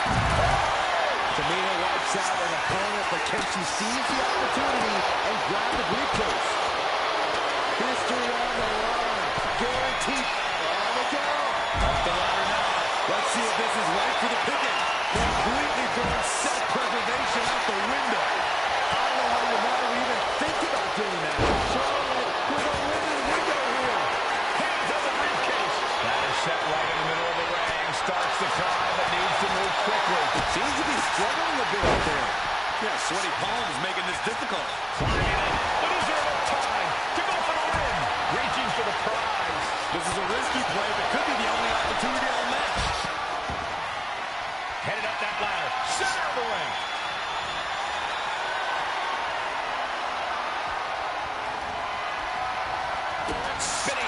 to back. Totally helpless at the moment. It is almost time to go for the win. Ladder's in position. Gonna make the climb. That's a long way down. Even on the ladder, there's a supreme dedication to throwing down. This is an all-out brawl. Who can survive this? She continues to battle up the ladder. She's in place. Can she end it? The boat. Natalya doing what she does best. Look at this. This could be it. She might. Lift brings down the briefcase. Again. Your winner of the Money in the Bank. Man. Oh, damn. This new generation of female superstars are providing yet another milestone moment here. Tamina, Charlotte, Carmella, Natalya, and Becky Lynch are to climb the ladder and retrieve the briefcase to become the first ever Miss Money in the Bank. No safe haven in this match. These ladders can be your best friend or your worst enemy. There's no allies in this match. It's everyone's for herself. There is no room for friends when history is being made. Not when you can go down in the record books as the first Miss Money in the Bank. Remember, the first woman to climb the ladder and retrieve the briefcase will become the first ever Miss Money in the Bank. No countouts, no disqualifications in this match. Everybody is coming in with a different strategy, but remaining close is the key. Luck is going to play a part, but you'll increase your odds if you stay close to a ladder and close to the briefcase. Clubbing blow.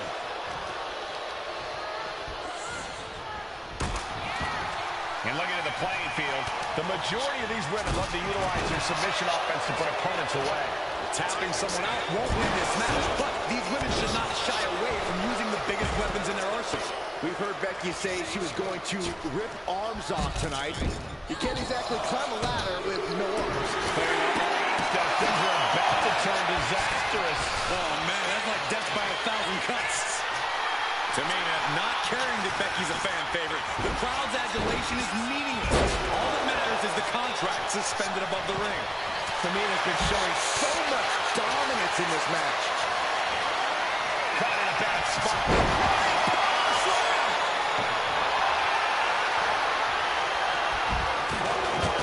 Is there anyone more intimidating in this group than Tamina? I've said it before, it could be a coming out party for Tamina. This is her time to live up to her family purposes. If Tamina wins the contract, it guarantees her first title opportunity in over 2 years. More than an opportunity, which guarantees Tamina will become the next women's champion. And she puts the brakes on that. Charlotte a step ahead there.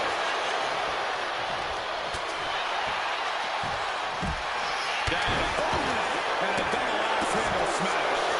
He gets around the attack. Brutal boot. I don't like where this is going. Yeah, Corvus has the possibility to completely unravel here. From the heavens. Big time splash. Tamina wipes out an opponent, but can she seize the opportunity and grab the briefcase?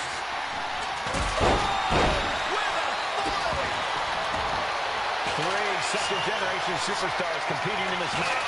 Carmella, Charlotte, and You understand that? What you just saw is why we say Charlotte is genetically superior. Undeniable athleticism from the Queen. Can it pave her way to the top of the ladder? Landing face first. Evades the attack. set right in the middle of the ring. Starts to climb, but needs to move quickly. She's going. Becky. She certainly is. She can do it. And You made me. How can we stop? Think so. Charlotte, Becky Lynch, Tamina, Carmella, Natalya, all with a chance to make history. All with the opportunity to be called the first ever Miss Money in the Bank. The revolution that became an evolution only continues in the women's division. One of these women will climb the ladder and earn the opportunity of a lifetime. Over clutch into the final carry takeover. No safe haven in this match. These rivals can be your best friend or your worst enemy. There's no allies in this match. It's everyone for herself. There is no room for friends when history's being made. Not when you can go down in the record books as the first Miss Money in the Bank. Remember, the first woman to climb the ladder and retrieve the briefcase will become the first ever Miss Money in the Bank. No points, no disqualifications in this match. Everybody is coming in with a different strategy, but remaining close is the key. It's going to play a part, but you'll increase your odds if you stay close to a ladder and close to the briefcase. Tamina landed heavy offense on Charlotte. Charlotte thought tonight would be an ascension to her throne. Tamina's here to ruin that dream. Is there anyone more intimidating in this group than Tamina? I've said it before, it could be a coming out party for Tamina. This is her time to live up to her family's legacy. If Tamina wins the contract, it guarantees her first title opportunity in over 2 years. More than an opportunity, it pretty much guarantees Tamina will become the next women's champion. And an elbow. She gets taken into the corner, needs to get out. She's launched out of the ring. She wants to take this thing to the outside. Back into the ring she comes. And Flair gets that turned back on her. Oh, goodness. Blasted right into the corner. And looking at the playing field, the majority of these women love to utilize their submission offense to put opponents away. Tapping someone out won't win this match, but these women should not shy away from using the biggest weapons in their arsenal. We heard Becky say she was going to work arms up tonight. You can't exactly climb a ladder with no arms. We might want to get mobile, boys. Let's hope the visit to our desk is only temporary. Oh, no, look out. Here we go. That's called changing the decor of the broadcast area. I have a feeling there's more to come, Corey. Carmella perhaps realizing there that she's not as untouchable as she claimed. Yeah, Tamina just inflicted as much pain as possible and enjoyed it. Three second-generation superstars competing in this match. Carmella, Charlotte, and Tamina. And it's only, of course, taking things to another level now. No respect being shown whatsoever with those stunts. Up high, all the way to the outside. No matter who you are, when you crash on the floor, a searing pain races through your body. I had a danger there.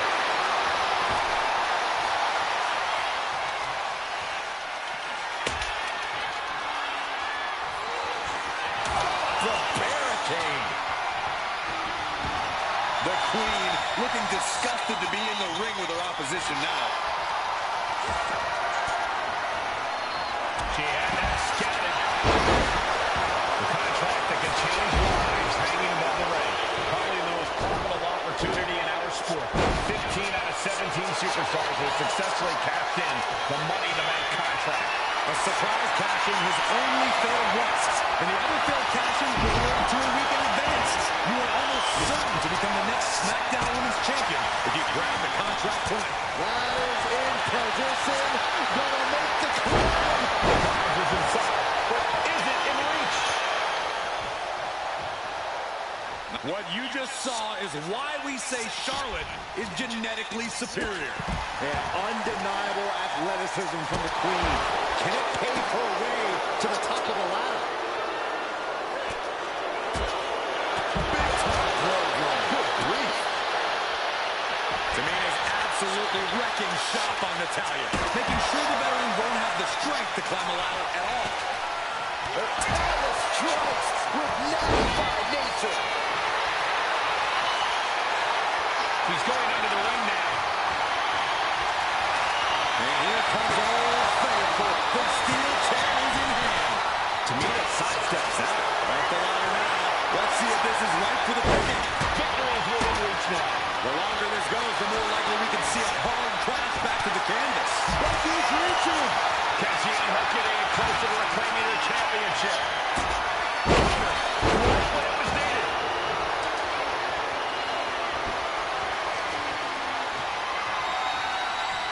Into the ring again now. Oh, man, what a boot. And once again, she's put on the back foot. This deep into a ladder match, the last thing you want is to start breaking down.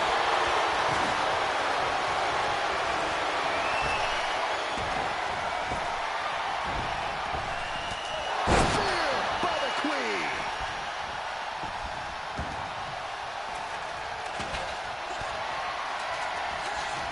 Money in the Bank briefcase still hanging high.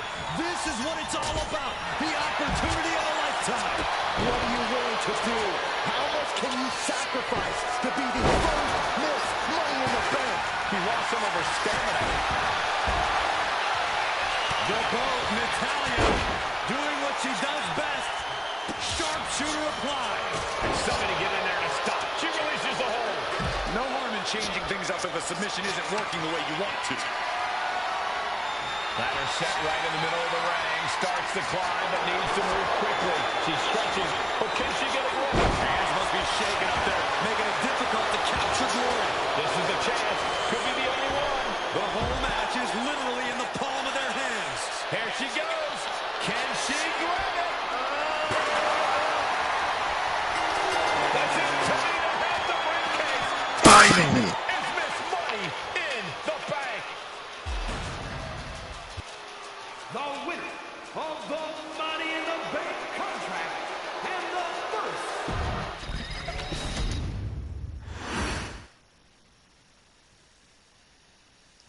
Any member of this family that enters the professional wrestling business knows about the expectations that are going to be on their back. They know about the prestige that their very name carries. They know that those who came before them have accomplished so much.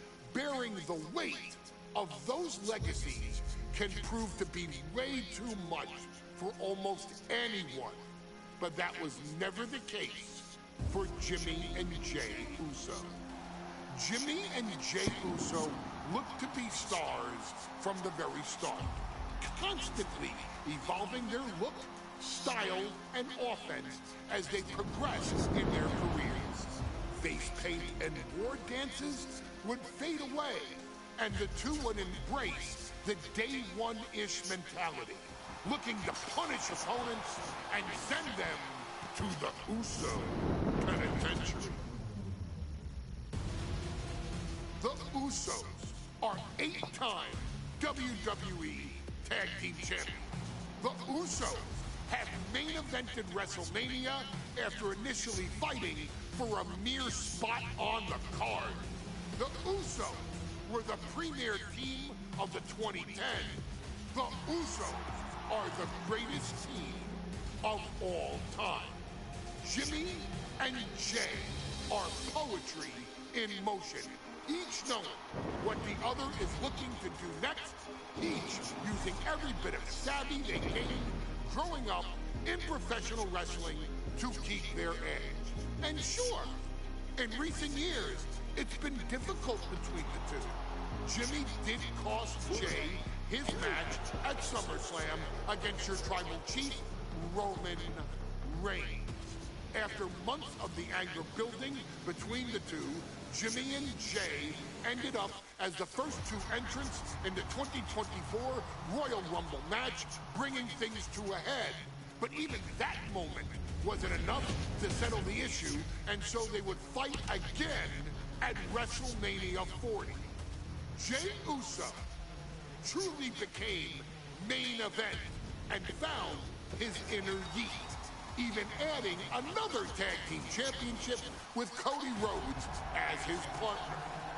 As your wise man eventually would suffer as well, Jimmy found himself betrayed by Solo Sikoa and unceremoniously dumped out of Solo's version of the Bloodline. When Jimmy and Jey are a tag team, they are pure art.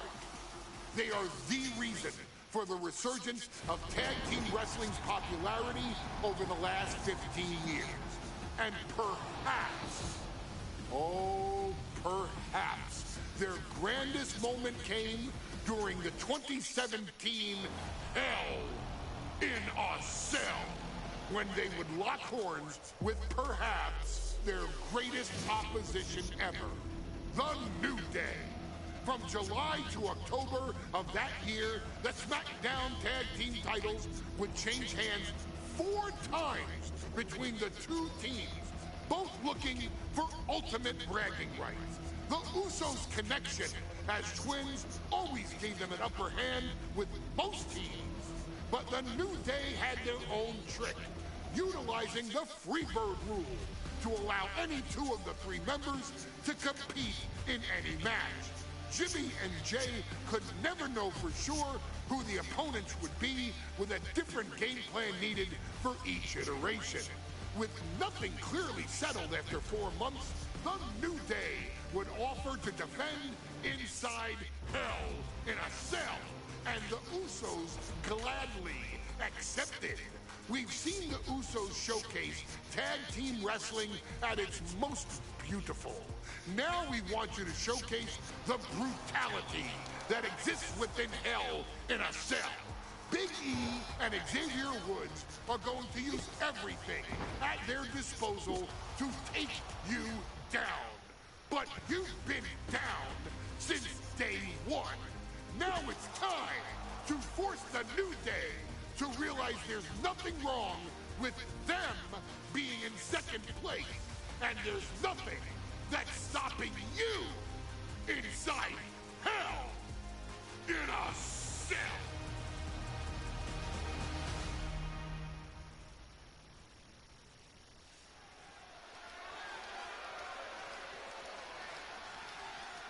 So,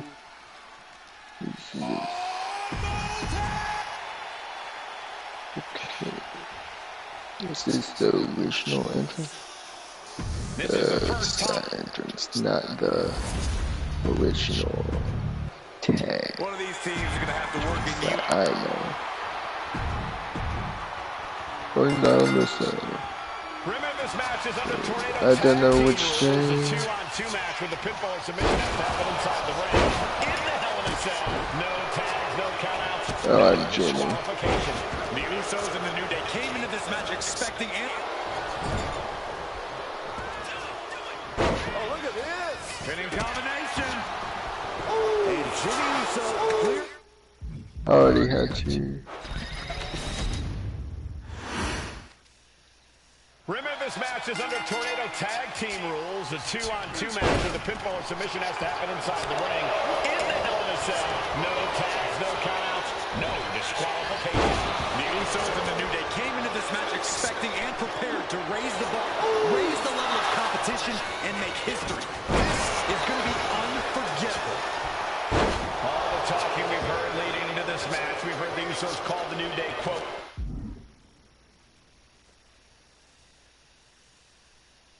"3 clowns on a tricycle." Look, the Usos love the trap talk, but they deliver. And don't act like the New Day don't do verbal jabs either. We had Big E earlier saying how he's going to drop some gloom and doom of biblical proportions. A prophecy Big E is fully capable of backing down with force. Corey, for as entertaining as the New Day are, they can scrap with the best of them. Remember that. Look, don't let the bootios and trombones fool you. New Day can get down and dirty, especially when they have the Usos pushing them.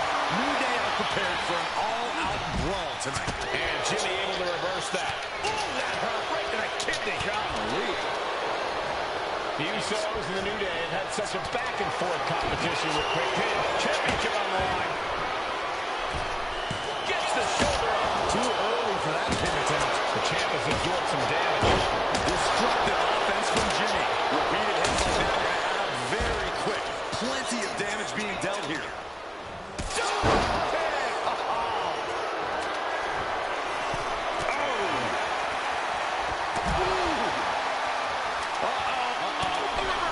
Well, sky high.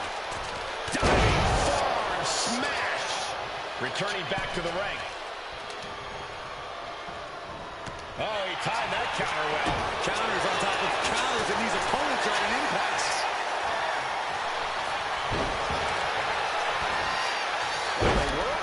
Shoulders down. And the pin is broken by the champion. Right now, I just don't know what it's going to take. The champ is in agony here. This is how it goes in hell. Usos and New Day going at it. The New Day have just changed the whole complexion of this match. I don't know if I've seen New Day go to these lengths before. Well, no time to be a jovial bunch when you're in a cell, Michael. Tonight, it's not about entertaining.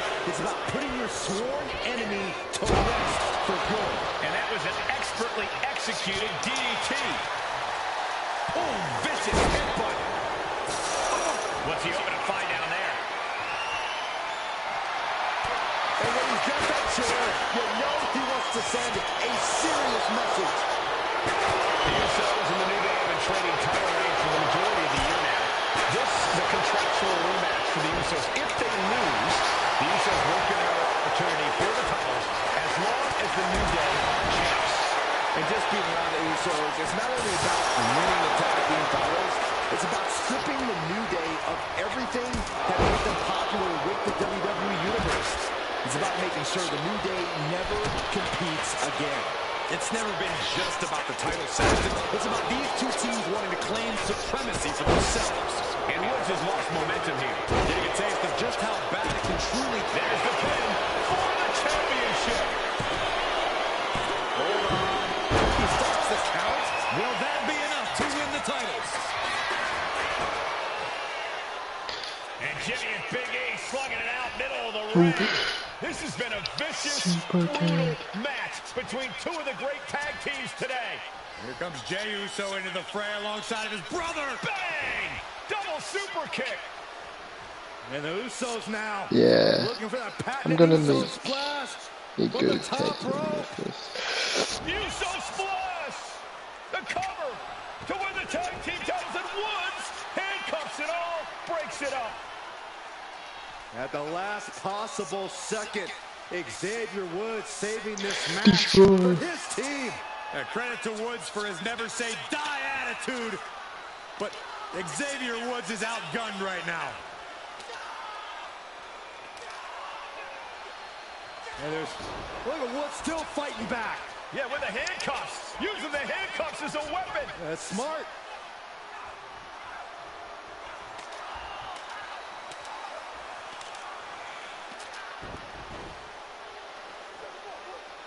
And Woods now down. And trying to still fight back. What heart from Xavier Woods. That heart may not Up have again. much more fight left. Jimmy and Jey back up to the top one more time. Uso splash in stereo. The cover. The Usos win the tag team titles. So, Here are your winners and the yeah, when I make my tag team, I'm definitely gonna have that move. Uso in stereo.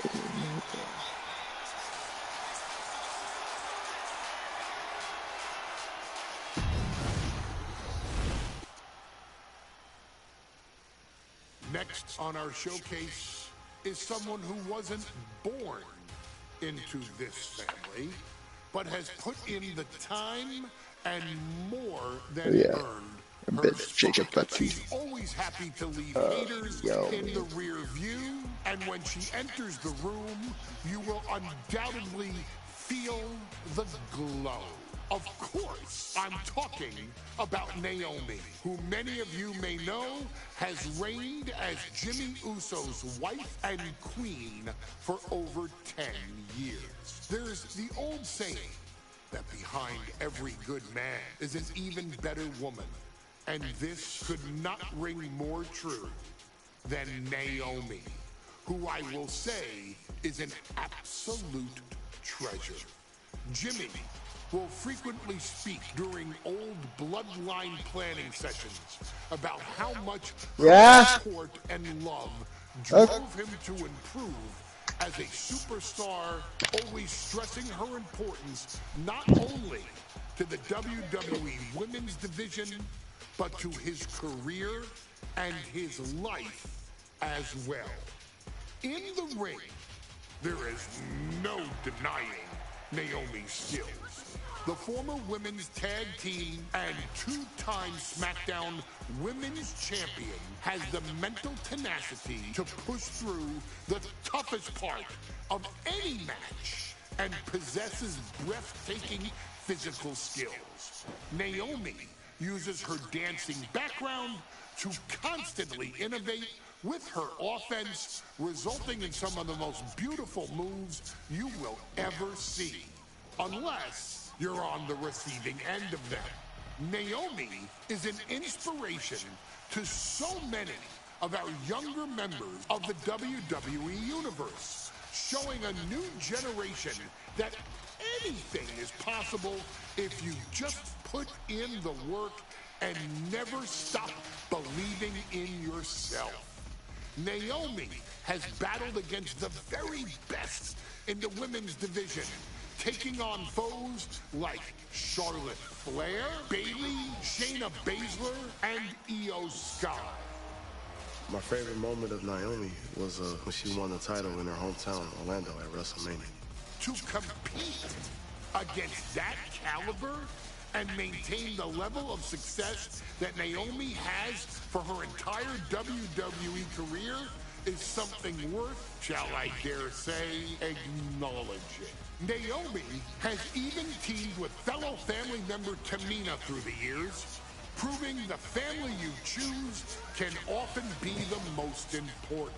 And in true Uso fashion, Naomi shows an unrelenting desire to win, to achieve greatness, and to dominate her opposition.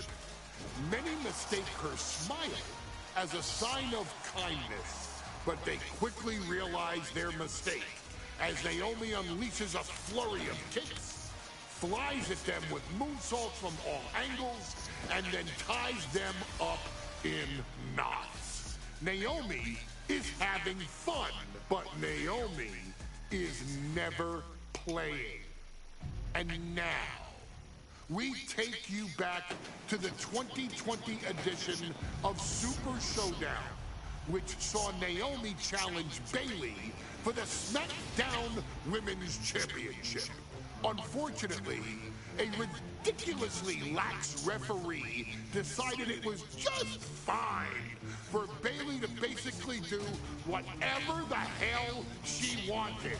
Bayley, oh my gosh, she's trapping Naomi's legs in her shirt. And Naomi wound up suffering an embarrassing loss after Bayley used wardrobe to her advantage. Well, Bayley, we can pretty much guarantee that trick won't work again. This is your chance to help guide Naomi to a third SmackDown Women's Championship, and to do it by defeating one of the greatest competitors WWE has ever seen. Your wise man has nothing but respect and admiration for Bayley's abilities, but those abilities are eclipsed by Naomi's extraordinary trinity: smarts, strength, and aerial attacks that should give all of you everything you need to get the win and the title.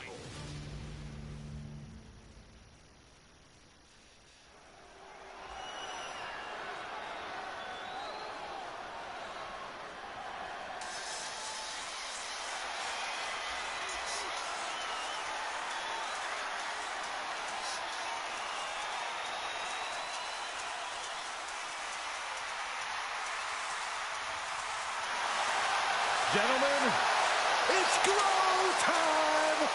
I got an idea, Saxton. Why don't you blow home? No, I can't, Corey. When asked earlier this week about this matchup, Naomi said it is an honor to be here, an honor to make history, because for the first time ever, a women's championship will be defended in Saudi Arabia. Naomi certainly has momentum on her side, and as we've seen in recent weeks, it appears as though Bayley has at least a healthy respect for Naomi. Well, so much of Naomi's career has been predicated on making history. You think back to Naomi being the winner of the inaugural WrestleMania Women's Battle Royal, being the first African-American SmackDown Women's Champion, and tonight, once again, an opportunity to make history in her career.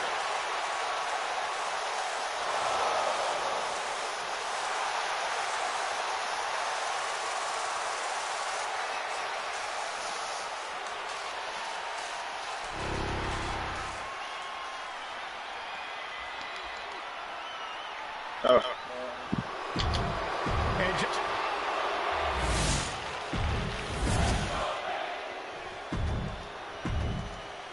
For the first time ever, we have a women's champion. Guys, a very important component of this match. Bayley has won every title available in WWE. Bayley has accomplished it all. But the one thing Bayley has never done in her career, she's never beaten Naomi. And believe me, that is a huge point of confidence for Naomi. And a huge pressure on Bayley. Yeah, but Bayley thrives under pressure. Her resume speaks for itself. Naomi put a stop to that. Bayley having every reason to be confident heading into this matchup. But 279 days as champion, Corey, can take a toll on you. Bayley has been carrying an exhausting weight on her shoulder for a while. Oh, now she's looking to apply the pressure with this submission maneuver. 2 seconds. Guys, a very important component of this match. Bayley has won every title available in WWE. Bayley has accomplished it all. But the one thing Bayley has never done in her career, she's never beaten Naomi. And believe me, that is a huge point of confidence for Naomi. And a huge pressure on Bayley. Yeah, but Bayley thrives under pressure. Her resume speaks for itself. Naomi has tested her mettle in recent weeks, as the road to this championship opportunity was a difficult one. Needed to defeat former SmackDown Women's Champion Carmella. We know Naomi has a heavy desire to become a 3-time Women's Champion. Other superstars say they want the title. Naomi has said she needs her title back. And she just avoided some serious damage. And Bayley gets cut right off. Counter after counter. Neither superstar getting the clear advantage. A factor to consider in this match is that Naomi took some time off to rejuvenate herself, to get her mind right, to refocus on her desire to once again be champion here in WWE. So this isn't necessarily the same Naomi that taking flight. What a splash! Someone knows that if they want to hold gold at the end of the night, they have to pull out all the stops. Bayley having every reason to be confident heading into this matchup. But 279 days as champion, Corey, can take a toll on you. Bayley has been carrying an exhausting weight on her shoulder for a long time. I don't think it's anything Bayley can't handle, Cole. Once you reach the mountaintop, you plant your feet. Perched up top. Good Lord. Taking flight. Putting it all on the line and coming up big with a breathtaking move. Naomi going for broke. And this high-risk offense from the challenger might be catching the champion by surprise. The challenger being the aggressor here, but remember, the title can only be won by pinfall or submission inside the ring. And elusive Bayley there. And Naomi keeping Bayley on her toes, pushing the pace on the champion. Naomi moving fast, showing that superior athleticism. Bayley might not be able to keep up here. Naomi spreading the glow across the whole building. Byron, you talked a lot about this change in Bayley and how people can't believe that this is the type of person she's turned into. Well, it comes down to career frustration. Bayley is frustrated with her career progression. The way things were when she was hugging and smiling. It's not about front. Oh, rear view. Connecting. The challenger clearing a path to the title. Naomi feeding off the WWE Universe, inching closer to recapturing the championship. Bayley showing no answer for the attack. Naomi picking up the pace against Bayley and keeping her all out of sorts.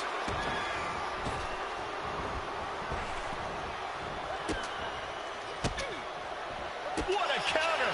She's finally able to slow all that incoming offense. Could be the turnaround Naomi needed in this match. Placed against the turnbuckles. Right in the jaw. Oh, what a shot. And here we go. Championship's on the line. Naomi's got Bayley in trouble. Well, Bayley thought she had Naomi, but the challenger was ready. The mark, rear view by Naomi.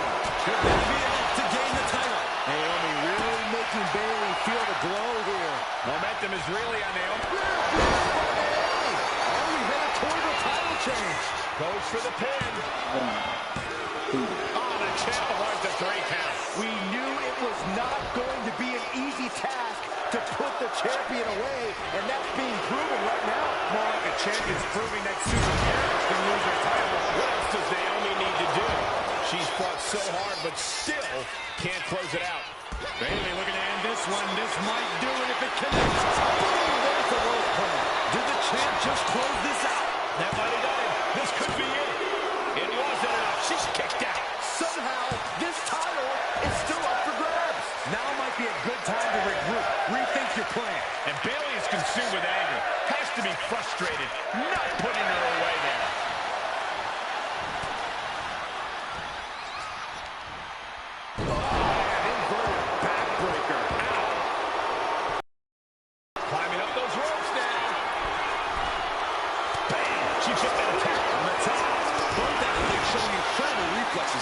Nasty kick. She gets bounced into the corner. Right in the jaw. What a shot. And Naomi is looking to put Bayley away. Looking to finish things. Ricard reversed into the corner. What athleticism. Landing on their feet, ducking the run, and delivering one of their own. Bravo. Able to avoid damage with an invasive maneuver. Naomi once again delivering with authority. Just goes to show, you put in the work, you reap the reward. Calls out the rear view. The challenger comes up big. Here's the pin. Naomi did it. We have a new champion. Here is your winner.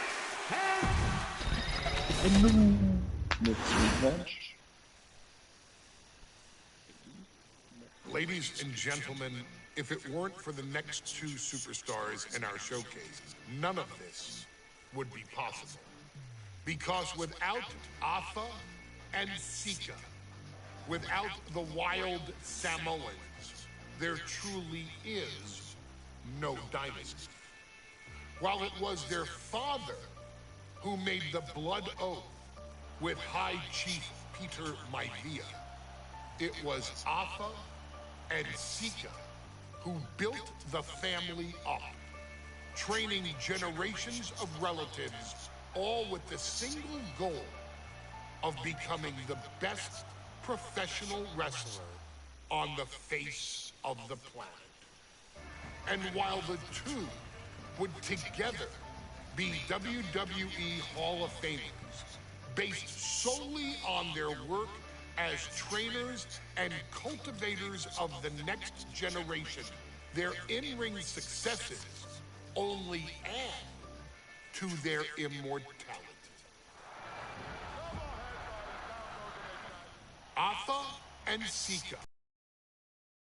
formed WWE's most dominant tag team of the early 1980s, fighting their way to the WWE Tag Team Championship on 3 separate occasions. Opponents were often defeated before the bell even rang to start the match, falling victim to the aura and the intimidation factor of having to step into the ring with the Wild Samoans, accompanied by Captain Lou Albano. The trio formed a masterful group that was able to take all opponents off their game, be it through Albano's devious schemes or the overpowering nature of the Wild Samoans.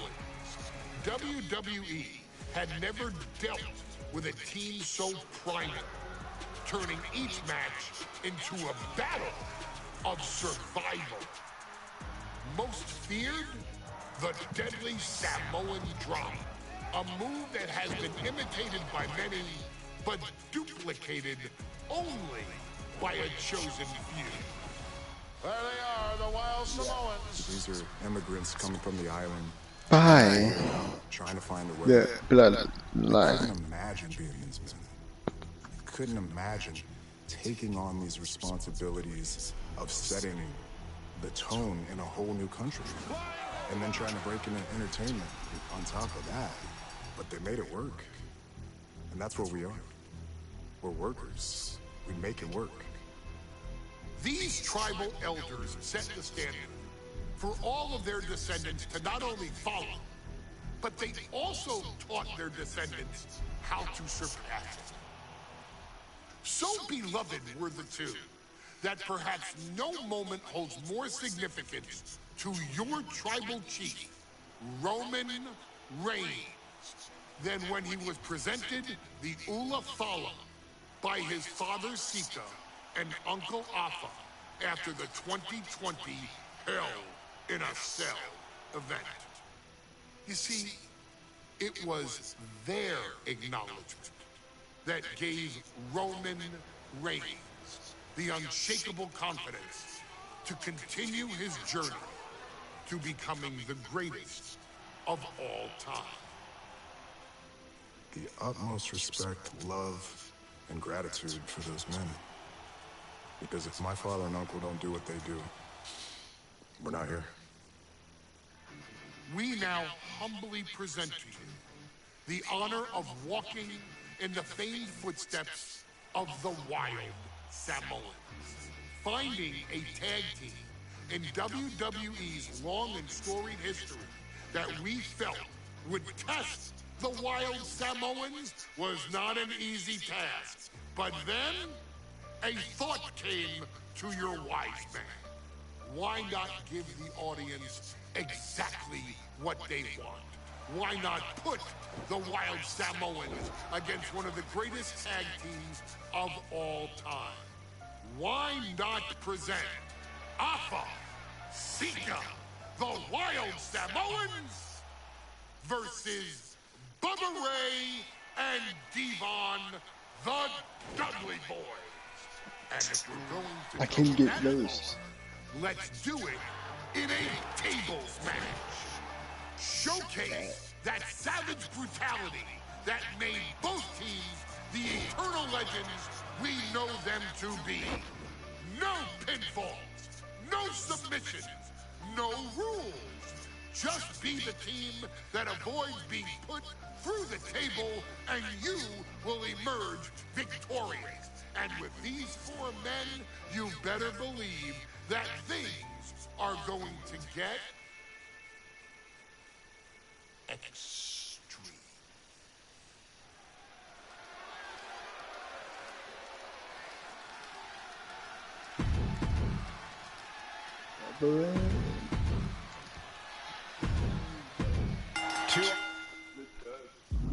Two tables match here with the masters of the match, the Dudley Boys, taking on the Wild Samoans. There's always those thoughts in the back of your mind. My brother can beat up your brother. My brother can put your brother through a table faster. Finally, we get to see those thoughts become a reality. Saxton, I never want to hear about the inner workings of your mind ever again. I second that, but the Dudley Boys and the Wild Samoans are two teams who also clearly have a few screws loose. This should be intense. And the Wild Samoans always have that gaze in their eyes that, he could be looking for a submission here. A tart escape and a takedown. Oh, what a hit. Corey, I gotta know, what can the Wild Samoans do to get the advantage in this tables match? After all, this is the Dudley Boys match, the match they put on the map, the match they're synonymous with. Well, maybe the Wild Samoans have to be a little less wild, Cole. They still need to brutalize their opponents because that's what they do best. But the last thing Alpha and Sika want to do is rush headfirst into a table. After all, that's exactly how you lose. He's doing some dangerous redecorating. I think the table really ties it all together. Look out! And now he gets back into the ring. That didn't look good at all. A ringside doctor's on hand if needed. And we can harp on how this match was something almost tailor-built by the Dudley Boys. Perched up top. Oh, gosh. sounds like a bat ramming. Oh, you can tell he's feeling it now. This fight is pumping him up. Into the Samoan drop. Incredible. Alpha and Sika might have just shown us the prelude to the Dudley's demise. Right to the knee. Bam.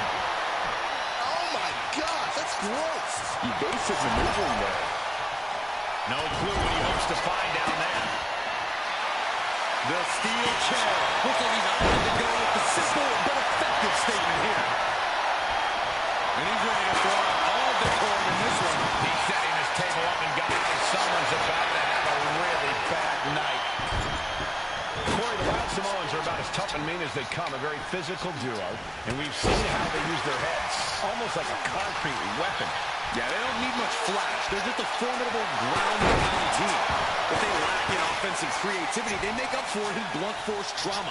And nothing packs more blunt force trauma than an Alpha or Sika headbutt. Continuous counters. These superstars looking locked in. Fighting back in under the ropes here. Wards off that offense from Bubba.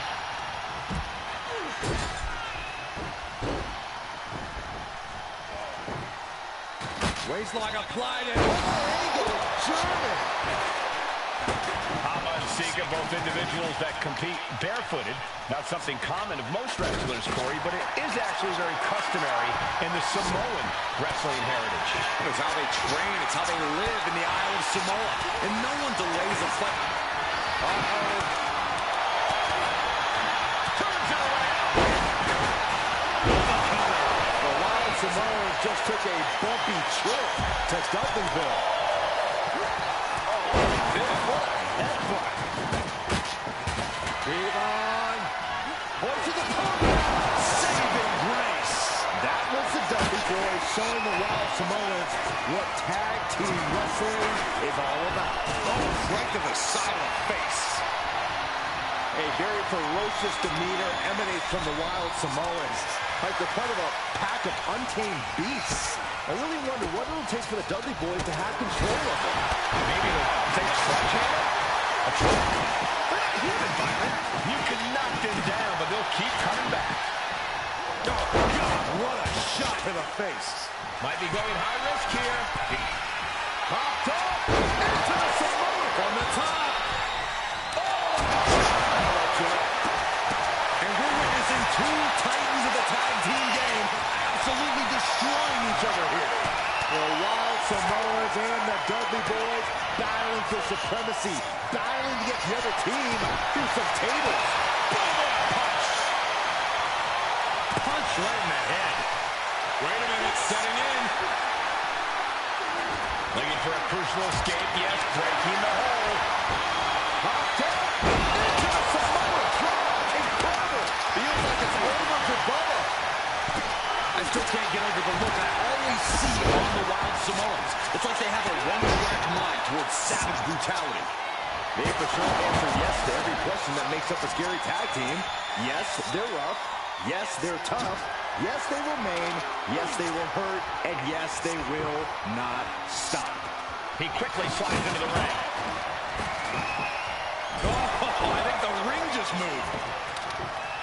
Heading to ringside now. With velocity into the table. And he's clearly on his last legs now. Taking on so much offense. You gotta worry about the lingering effects. Look at this. And Alpha and Sika just beat the Dudley Boys at their own game. Yeah. Here are your winners.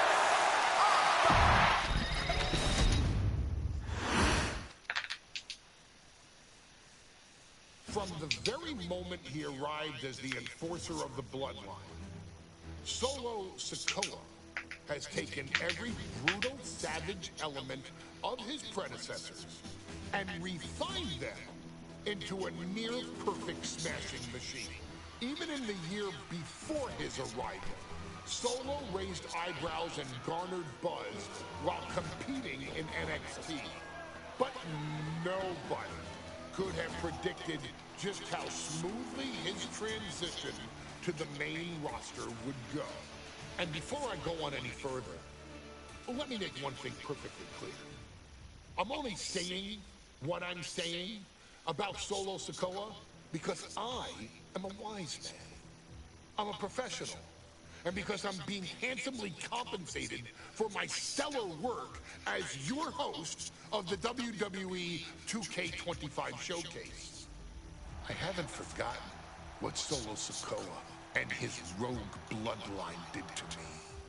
But I also know better than to let personal feelings hinder your professional endeavors. So with that being said, since his arrival at Clash at the Castle in 2022, Solo Sikoa has consistently been involved in WWE's biggest moments and biggest matches. He's been victorious in War Games. He's repeatedly enforced the Bloodline's will to maintain Roman Reigns' status as undisputed WWE Universal Heavyweight Champion. I brought Solo in as an insurance policy. Solo was here to protect me. Solo was here to maintain the promised land. He's violent. He's strong, he's fast, he's all those things. And he betrayed me. Any man who would betray me.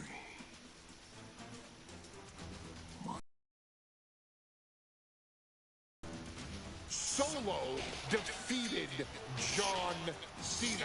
Solo elected to betray your tribal chief, Roman Reigns, in an attempt to bestow upon himself the title of tribal chief.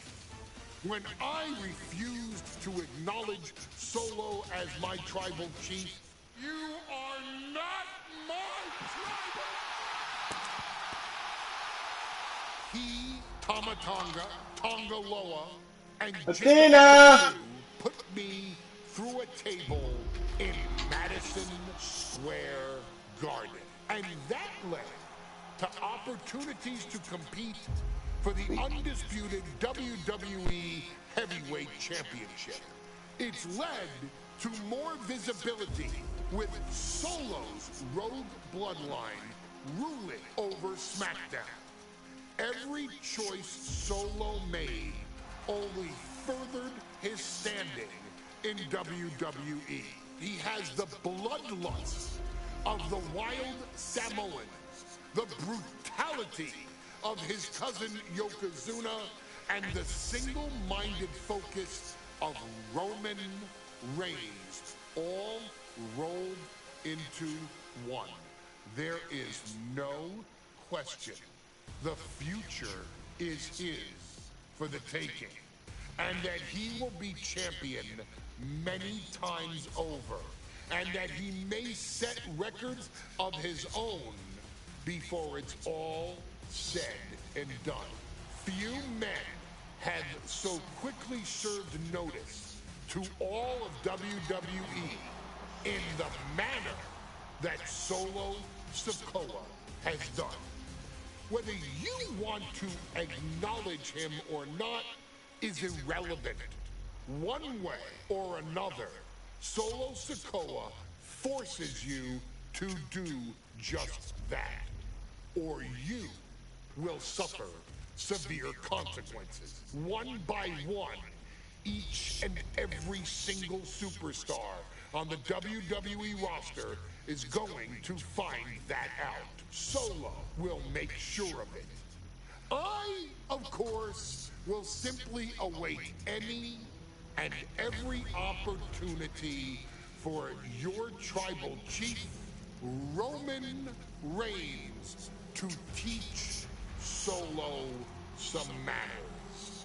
Until that happens, though, we are taking you back to the one-year anniversary special for NXT 2.0, which saw then North American champion Carmelo Hayes, and indeed, he is him, issue an open challenge. Unfortunately for the future superstar, it was to be answered by Solo Sikoa, and things went as well for Hayes as you can probably guess. Showcase the unrelenting fury that has made Solo Sikoa I'm just skipping.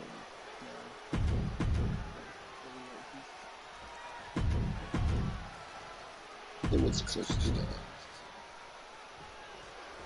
Now this is a surprise. Carmelo Hayes seemingly had no challenger for his North American title, but Solo Sikoa just showed up here and said, I got next.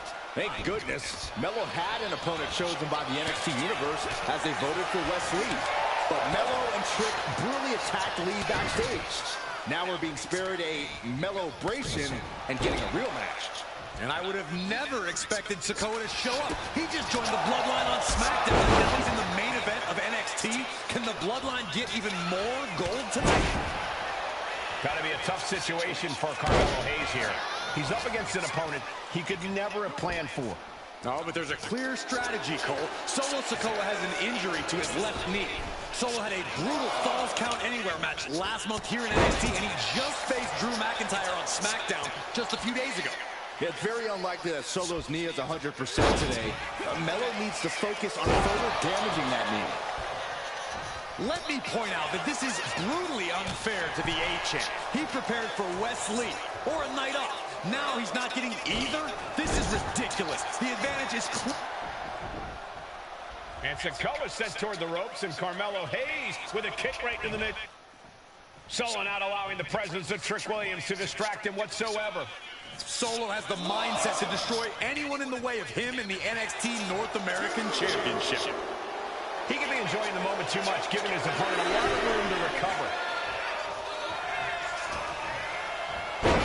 The face has been planted. And now he's looking to lock in this submission. Allows the opponent to get to the ropes and get out of that bad situation. And that definitely made solid impact. Trick Williams cheering on Carmelo Hayes. You cannot deny the impact Trick has had since he joined his childhood friend's side. Yeah, that decision to bring Trick Williams into NXT 2.0 changed the trajectory of Carmelo Hayes' career. Trick told Melo 12 months ago, forget about pandering to the NXT Universe, just focus on yourself. And that was the day that Melo truly became the A-Champ. We saw Solo Sikoa join the Bloodline just 10 days ago. But this bond between Melo and Trick might be even thicker than blood. Caught with a clothesline.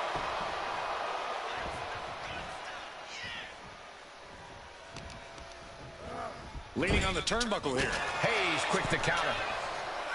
Trick Williams has been quite the difference maker for Carmelo Hayes over the last year. How many times has Williams helped Hayes and saved that North American title? Yeah, but 10 days ago, Solo Sikoa did the same thing for Roman Reigns when he attacked Drew McIntyre at Clash at the Castle. Sikoa has blood on his hands, too. And does not get it. Oh, right into a counter.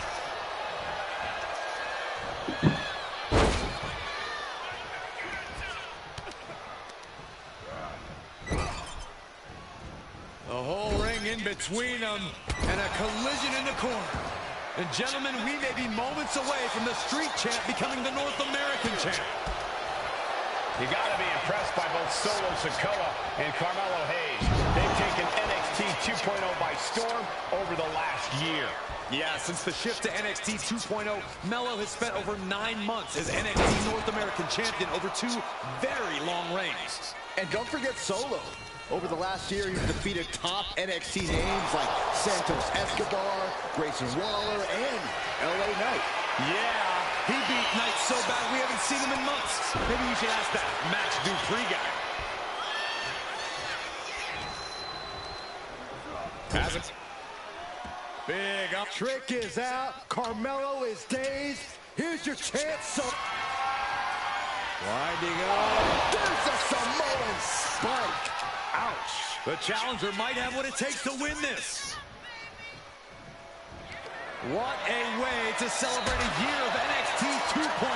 2 of its brightest stars going to war for the North American pin. Follow the line. Champ's in trouble. What the? Sikoa is the new champion. Here is your winner.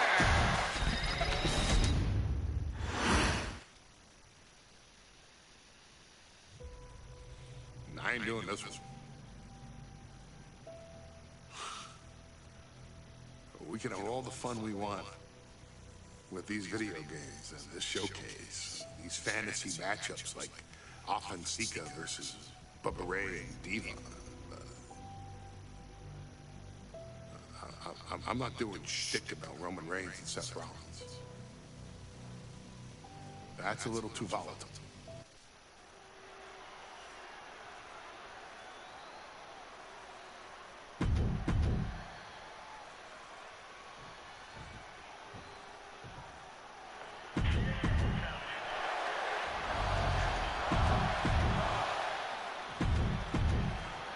And that title, the WWE. The Royal Rumble.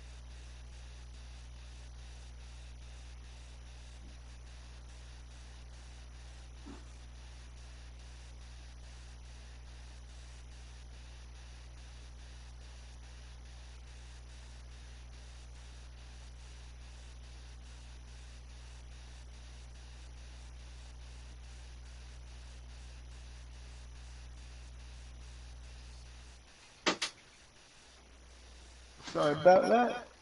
A premium live event kicks off with a match between two former brothers.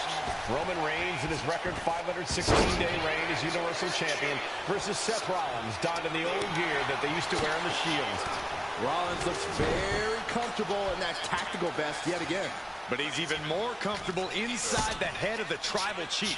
We haven't seen Roman with this type of look, this type of confusion in 500-plus days. Placed him in the corner here. Shoulder right to the midsection. Even before Seth put his gear on, he came into this match with a clear-cut advantage. You're right, Cole. 1 week ago on SmackDown, Seth Rollins and Kevin Owens defeated the Usos. As a result, Jimmy and Jay are barred from ringside. It was an all-or-nothing move, as Rollins would have lost his title opportunity had that match gone the other way. It just proves that Seth freaking Rollins will take every freaking risk to win. Eludes the attack. Seth freaking Rollins has made it extremely personal with Roman Reigns. Years ago when he destroyed the Shield, and again in the lead-up to this match. And if I'm Roman, I'm taking all that aggression and ending this quickly. Go full force and incapacitate Rollins ASAP. Because the longer Reigns fights with all his rage, the more potential he has to make a tactical error. What a reversal by Reigns. Gentlemen, for 17 months, Roman Reigns has dominated. He had special counsel and cousins to help him stay in control to keep his cool, to concentrate on the business at hand. But now Paul Heyman is gone, and the Usos are barred from ringside. Without those calming forces, cracks have started to show. Every comment Rollins has made about their past cuts deeper. Every mind game breaks Roman's spirit even further. This might be the toughest physical battle the Tribal Chief has faced. But it definitely is his toughest mental battle. You want to wear your Shield gear? You want to play? Reigns is getting set up. And here it comes. Superman punch. Absolutely laid Rollins. Reigns has identified the target. Just like that, Roman gets stopped. I hate to say this, but the Tribal Chief has become become extremely frazzled without the benefit of having the bloodline by his side. Every little move Rollins makes seems to put Reigns on edge. This outfit, the entrance music. I bet if Rollins gave Roman a fist bump, it would make the Tribal Chief go nuclear.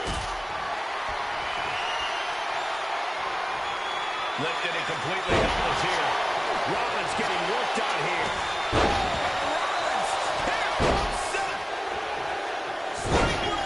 Rollins in complete control.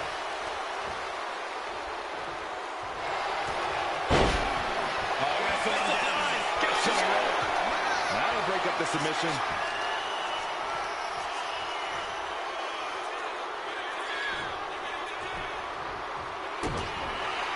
Rollins on the move.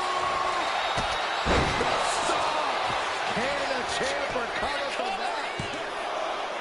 Hangs on by a thread. This is complete insanity. Still holding on to the title by the skin of their teeth.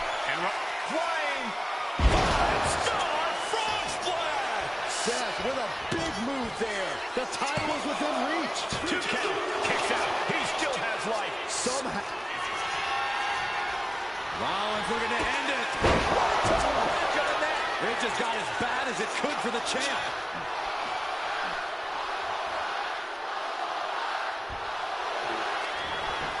Looking for the pin. And kicked out at 2. He just kicked out by a fraction of a second.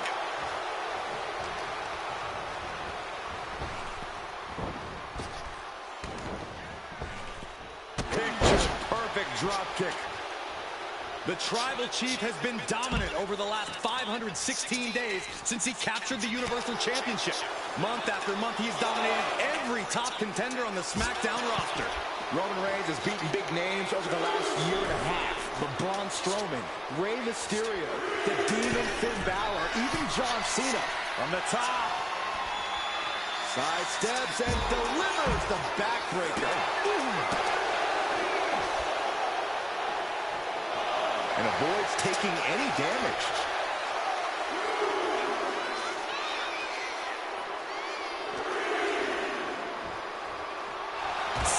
Straight into the barricade.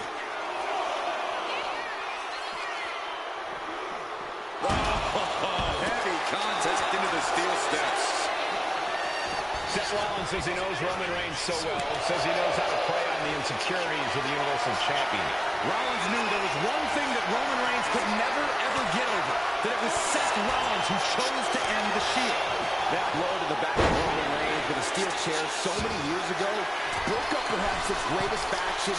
If this lands, it's over. Oh, brutal miscalculation. And a kick. Taking this fight back into the ring.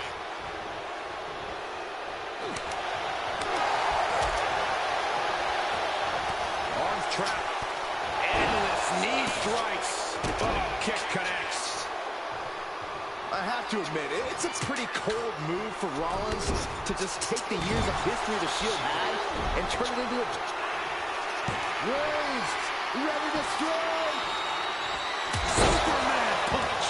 And Reigns unleashed absolutely everything he had on Rollins there.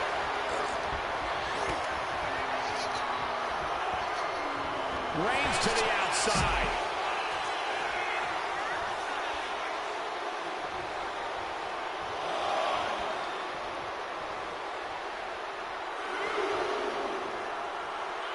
Going outside. What's he got planned here?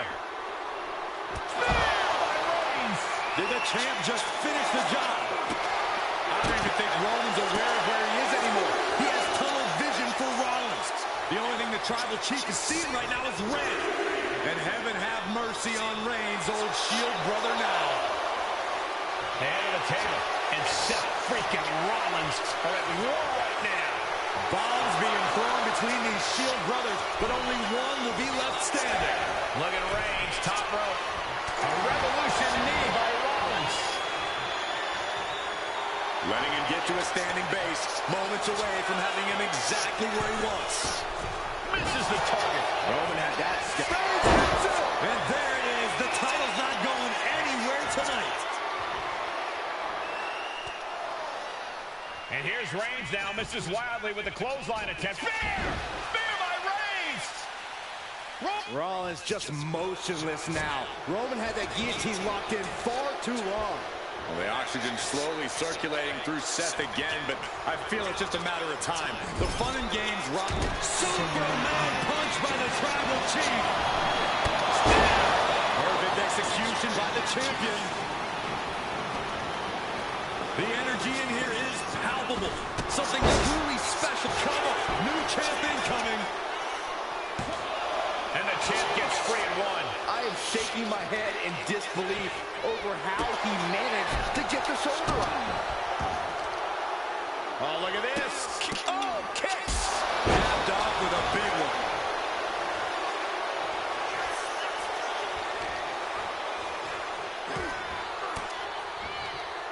Ooh, he fends that off. What a display here. Counters on both sides. Gets driven into the corner. Oh, he's got him where he wants him. Here we go. Rollins acting with such confidence, proving. Rollins lining it up. That might have just sealed the deal on us having a new champ. And into the covers is the rope to break the pin attempt.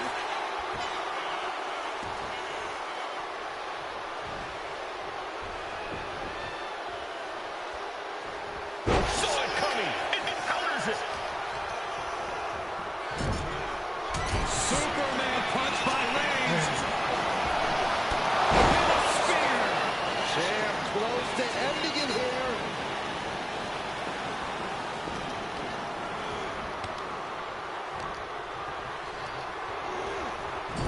Reigns on the money with a Superman punch.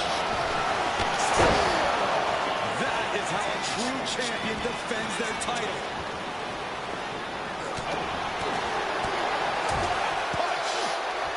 Intercepts that. Oh, scoreboard! Shoulders down here! Emphatic kick out from the champion. How have we not claimed a winner yet? You gotta believe that not wanting to feel the agony of defeat is causing this never surrender attitude. Holy time offense. What a spear by Reigns! Devastating maneuver by the champion. Oh, ouch! And he is directed into. Superman punch! Reigns not done yet. Thunderous spear. The champ Might have just sealed things. That kick will stop you in your tracks. had the foresight to get out of that one. Oh, square shot with the back elbows ends that.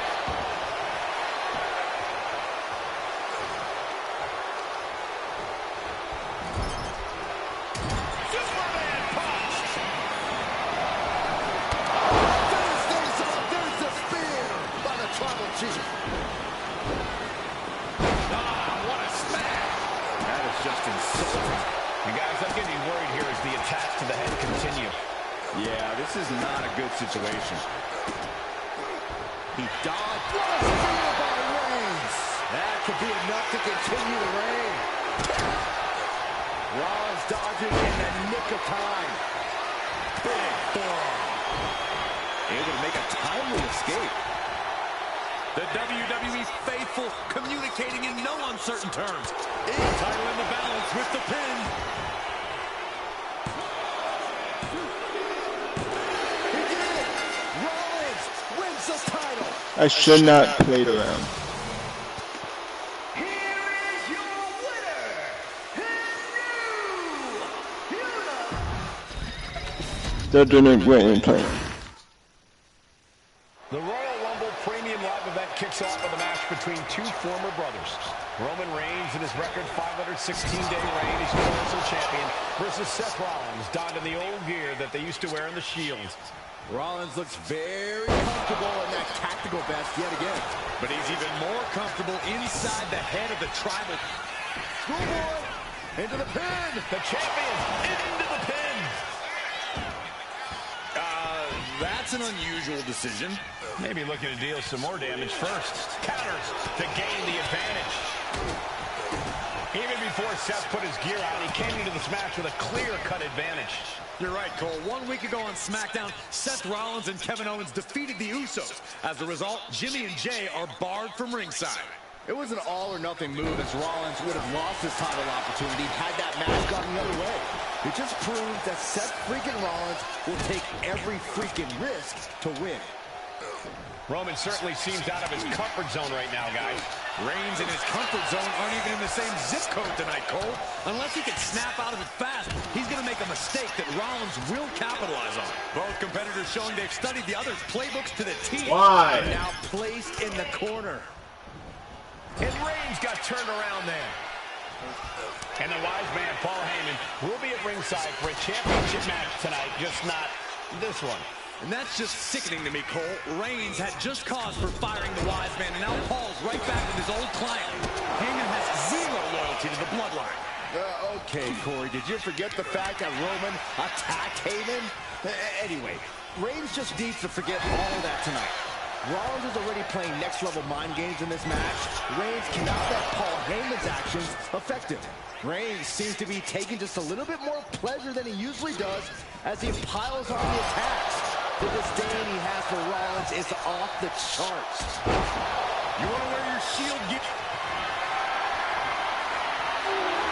comes Reigns! The champ is in control.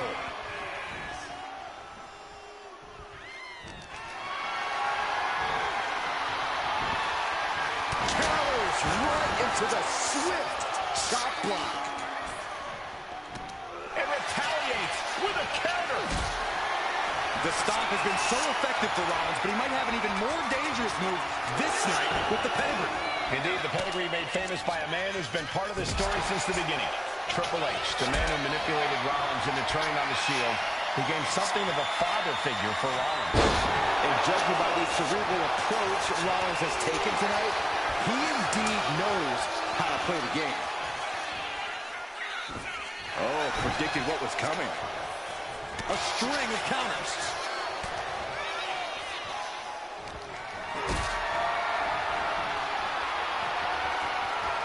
Hoisted up high here. Big powerbomb. Roman's on a roll here. And you can see Seth is being run into the ground by Roman. Gentlemen, for 17 months, Roman Reigns has dominated. He had special counsel and cousins to help him stay in control, to keep his cool, to concentrate on the business at hand. But now Paul Heyman is gone, and the Usos are barred from ringside. Without those calming forces, cracks have started to show. Every comment Rollins has made about their past cuts deeper. Every mind game breaks Roman's spirit even further. This might be the toughest physical battle the Tribal Chief has faced, but it definitely is his toughest mental battle. Those two ran on. Up and knee right to the spine. Oh, big counter from Reigns. I have to admit, it's a pretty cold move for Rollins to just take the years of history the Shield had and turn it into a joke here tonight. It's appalling, Saxton. Rollins has always treated that sacred history as a joke. Now we know that Roman Reigns is a loyal man, a family man. What Seth Rollins did to his family 8 years ago was cowardly. Now it's time for Rollins to pay. Textbook jumping clothesline. Ooh. Okay, good. Decides to leave the confines of the ring. See, that's it.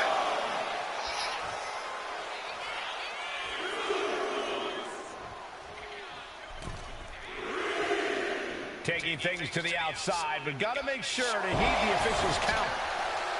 Seth Rollins says he knows Roman Reigns so well, says he knows how to prey on the insecurities of the Universal Champion. Rollins knew there was one thing that Roman Reigns could never, ever get over, that it was Seth Rollins who chose to end the Shield. That blow to the back of Roman Reigns with a steel chair so many years ago broke up perhaps the greatest faction in WWE history.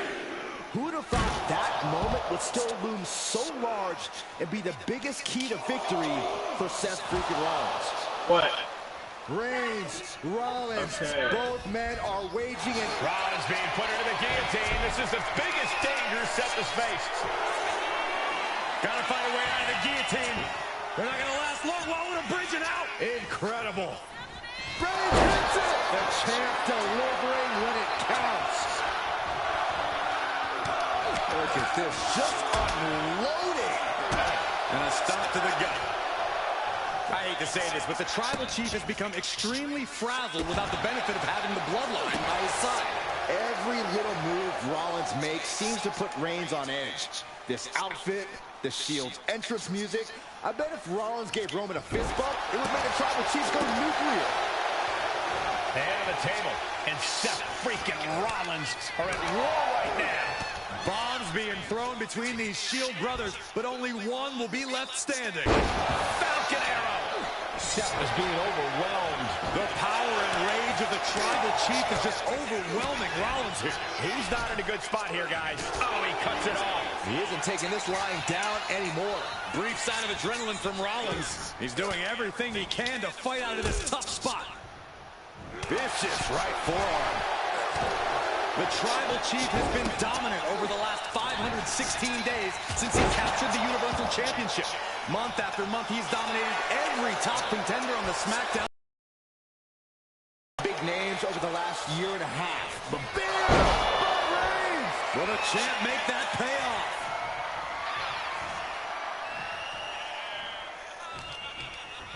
Chucked right out of the ring.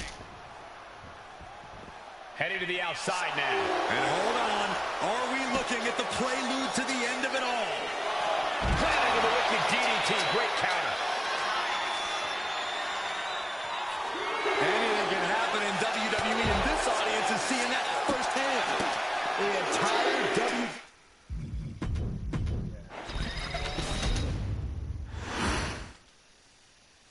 Bell rings and the WWE Universal title is on the line. Roman Reigns over 500 days as Universal Champion, but no one has been in his head like his old brother in arms, Seth Rollins. Well, Seth freaking Rollins tore that brotherhood apart 8 years ago, and we can now see that the Tribal Chief never truly recovered from that night. Well, speaking of family, the Usos have been banned from ringside, and last month, Roman fired Heyman from the bloodline. So right now, the head of the table needs to win without any allies by his side. Seth freaking Rollins has made it extremely personal with Roman Reigns. Years ago when he destroyed the Shield, and again in the lead up to this match. And if I'm Roman, I'm taking all of that aggression and ending this quickly. Go full force and incapacitate Rollins ASAP. Because the longer Reigns fights with all his rage, the more potential he has to make a tactical error. And the wise man, Paul Heyman, will be at ringside for a championship match tonight, just not this one. And that's just sickening to me, Cole. Reigns had just cause for firing the wise man, and now Paul's right back with his old client. Heyman has zero loyalty to the bloodline. Okay, Corey, did you forget the fact that Roman attacked Heyman? Anyway, Reigns just needs to forget all of that tonight.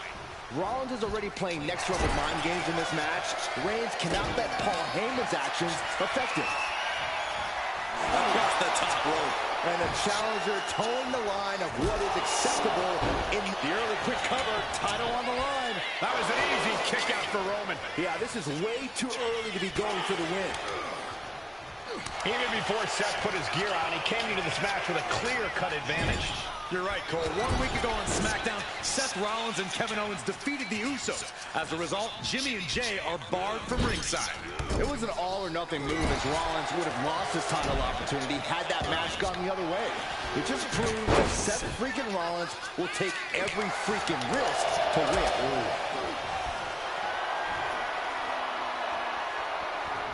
Roman Reigns with a...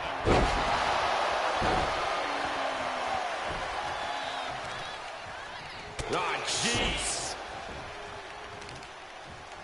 Destructive use of the knee.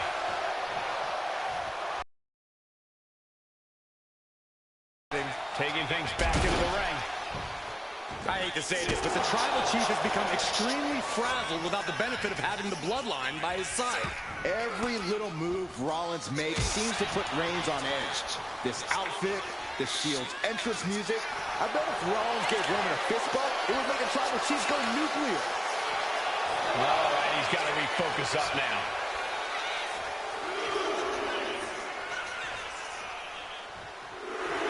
Clearly lost in the moment. He better snap out of it.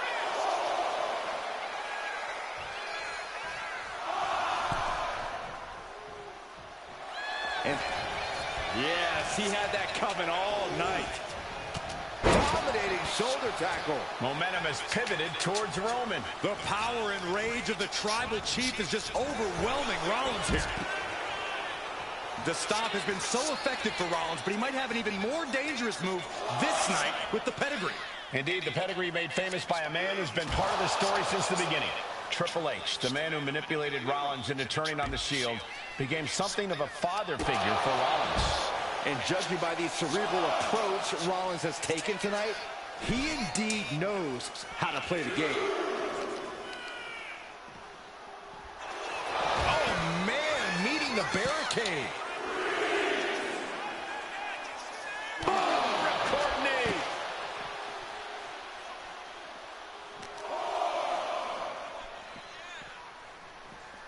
Brought back into the ring from the floor now. Oh, the clothesline. Seth Rollins says he knows Roman Reigns so well, says he knows how to prey on the insecurities of the Universal Champion. Rollins knew there was one thing that Roman Reigns could never, ever get over, that it was Seth Rollins who chose to end the Shield. That blow to the back of Roman Reigns with a steel chair so many years ago broke up perhaps. He just loves seeing him get knocked out a peg. He's got a mind to count out rules as he heads ringside. Headed out of the ring, but the count is looming. Sent into the stairs. That'll stop anybody. Oh, soon we could be seeing a submission here. Nice escape. Gets out of the way of that one. Gentlemen, for 17 months, Roman Reigns has dominated. He had special counsel and cousins to help him stay in control, to keep his cool. Finds the roll-up. And the champ beats the count early. I can't believe the ref didn't even get to one.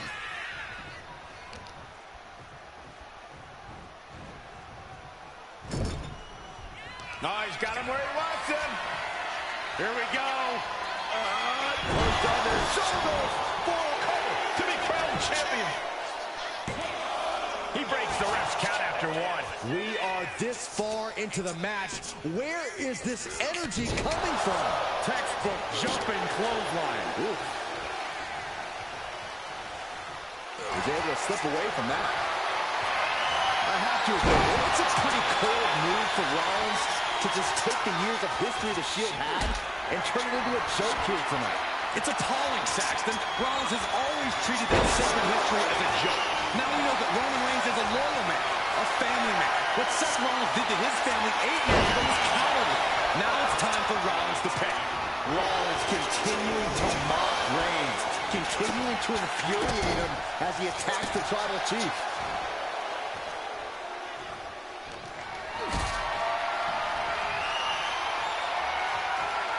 Carrying in a jet-rising position here.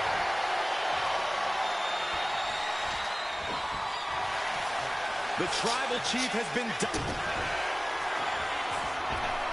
Look out! The challenger clearing a path to the title. And a kick out. What on earth? Very few superstars possess the fortitude to do what we just witnessed. Very few? How about almost none? This match just went to the next level. And we know Rollins has...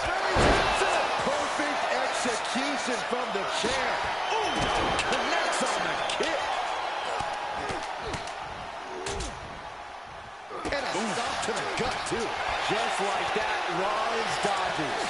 High-level ability being shown with each of these counters. Clothesline takes him down. Forget about it. Reigns, Rollins, both men are waging an epic battle. For years, these Shield brothers would go town to town and beat the competition to a pulp. Tonight, they're doing it to each other. Wasting no time. Shoulders are down. Strong kick out at 2 from the champion. And you got to think he's just one final blow away from not kicking out next time. Turns that in his favor. Superman punch from Reigns. Absolutely laid Rollins out. And now Reigns can finally overcome his former Shield brother. The head of the table and Seth freaking Rollins are at war right now. Bombs being thrown between these Shield brothers, but only one will be left standing.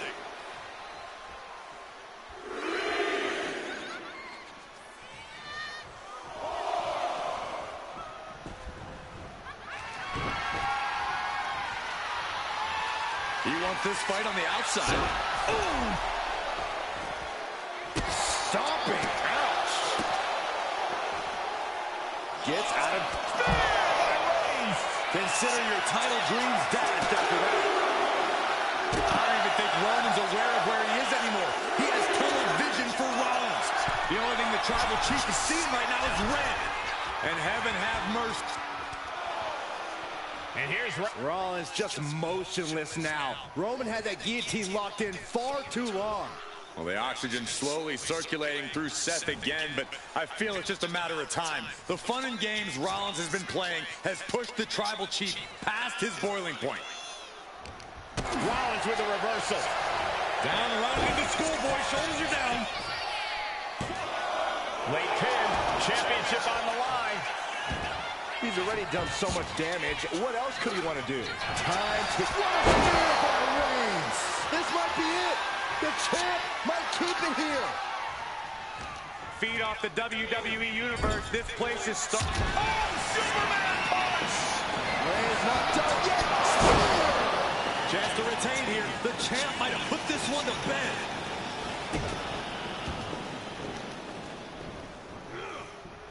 Rollins being put into the guillotine. This is the biggest danger Seth has faced.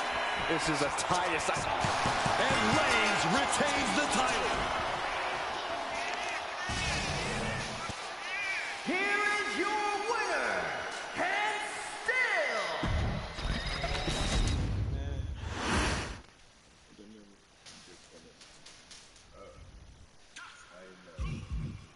Oh, gee.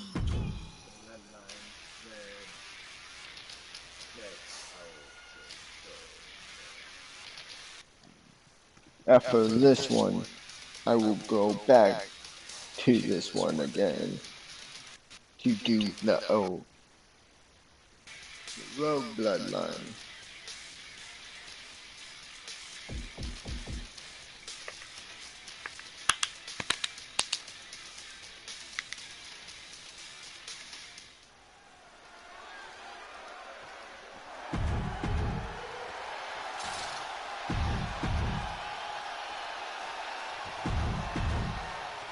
And gentlemen, it is time for Bloodline War Games.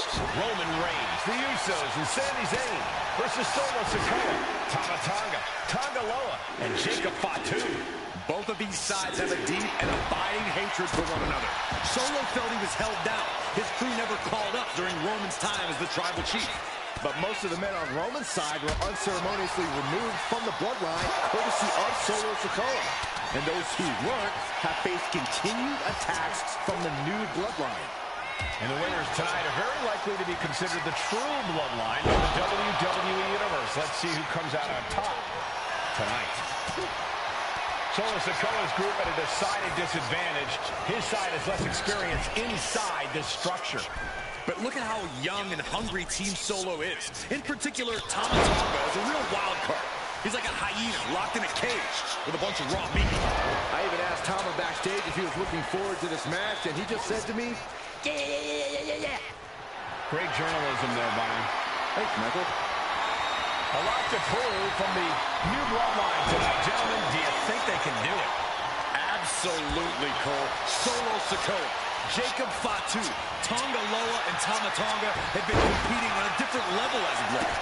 They have won some major matches and earned titles too, but I worry they might not be as ready for War Games as Roman's crew. There's a lot more big match experience in general on Roman's side. No, that may be true, but Solo's side has youth and a devil-may-care attitude that can work out tremendously inside War Games. I expect Solo's side to go all out here inside this sadistic structure. Climbing into the ring and pretty much entering a war zone. If there's one man here with the most to prove, it's got to be Tonga Loa. We've often seen that the man with the most to prove ends up being the difference maker in War Games. Many folks think Tonga Loa is just a foot soldier for Solo. But let's not forget, this man is the son of Haku. just like his father, Tonga Loa truly excels in a brawl. And there is no bigger brawl than War Games. Suplex. Gosh. Strikes with a kick. Ooh.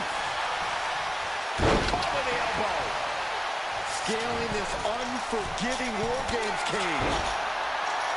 OG Bloodline leader Roman Reigns has so much on the line. We could have a disaster very soon. Nice calf kick. Great elevation.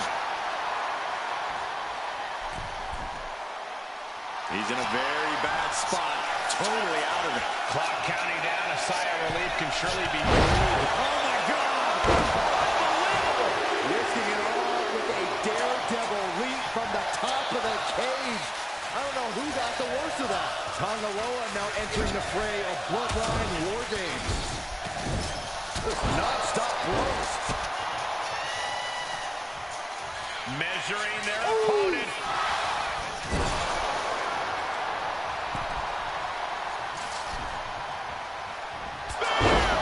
Crucial moment for Tonga. Jacob's planning something here.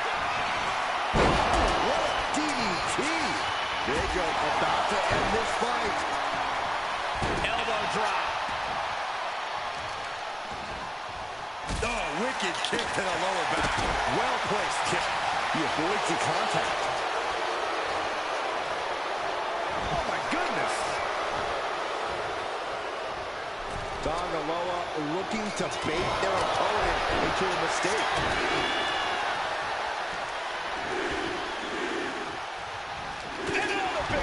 And Tonga Loa gets cut down there. Oh, the rear super kick. From behind, nasty.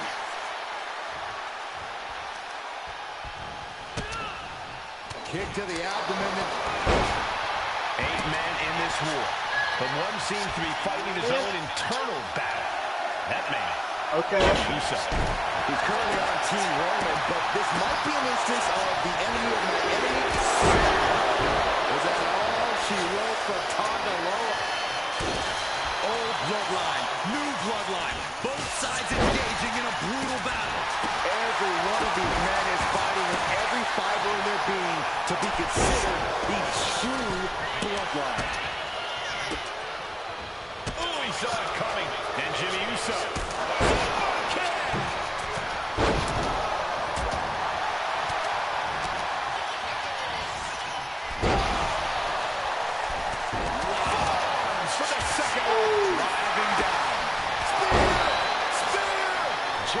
Seal it here.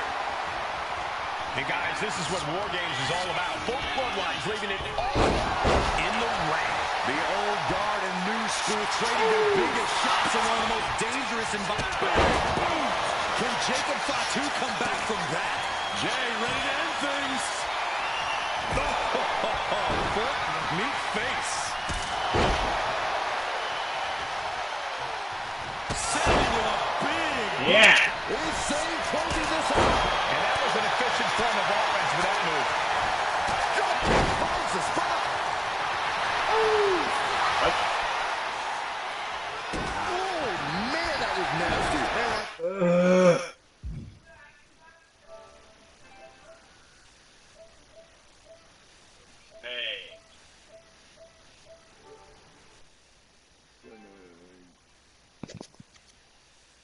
In the live stream. To this.